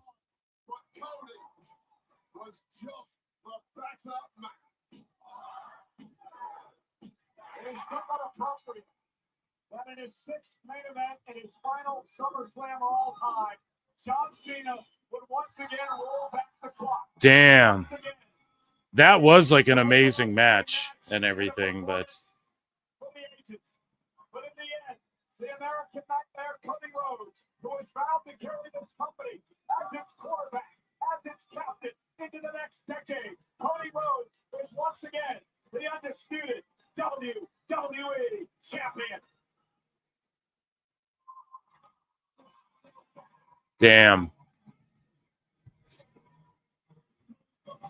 Yeah, what an amazing fucking match. Round of applause. I mean, tons of false finish kickouts and shit. Neither of them are selling. I'm bummed babyface Cena didn't get it. There's going to be a heel turn here. A hug. What's happening? Full-blown Rhodes heel turn. Cena swerving everyone. No, he can't still be heel if he's got the belt.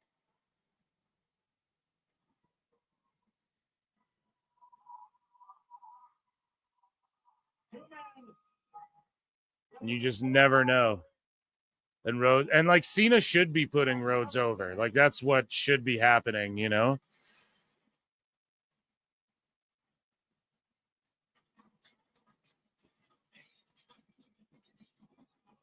Cena's still the GOAT, the most world titles. Okay.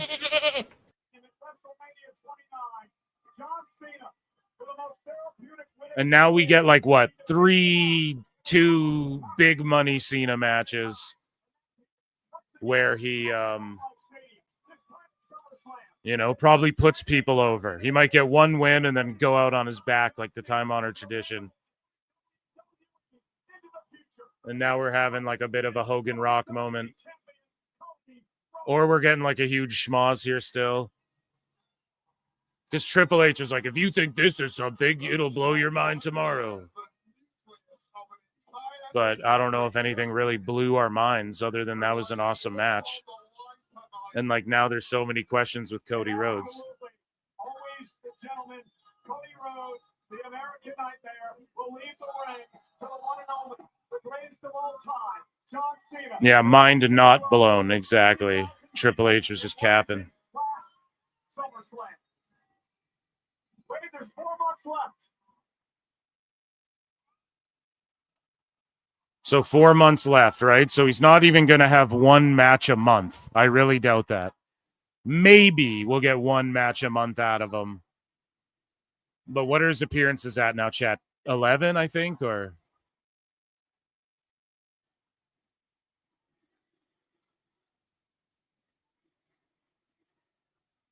So a few of those are going to be building up to both of those matches, essentially. So this is like a thank you Cena ending moment here.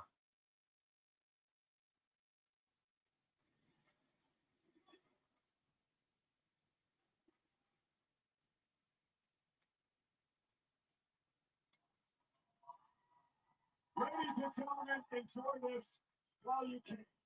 We have 4 months left to enjoy the greatness that is John Cena. Oh! Yes! Oh my God! Oh my God! Oh, Michael Cole just said, holy shit! Oh shit, brothers.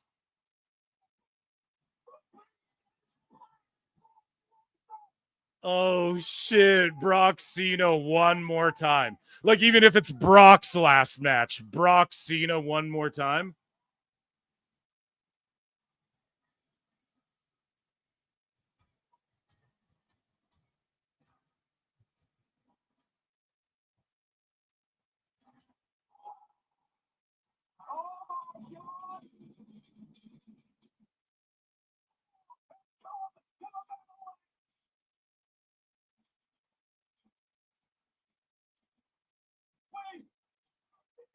It's been years. Hold on, I'm looking at the look at John Cena's eyes.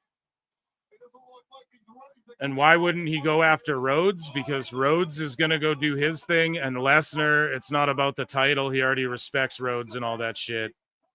626 for 5 says, someone said flatter than a plate of piss, and Lesnar appeared.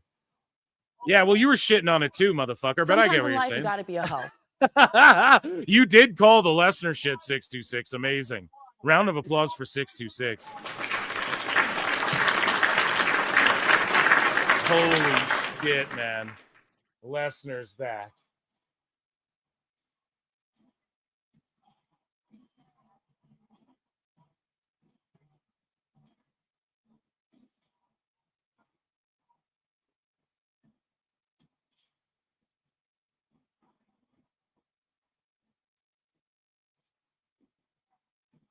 I did not expect that. Oh, he's going to go just beat the shit out of Cena. Yeah, see, we're getting mega babyface Cena. I just love it. I love it. This whole... The end of night 1 and night 2 are worth the whole shit. And you got a TLC match in there, which I thought was cool, too. And Jelly Roll was fun, too, in WWE. That was awesome on night 1. Like, that was a celebrity SummerSlam moment. I was here for that, too. Woo! Oh, F5 time, daddy. The roster for 2K26 is going to cook so hard. So this is how Dave's going to figure out a way to boo-boo on this whole event. He's going to go, oh, well, Brock Lesnar came back.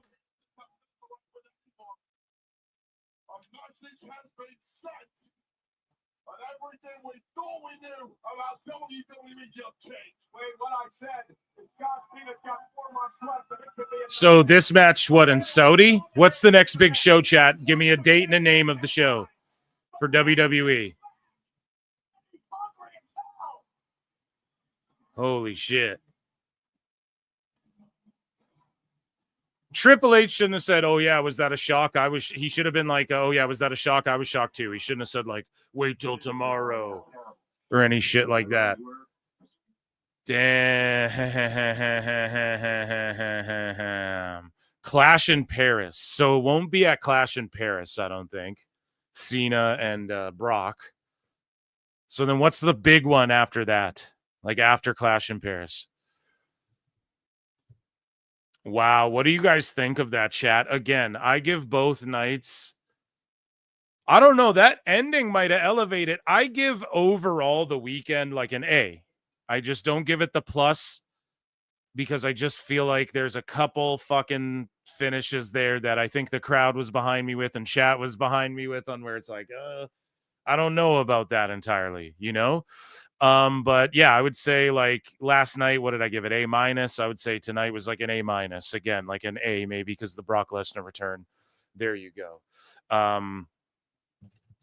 You know me, like, you know, when everyone has a schmoz match and all the false finishes, I call it out. But I mean, those guys are over. That's where you save it for, is a match like that. That's where you save all the false finishes for and shit, is for those guys, you know. Some of the booking decisions we could question. Triple H, all the sickos are going to just talk shit about Lesnar. So I want you guys to take that picture of Ospreay with that dude and be like, well, just keep the same energy for this guy then. Like, what do you fucking, you know what I mean? So yeah, round of applause. Let's head over to the post show because again, guys, we crushed our goddamn super chat goal. And that's because you guys are goated here. Dude, both nights, the finales had me marking out through the roof. Now was again, this the greatest overall SummerSlam of all time? I don't know. Let me digest it a bit. But was it like some of the best moments? I would say for sure. Like that Rhodes Cena match will live forever. And then the Brock coming out, and then again, like Rollins with another heist of the century, right? So of course you got to rank those moments high up there. And it's unfortunate Cena lost. I did want to see him just get that big babyface win, but it makes more sense for him to turn babyface, lose the belt, and then you just have him have like one or two crazy matches, right? So Brock, and then maybe he beats Brock, and then he lays down for someone, right? Who does he lay down for? Who's his last match? There can't be too many other matches there. And do they milk this? Someone saying at WrestleMania, do they milk that until Mania? I don't know if they do that. But Rhodes has that WWE Championship twice, and Cena's still the all-time GOAT. He's still the all-time leader. No one's going to touch that record, you know? No one's going to touch that record. I think Brock might lose this match, this big one. But like, okay, so Clash in Paris, and then what? I know that that's a big show, but do they put Cena Brock on Clash? I just don't know about that. And Cena's not doing a Mania, actually, so that's a dumb thing that we even said. We already know he's not doing that. Mike Saucelays for 2 says Brock effing Lobster. I know. How insane was that, man? Overall, yeah, I rate SummerSlam like an A. Okay? Brock Lesnar, there's going to be a lot of people trying to fucking cancel WWE and be like, oh, you know, fucking... you know, Lesnar and Vince and all this shit. As far as I know, I didn't like, you know, isn't that, I don't think Brock did anything. Like Vince just texted him shit. And I mean, what is he going to be like? Don't text me that shit, guy paying me millions of dollars. Like everybody fucking eats crow and has to fucking deal with it sometimes. And like, what was he supposed to do? Call the cops on Vince McMahon or something? Like, I don't know, man. It's unfortunate, and that a lot of people got roped into that Vince shit. So it's good that Brock has come back and the crowd received it well. I just hope he's doing. I'm just a Brock fan, you know.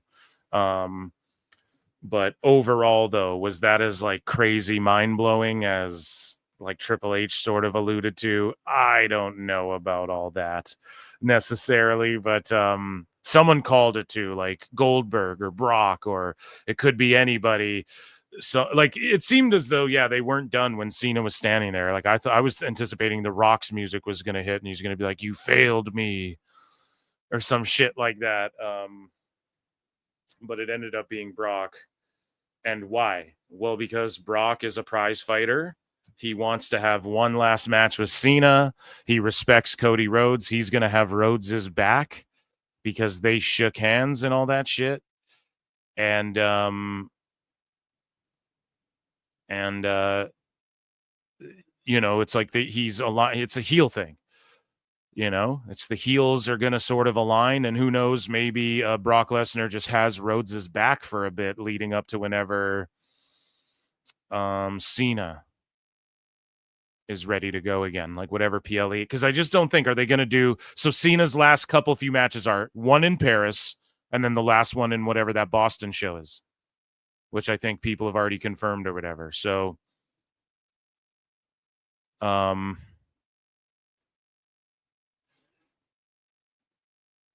it's funny because Nicolo Piccolo posted too, could tonight be the night? And then fucking Brock came back and shit. So, pretty wild shit. I don't think anyone expected that. Let's head over to the post show, guys, because the PWT round of applause for SummerSlam. Thank you guys for being here. We're going to hang out and watch and listen to the post show like we did yesterday. So,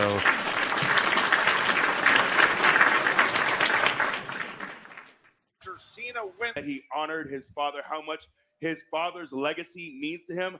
I think that's a huge part of Cody's why. So much respect to Cody.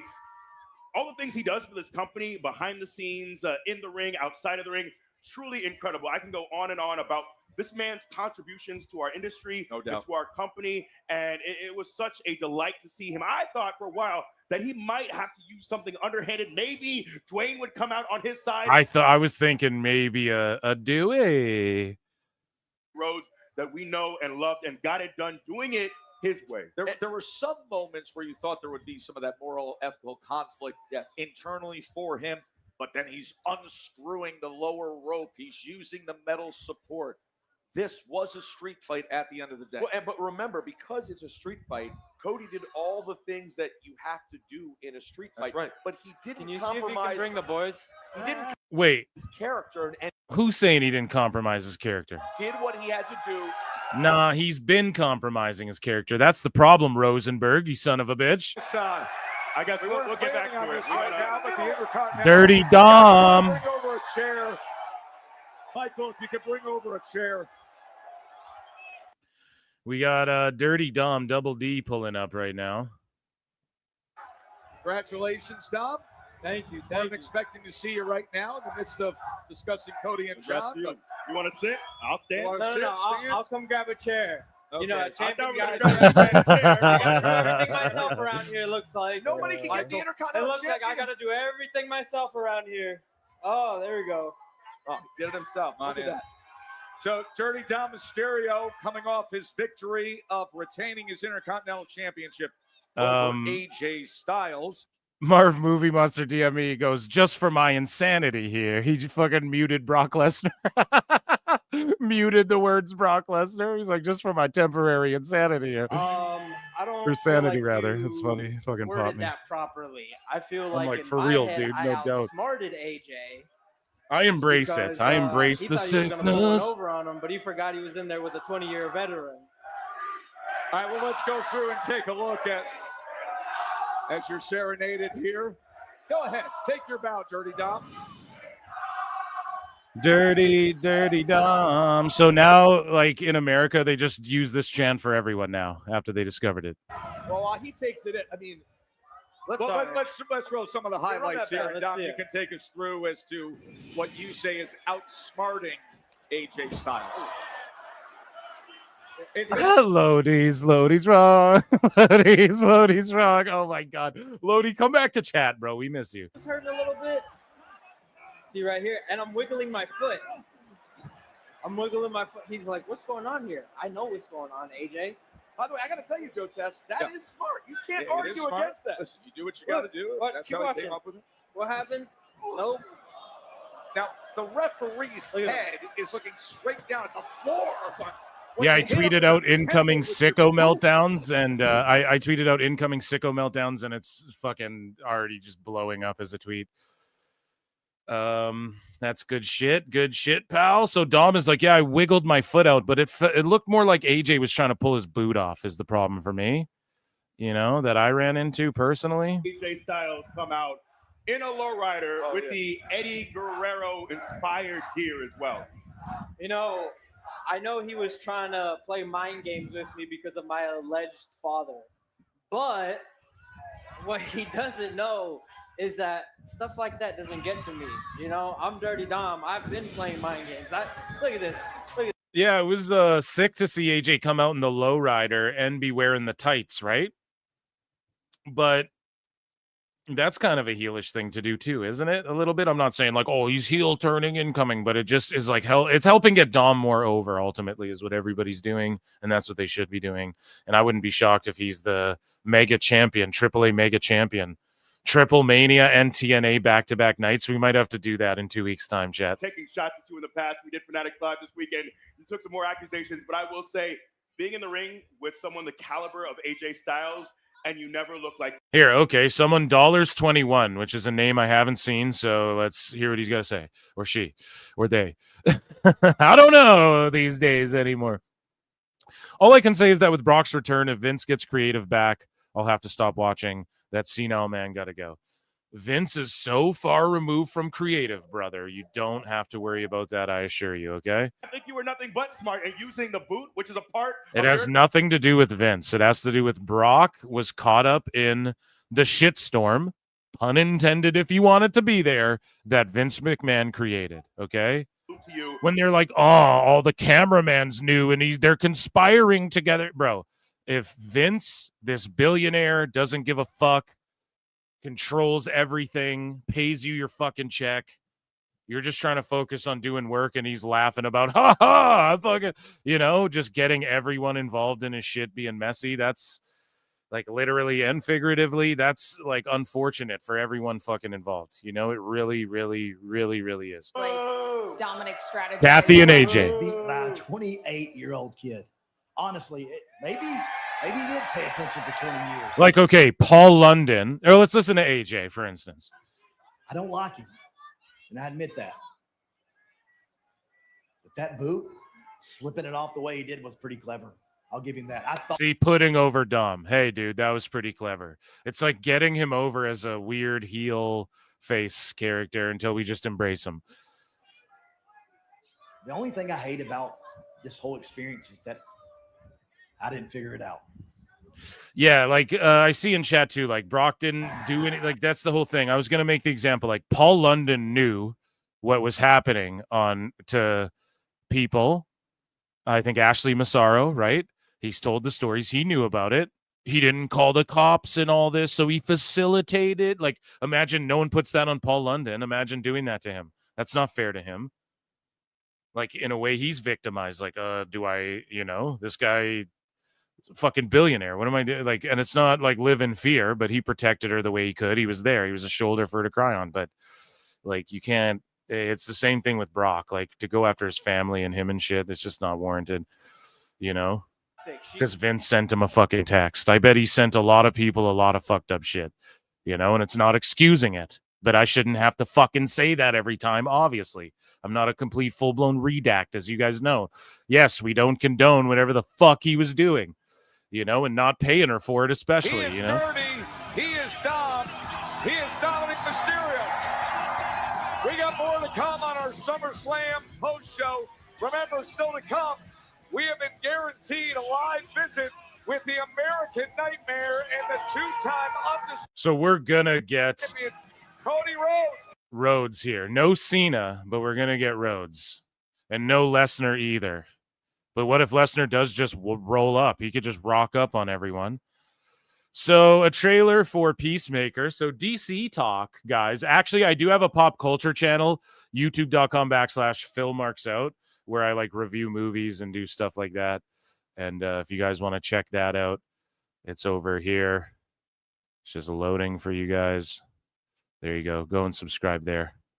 You know what I'm saying? If you're like into superheroes and me talking shit and giving my thoughts on movies and stuff. Okay.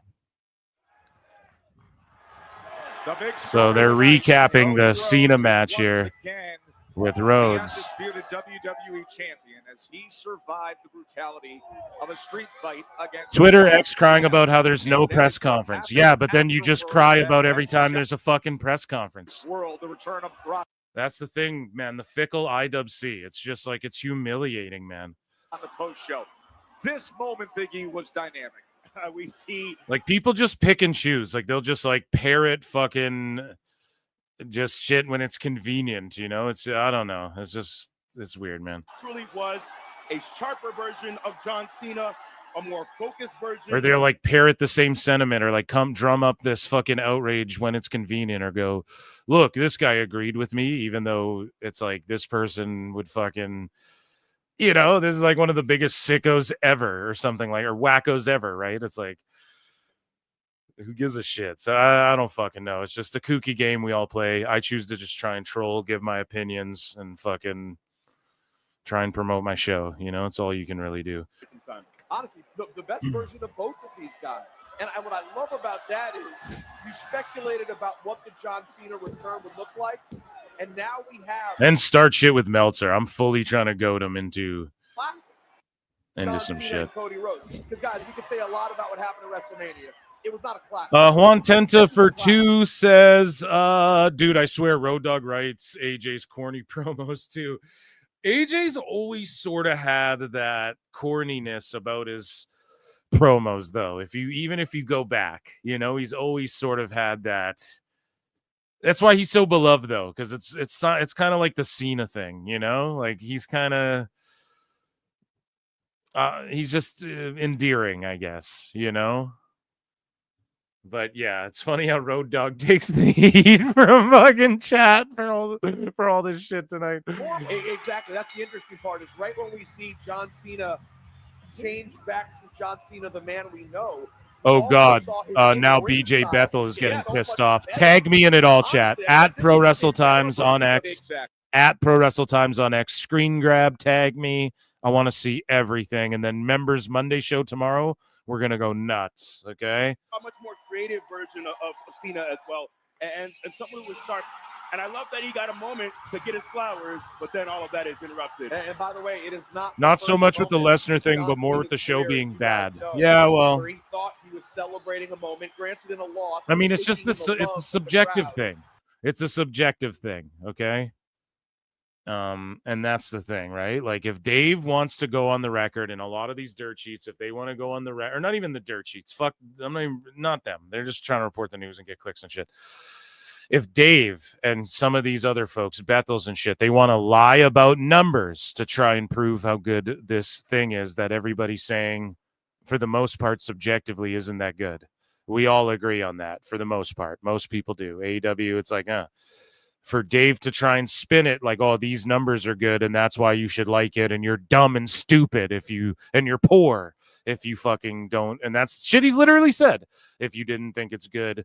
And my stars are objective, not subjective, and WWE's bad even though we can look at these numbers, and I'm going to try and twist their good numbers to be bad numbers. When you do that, it's like, no, you get called out and clowned the fuck out. If Meltzer just went, oh, I love this shit, this is way better in my opinion, this is just way better, fuck it, I don't care if the top guy speed works more, this is more my pace, and so I'm sorry if it's my bias, but it's just my news is unbiased, but if you want my opinions, they're going to be biased. If he approached it like that, good, awesome, but that's not what he does. So that's where we have the right to bitch about it and dissect it and break it down, and people can point out objective numbers and shit, facts, to try and counteract the people with the hundreds of thousands of followers and shit who are saying other people are brainwashing people when it's the other way around. Imagine that. People with hundreds of thousands of followers spurging out about people with like hundreds or thousands of followers, and then trying to say, oh, yeah, they're like, it's like the government. They control all the money. Oh, man, you citizens are to blame for the shit that's going wrong every day. You know what I mean? It's like that.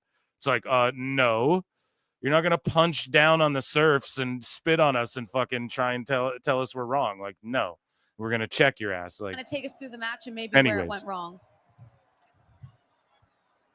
I hate losing. I know he hates losing. I hate losing. I hate losing like I hate not breathing, all right? Like, the match was straight. There was a lot of carnage. All the teams went out there and put it on the line. Shout out to BFAT for having our back, but we didn't get the dub. We won the last TLC. It was all fun and games. But now, nothing to celebrate. They've had this, we're down and out moment 17 times. Fucking break these guys up and have them feud each other. Fuck. Dawkins heel, Ford babyface. Have them feud each other, make it seem like Montez sees walking off, make it seem like he's going to turn. They walked off different ways, so we're finally getting it. Thank fuck.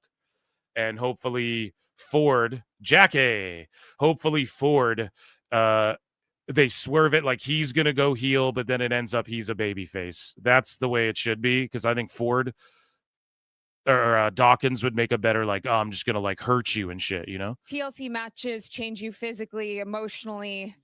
Kathy. Hear my voice? I gotta have ice on my throat. This is my voice now. It sounds the same, Johnny Gargano. I don't know what your I'm done. This is how I talk forever. voice is the exact same. He's I don't know. man. Changed forever. Doc. Did Dustin Rhodes get 5 stars for stunning Steve Austin for the U.S. title in WCW? Waiting list. Doc. She fell like 100 feet. We fell like 300 feet. I mean, why is my voice like this? We don't know. Oh my God, Candace, I haven't seen the doctor yet. I got this stupid ice. Stop talking. Stop talking. Take a deep breath. Why is my voice like this? What? I don't hear a difference. I've seen you in front of. No, look, we were supposed to have I was going to have a great vocal.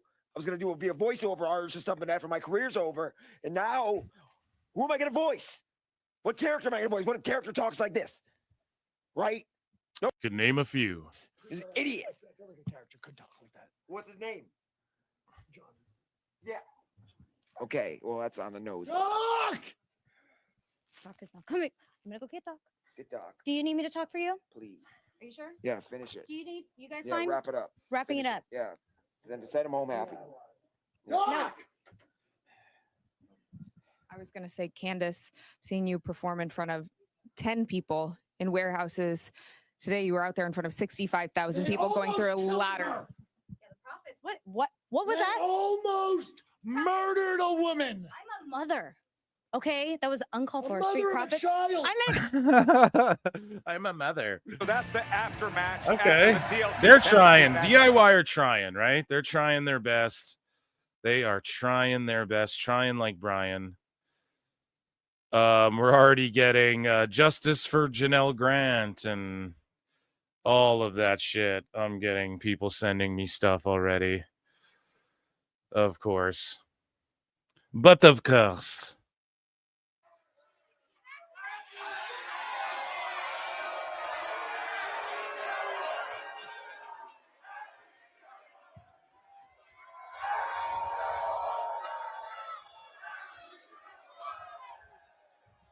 are these idiots saying to me?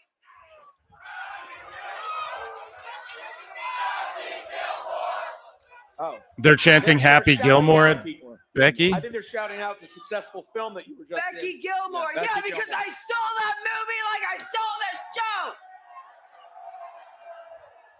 How do I feel? I feel like crap. I look like crap. But you know what? I also feel like a champion. Okay. Okay. Fair weather people. Fair weather people. These fair weather people. The last time I was going for championships, you were like, no, boo. Look, yeah, we already have sickos under my shit too here. Already crying that WWE has no morals. Oh no, he's not a sicko. He's just for you people. he's just saying like, yeah, he's like they're already crying, you know. Never hold me down again. Nobody gonna break up my stride. Nobody gonna hold me down. Oh no, I've got to keep on moving. Irish wrestling, how much it means for women. Another Juan, dude. We had Juan Tenta all night chiming in, but Juan Alarcon for 5 says, all the AEW pushers bringing up Lesnar in the Janelle Grant lawsuit. I know, I'm already getting DMs, man. I'm getting some of the homies and shit. Marv's like, I bet they're starting already, aren't they? I'm like, dude, they are. And Husey had some good fantasy mark booking that we'll talk about in a bit or something, but Janelle Grant lawsuit, John Album looking at you, but Darby Allin gets a pass. Am I right, Gigi Dolan? Yeah, Ospreay was just in a picture with Feinstein, so they won't keep the same energy, man. They don't give a fuck. Juan Tenta for 5. Some Juan on Juan violence here. Takes Juan to no Juan. Says that Ryback clip made me oddly uncomfortable. I know, dude. It's like it emasculated me. It was just seeing him do that. And yet I can't stop thinking about it. Yeah, I bet you fucking freak. I bet you're thinking about the zip ties and handcuffs too tonight. 50 Shades of SummerSlam here. And then Lincoln Hawk for 2 says Becky is the true hero of the night. Possibly, yeah. I mean, you could make that fucking argument. Let's listen to what she's got to say here. Admitted yourself of Lyra Valkyria. That's This right. is not a situation for you anymore. Bye-bye. So We acknowledge the super chatters. Everyone who supports the show, you're all fucking goated. I appreciate you all. You're why I do it. And we have over 400 watching. So if you're on X, come to my YouTube and subscribe. The link's somewhere. We're almost at 7K. You want to be a part of that 7K. I decide what happens next. Not these people. Not like. Oh, Summer chanting Becky sucks. Oh, if I suck so bad, why am I the champion? Hell yeah. Work these marks, Becky. Huh? Thank you so much for your time, Becky. You're welcome. Play my cool new entrance music. I do like the new song. My new entrance music rocks. Shout out to the winner, your And you know TNC what? Intercontinental The New Day were right Champion. to get rid of you. In a match. Oh, shoots on Biggie. The New Day were right to get rid of you. Oh, no, don't pick on Big E because he can't. Is Big E gonna have to choke a bitch? And fiery Becky Lynch. Oh, come on, Becky. That's not very fair to go after Big E when he's retired. He can't even hit you with the midnight hour. Naomi, Rhea Ripley, Io Sky. What a show they put on to open things up, Biggie. Look, the bar was very high with their Evolution match, with the triple threat at WrestleMania. And I think they met the occasion. Here, Naomi, with the crafty roll-up, retaining her WWE Women's Championship. And I knew that would happen. And Yeah, so Bethel goes, Bethel posting screen grabs. Oh, what a fucking sicko goof. Of course, he's just like, Brock Lesnar's name is mentioned and cited 44 times in Janelle Grant's amended complaint against WWE and Vince. The complaint alleged Vince McMahon tried using Grant for S favors to get Lesnar under a new contract. Like Bethel. Shane, congratulations. Blows up the Now do those Jacksonville guys on that plane. Or now do fuck it. Like he's just such goofball behavior. That's why I was sent here to correct it. charge. Oh, it's a she. I've been riding that thing all day. I'm the fucking Terminator of these sickos, dude. When I see you. They all got me blocked too, like everybody. What'd you make it tonight? That was awesome stuff. That was awesome stuff. Naomi. See, they're getting behind her too. Her fucking entrance was banging.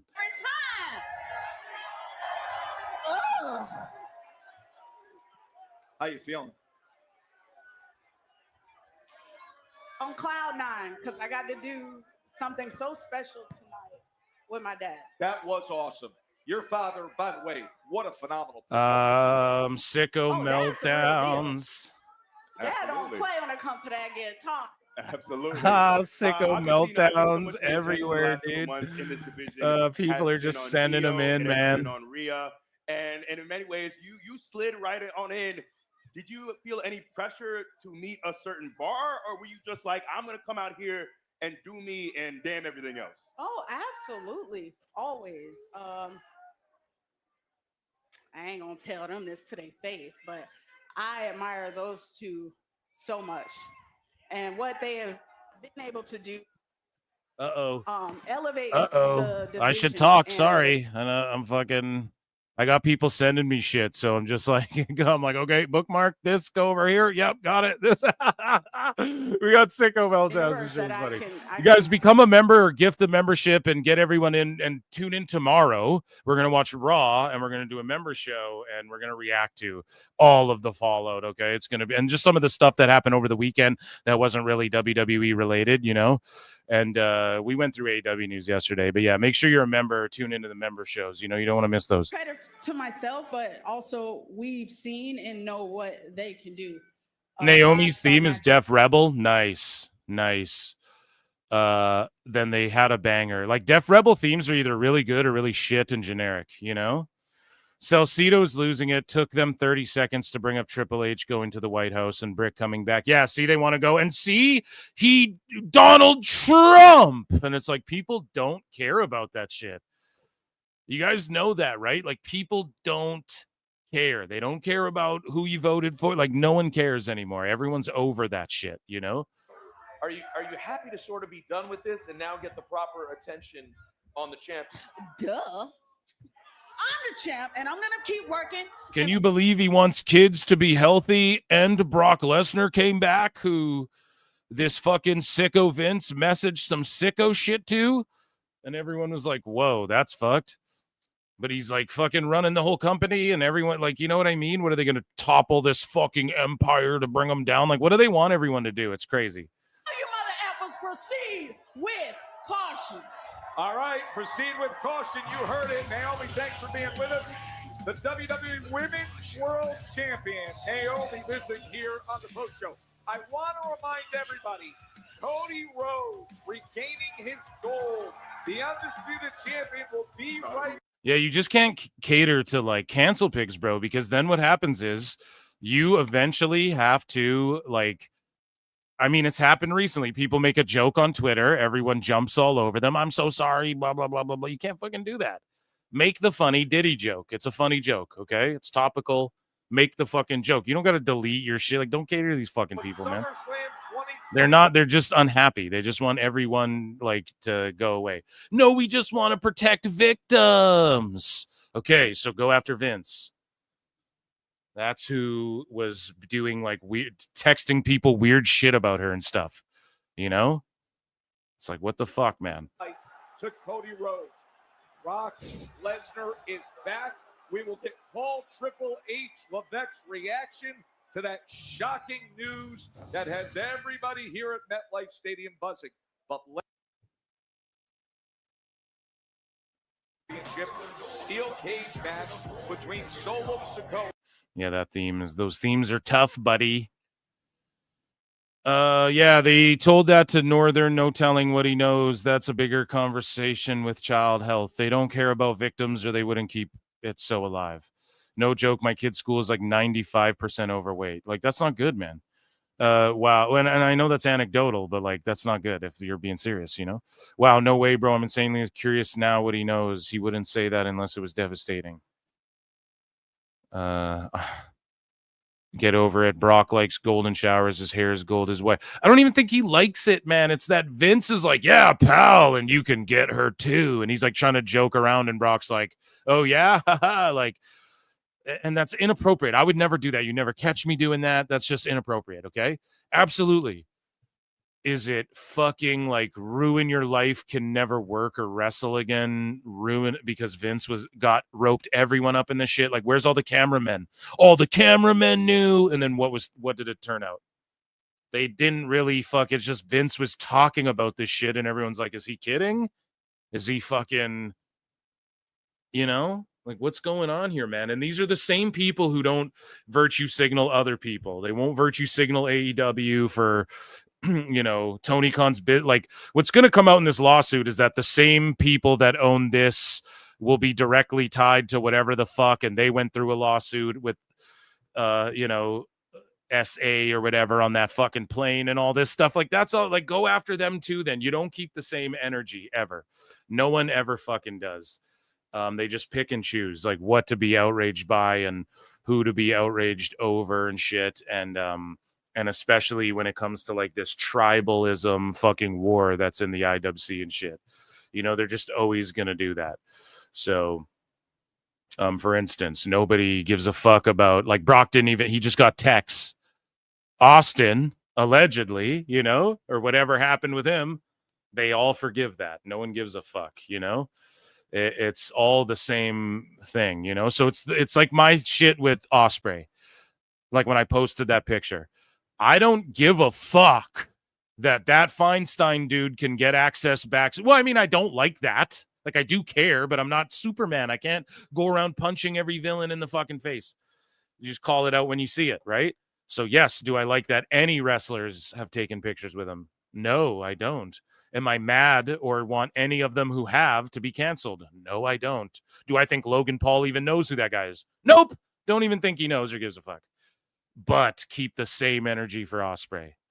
It's just that simple when it comes to that shit, Vocal that night at WrestleMania about John Cena being on the path to ruining wrestling, everything that happened with him and Travis Scott. To see him now come all the way back to this, the Super Cena of old, I got to tell you, seeing all those moves, those attitude adjustments felt better than I ever remember.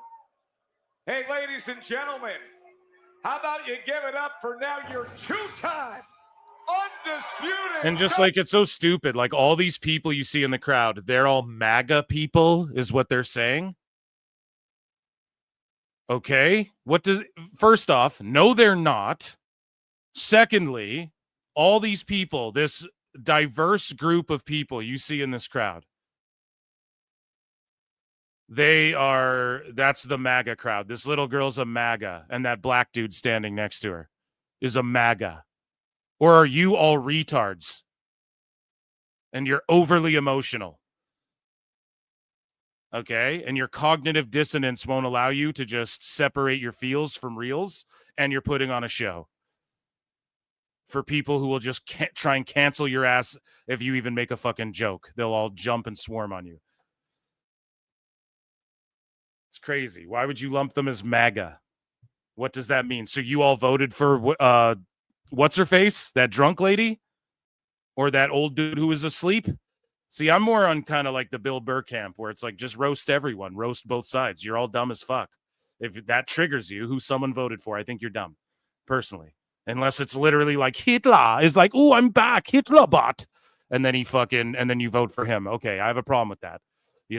Oh, this politician's a criminal. I hate to pull back the curtain, folks, but I think they fucking all are. So what are you talking about? It's just such a dumb thing to, that crowd.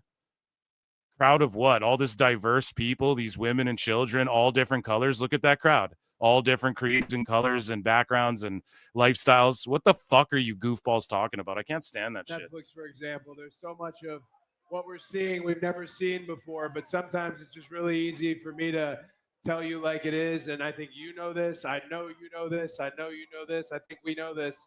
A moment like that is as real as you will ever get in our industry, and before I can say, hey, I did it, hey, I worked so hard, We have to give it Fresh, up. for the fresh and fit, Phil. No, those guys are fucking cringy redacts too. No doubt about it.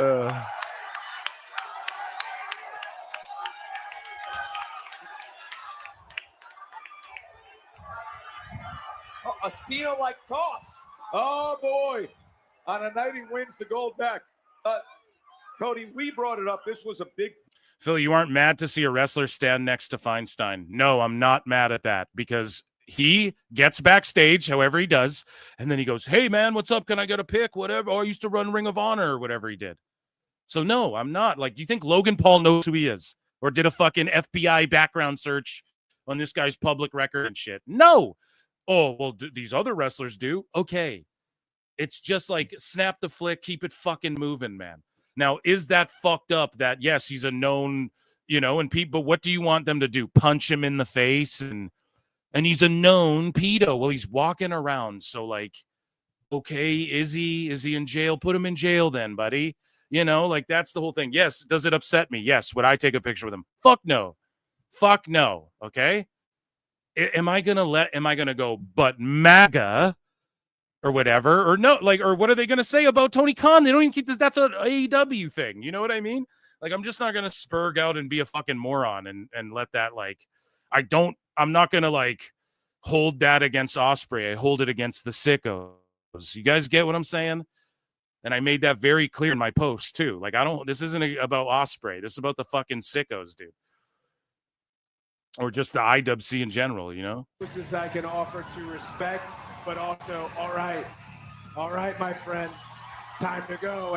And again, I'm still just reeling off the fact that this wonderful crowd, MetLife Stadium, we won't see one like John Cena again, but what you guys do as an audience is you give someone like me an opportunity.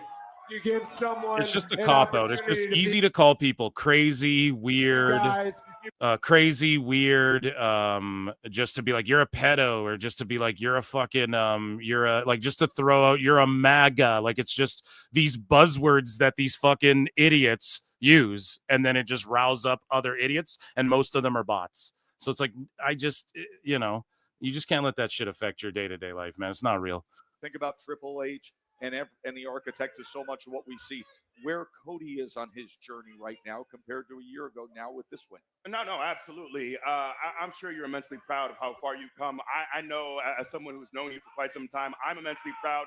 And just the way you continue to honor your father is something that also sticks out with me. And it happens on both sides, too. I know I keep saying MAGA, but that was the example brought up. People do that, too. Libtard. It's woke. It happens everywhere, And I make fun of that shit, too, in my movie reviews, Like, that's a big thing. I'm like, dude, everyone just calls every movie woke before it even comes out. Like, how the fuck do you know if it's even good or not? You haven't even seen it.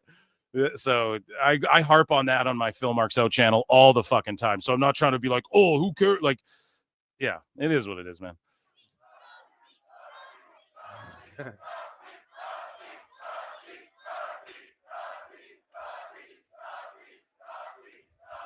Hey. They're behind Rhodes. The words they used were his words, and the view never changes is my favorite thing he ever said because it's so accurate. And no matter what you do here, it is so hard to climb and to put that view in a different perspective and to try and lead like he suggested. I can't have him here with me, but in a moment like that, I can feel him with me, and that's a blessing. I'm lucky to have. Damn, he's so emotional. And they were trying to say, well, Rhodes didn't compromise his character. He did what was in the confines of a street fight. And that's true, but they're planting the seeds. He's been cheating for a long time. Okay. Let's get it back to wrestling. Fuck these sickos and wackos, okay? I'll give you guys a new let's just focus on the good times and the hard times. For real, I'm gonna have to deal with that shit all week. Fuck all that noise, dude. Enough of that shit, chat. No one cares. Your daughter earlier in the day. Yeah. So now you get it. Can you imagine what your dad thinks about you making it to Cody Rhodes crying? No way. That was good. That was popping. Had a really unique faith in me. I say all the time, I don't, I'm upset he can't see it. Yeah, I'm one of those dudes, man. You guys can tell I'm a passionate cat. I get worked up at movies and shit. I'll well up a little bit and stuff like that. I'm not like an overt, like, oh, I'm gonna bawl my eyes out. Like, I don't like cry over shit, but movies will like make me feel super inspired, or like if I'm watching a show, it'll like really hit home if it's and I'll fight back the tear a little bit. It happened a couple times during Superman, happened during FF, where I was like, I'm not about to cry. I swear, I'm manly, So I don't hate on Rhodes for it, Now they're chanting Homelander. See, they want him, but then they just will cheer him when he goes evil. That's the shitty part. Just keep him babyface, I'll tell you this, though. Years ago, I made the mistake of saying, hey, I won't, I will. I tried to take it out of people's hands. Here's the truth. You control our show. You have always controlled our show.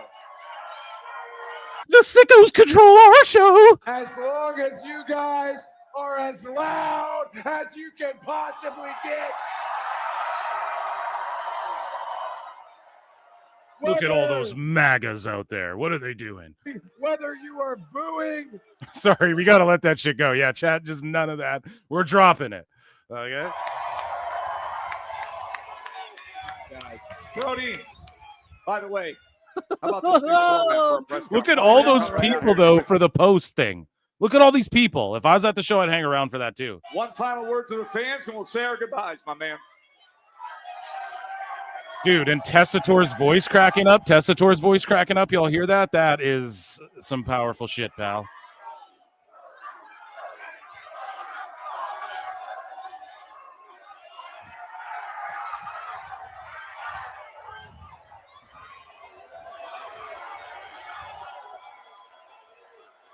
Thank you, sir.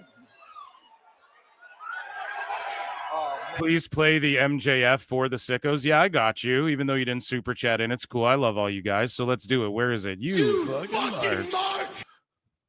There you go. The two-time.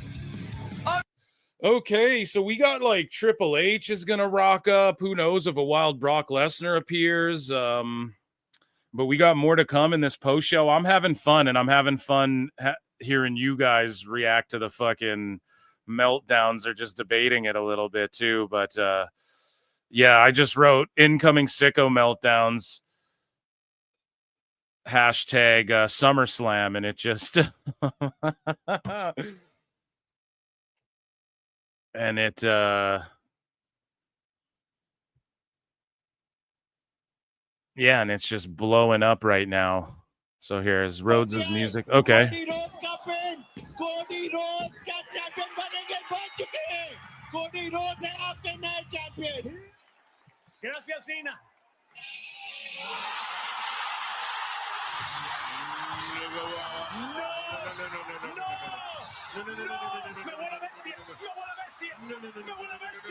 Yeah, those Marcelo Rodriguez and Jerry Soto, man, those MAGA guys, right? Am I right, chat? I can't let it go. Sandeep Nadar and Seha Deepak, right? I'm sure they just were out there on the campaign trail, right? Holy fuck. Sorry, we're letting it go now, okay? I'm allowed to do it because I'm the fucking host of the show. Not under the tip. Well, Google Translate knows how to say the beast incarnate, and now we want to bring up the guy who knows how to put it all together, because nights like this, weekends like this, do not happen without incredible leadership and vision. So to cap off our SummerSlam post show, please welcome the WWE Chief Content Officer, Paul Triple H Levesque.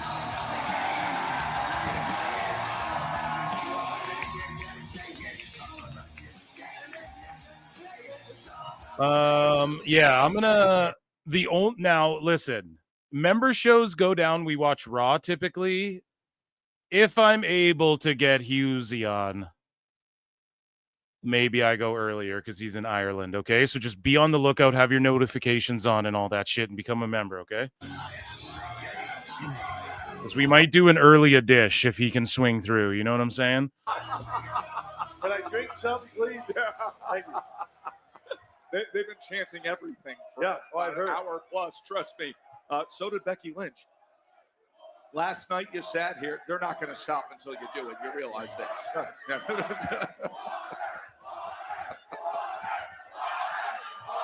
They want the spurts. Oh, you bootlickers! But meanwhile, Tony Khan can come out and go, "Time cop," and everyone's like, what a fucking weirdo. What's up with this guy?" And that's like the cool thing to do, to not be behind the guy who puts the fucking show on for you. A lot of us grew up. That's our favorite wrestler. Come on, man. A little bit, right? A little bit. The wind blows. We're gonna lock in for Triple H here. I'm gonna try and babble over it, but I want to hear the majority of this. Rollins in the cash. No, you can't. Once you start playing this game with people, six. You do it. No, you don't want to see me do it. They don't want to see that. Yeah, I used to question why like these people would bubble themselves on Twitter and shit. And oh man, Rosenberg, boo. Oh, it's better than Cole. That's way better than Michael Cole. That's terrible. Wait, I'll do it at the end. Last night we were sitting here and we were all so wowed with the cash in, right?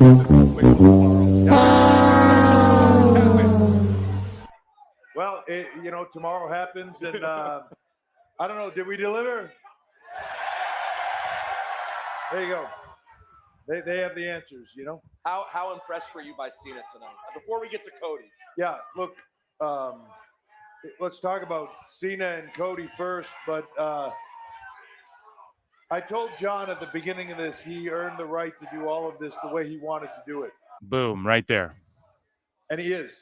And I think that's an incredible thing when you've been on a journey that long. I think as a performer, you get that, when you They're saying we want Brock. The crowd saying we want Brock. Oh, this crowd back here.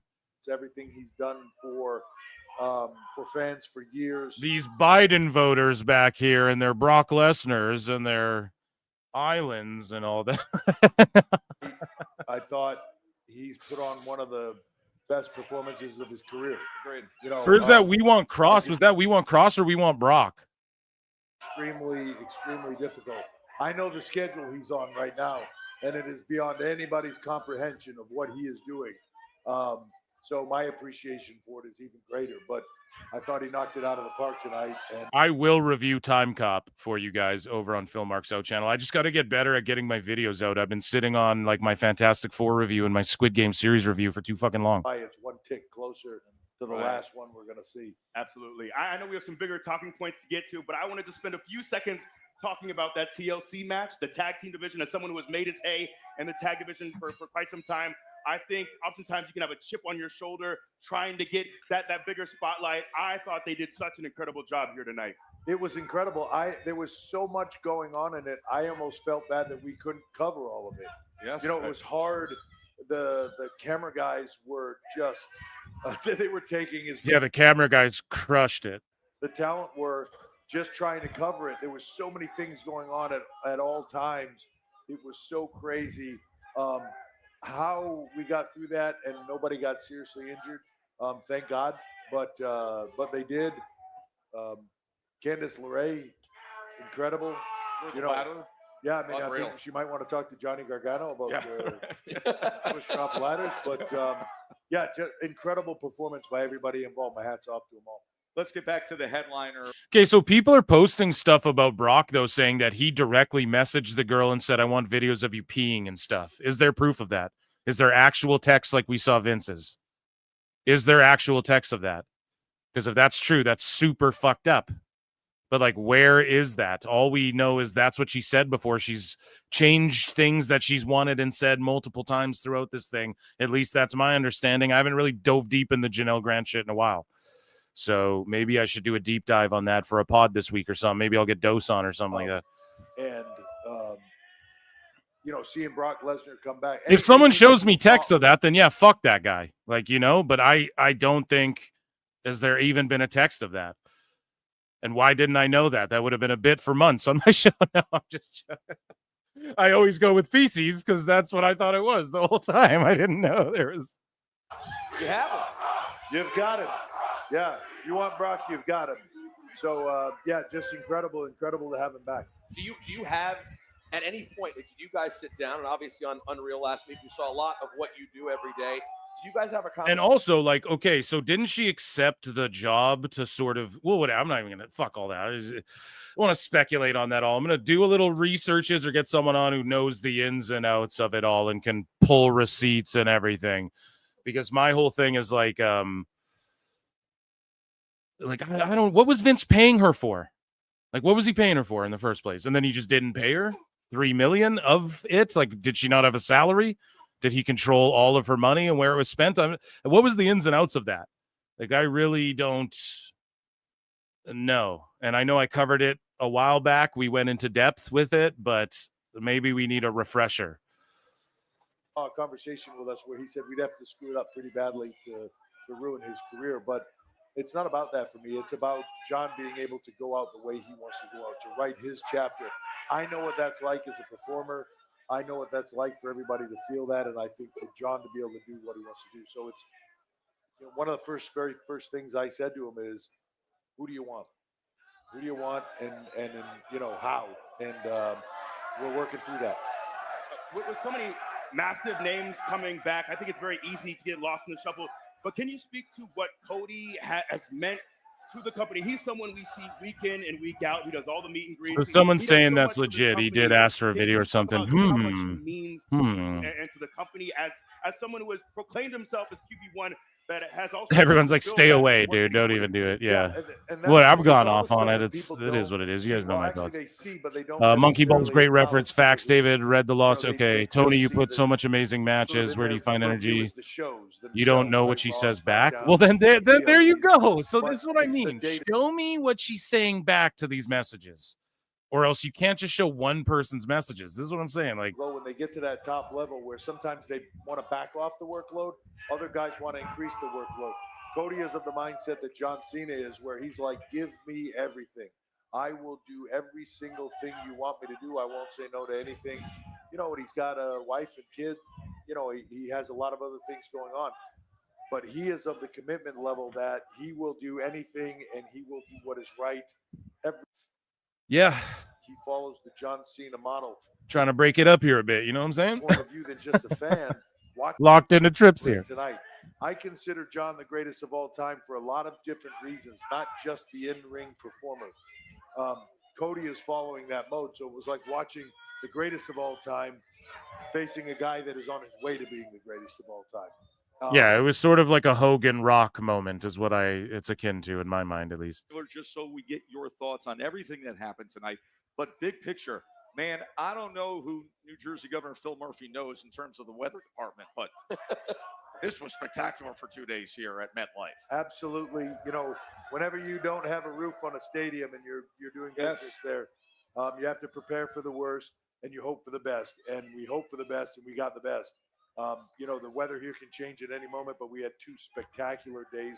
You mentioned the governor. I'd like to thank the governor personally. He was incredibly supportive of us being here and just rolled out the red carpet for us. So I would like to thank him personally. Now, hell yeah. The few matches. Thanking him for the house. To some of the things we saw. The steel cage match. Jacob Futz, what this guy can do in terms of his level of violence and athleticism. We saw it with the aftermath. But Solo Sikoa comes out defending and retaining the U.S. Championship. Yeah, you're Solo Sikoa. He learned from the best how to align yourself with people to protect you and get you out of situations for all, no matter what they are. That doesn't mean Jacob Fatu isn't a force of nature. And it doesn't mean in this moment. I want to see Jacob versus Brock. Oh, Jacob versus Brock. Yeah, that's a big man match, pal. You've certainly not seen the best of them, and you've certainly not seen the last of them. Dirty Dom Mysterio coming up with the victory against AJ Styles. A clever and crafty victory tonight. Yeah, Dominic Mysterio, one of those guys that will say he doesn't respect people like Rey Mysterio or certain other things, but he certainly replicates a lot of things that legends of the past have done. Dipping into the Eddie Guerrero bag, both of them tonight. Dipping into the Eddie bag, into their Viva La Raza bag. So did Andrade and Rey Fenix with the Tres Amigos. Will find a way to get out of things, but you can't knock how tough he is. No. Right? He gets in there with the best. I think sometimes people see him and they don't see this tough guy, but he's a badass. And it comes naturally to him, right? Like it's just in his blood. Absolutely, absolutely. And you know, he's clever, he's smart and clever. So Okay. when he is begging off and running away, he's not begging off and running away. He's creating an opening. That's what a lot of people don't see. Once Okay. Breaking it down there. Lyra Valkyria and Bailey, there was a lot of brutality in that. No DQ women's. Tess is like losing his voice. Brutality. Becky's in an interesting point of time in her career where I feel like sometimes when you begin to feel things are slipping away from you, the place that you're at is starting to slip away from you. You do things out of desperation. Okay. Explaining the heelness of it all. Everyone wants that last hot heel run, you know, before they go, because it's so fun. You get to have so much fun. Right. But I feel like the desperation is there. And when you get desperate like that, I feel it's only a matter of time before it starts to fall apart. We heard your thoughts on what happened in TLC. But lastly, Naomi came and crashed this set again with all her energy. Rhea Ripley. I want to see the scooter come back. She should have rode to the ring on it, but she had such a cool entrance. And then Naomi came up with the roll-up win. Yeah. And I think Naomi, to me, is she might be one of those people where even though she's been here for a long time, all of a sudden, most improved, you know, where she has just come out of her shell. And for whatever reason, I don't know if the stuff with Jade, that whole situation, but something. Abe Lincoln in chat. What's chat saying? You're all just cracking jokes. Yeah. Fuck all that shit. It's just like, whatever. I'm just going to watch Brock Lesnar and fantasy Mark book him again. You know? Moment. Worry about these goddamn sickos. I'm locked into Hunter Hearst right now. Obviously, you can see how much that would mean, but watching it happen, I don't know. To me, that was something special. Like you said, as a father of daughters, I can only imagine. So what a moment. And a hell of a guitar player. Absolutely. Yeah. Unbelievable. Yeah. Unbelievable. Paul, listen, if you have any final thoughts now with this new format, you can just turn around and speak to the. Okay, here we go. The new format, guys. They're really getting it over. I love this. This is what WWE is. And that's what I love about it. It's not sitting in a room with people asking questions. It is this. It is this. This energy, this excitement, people like this standing here. These are the true fans of WWE, and I love all of them. And thank you all, 113,000 of you over the last 2 days. Thank you very much. Thank you for your time. Thank you for your passion for WWE. Love all of you, and we will be back here soon. I promise you that. He is the Hall of Famer. He's the guy that puts it together. The WWE Chief Content Officer. There you go, man. He's got one more for you. Yeah, we'll get Big E's 5 or whatever. Here, he's going to spritz or whatever he calls it.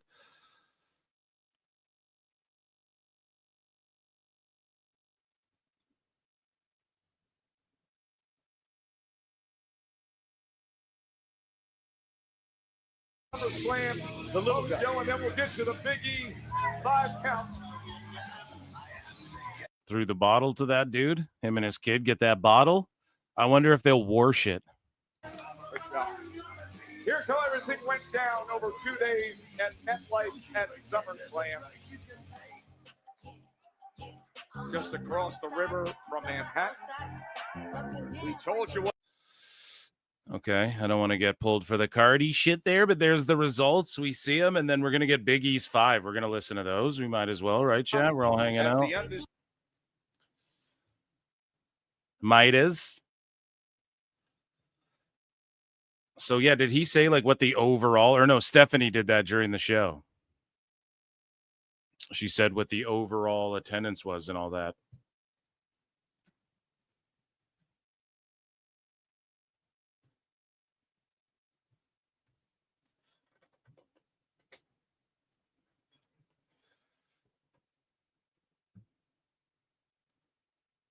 It's to my right. You hear that? It is time for Big E's 5 count. Take it away, E. Bless you, Tess. This is Big E's Big E's 5 count. My top 5 performers of the night. Let's start it off at number Shout out Wale. Naomi. Look, Rosenberg, a wise man once said, put out There you go, Naomi getting his number 5 spot. here. And that wise man was me. I said that. Naomi did indeed do work and retains her world championship. I thought it was Boss Man D'Lo. No, that was me. That was me. Okay. Moving along. Who's number 2? Candice LeRae. Stand by your man. And so For that bump off of the ladder there. by her husband, risking life and limb. But nevertheless, the Wyatt 6 retains. At number 3, we have Becky Lynch. Believe it or not, Rebecca. Becky Lynch, here we go. Getting her spot on Big E's 5 count. He's number 3. She did retain the title. That 38 years after her birth, she would employ zip ties to ensure she retained her intercontinental championship. Who's next, chat? Who's next? You know Rhodes is going to get number 1, but who's next? Dom Mysterio. Yeah, he deserves it. You deserve it. You deserve it. Of public figures with unclean nicknames and retains his intercontinental championship. Let's see. And at number 5, Cody Rhodes. Yeah, it's got to be Cody Rhodes. You see it right there. You already know. So, round of applause for that event for PWT going like 6 hours, and for this SummerSlam 2-night weekend, chats. Amazing shit. Thank you all for being here, man. Make sure you become a member and tune into the member show tomorrow. We're going to watch Raw unless I say otherwise. Keep your notifications on. I appreciate you all for being here. You know what I mean? I had a blast. SummerSlam was fun. Was it my favorite SummerSlam of all time? No. Would it have been cool if it was just one night? Maybe, yeah. Like, this maybe didn't even need to be 2 nights, but maybe it did because you have all those schmoz matches, but then they just stuffed them all in one night anyways. And so, but the moments at the end of night 1, they did a crazy moment and then they topped it when they almost didn't even need to, right? Like Rhodes could have just won the belt and did the double turn and then that would have been huge. But they're going with like Rhodes is still a face and all that. And yeah, so it is what it is, man. And ultimately, I had a good time this weekend, and thank you all for being here. Who's the XP chat winner? Who's the XP winner tonight? Let's look. I'm going to look over on Clips. Who's the XP winner? It's got to be on the Clips channel, guys, as well.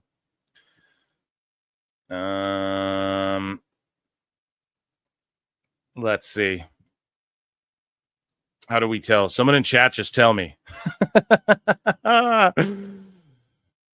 Me. Is it David? Who is it? I need to discover this here. Let me know. Who's the XP winner? Lincoln, me. Everyone's just saying me. Lincoln. Oh, okay. Well, then, Lincoln, hit me up, brother. Okay? And that's just, I don't know.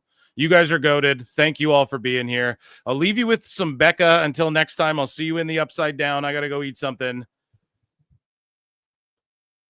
Peace. To get vile.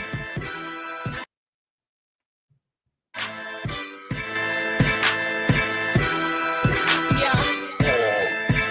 I'm a prom queen, but I keep to myself, stacking high green. You're in debt to your health. AARP. Ain't shit old but my wealth. And my oppie's getting dumber every day. Ha. Up in the gym, but I never need a witness. Tonic and gin when I'm working on my fitness. On Becca, on God, I'll make you wish you had this hot bod. On Becca, on God, I'll make you wish you had this hot bod. On Becca, yeah, on God, I'll make you wish you had this hot bod. On Becca, on God, I'll make you wish you had this hot bod. I be flexing like the dudes high on tread, all natural. Better give her 10s. They say Blondie, how you getting those abs? Hey, Bobby, let me call you. you a cab, long legs. I'm a woman in STEM, my eggs. Fertile, healthy, and femme, my trades. Flowing free like the Thames, and my haters getting madder every day. On Becca, on God, I'll make you wish you had this hot rod. On Becca, on God, I'll make you wish you had this hot rod. On Becca, on God, I'll make you wish you had this hot rod. On Becca, on God, I'll make you wish you had this hot rod.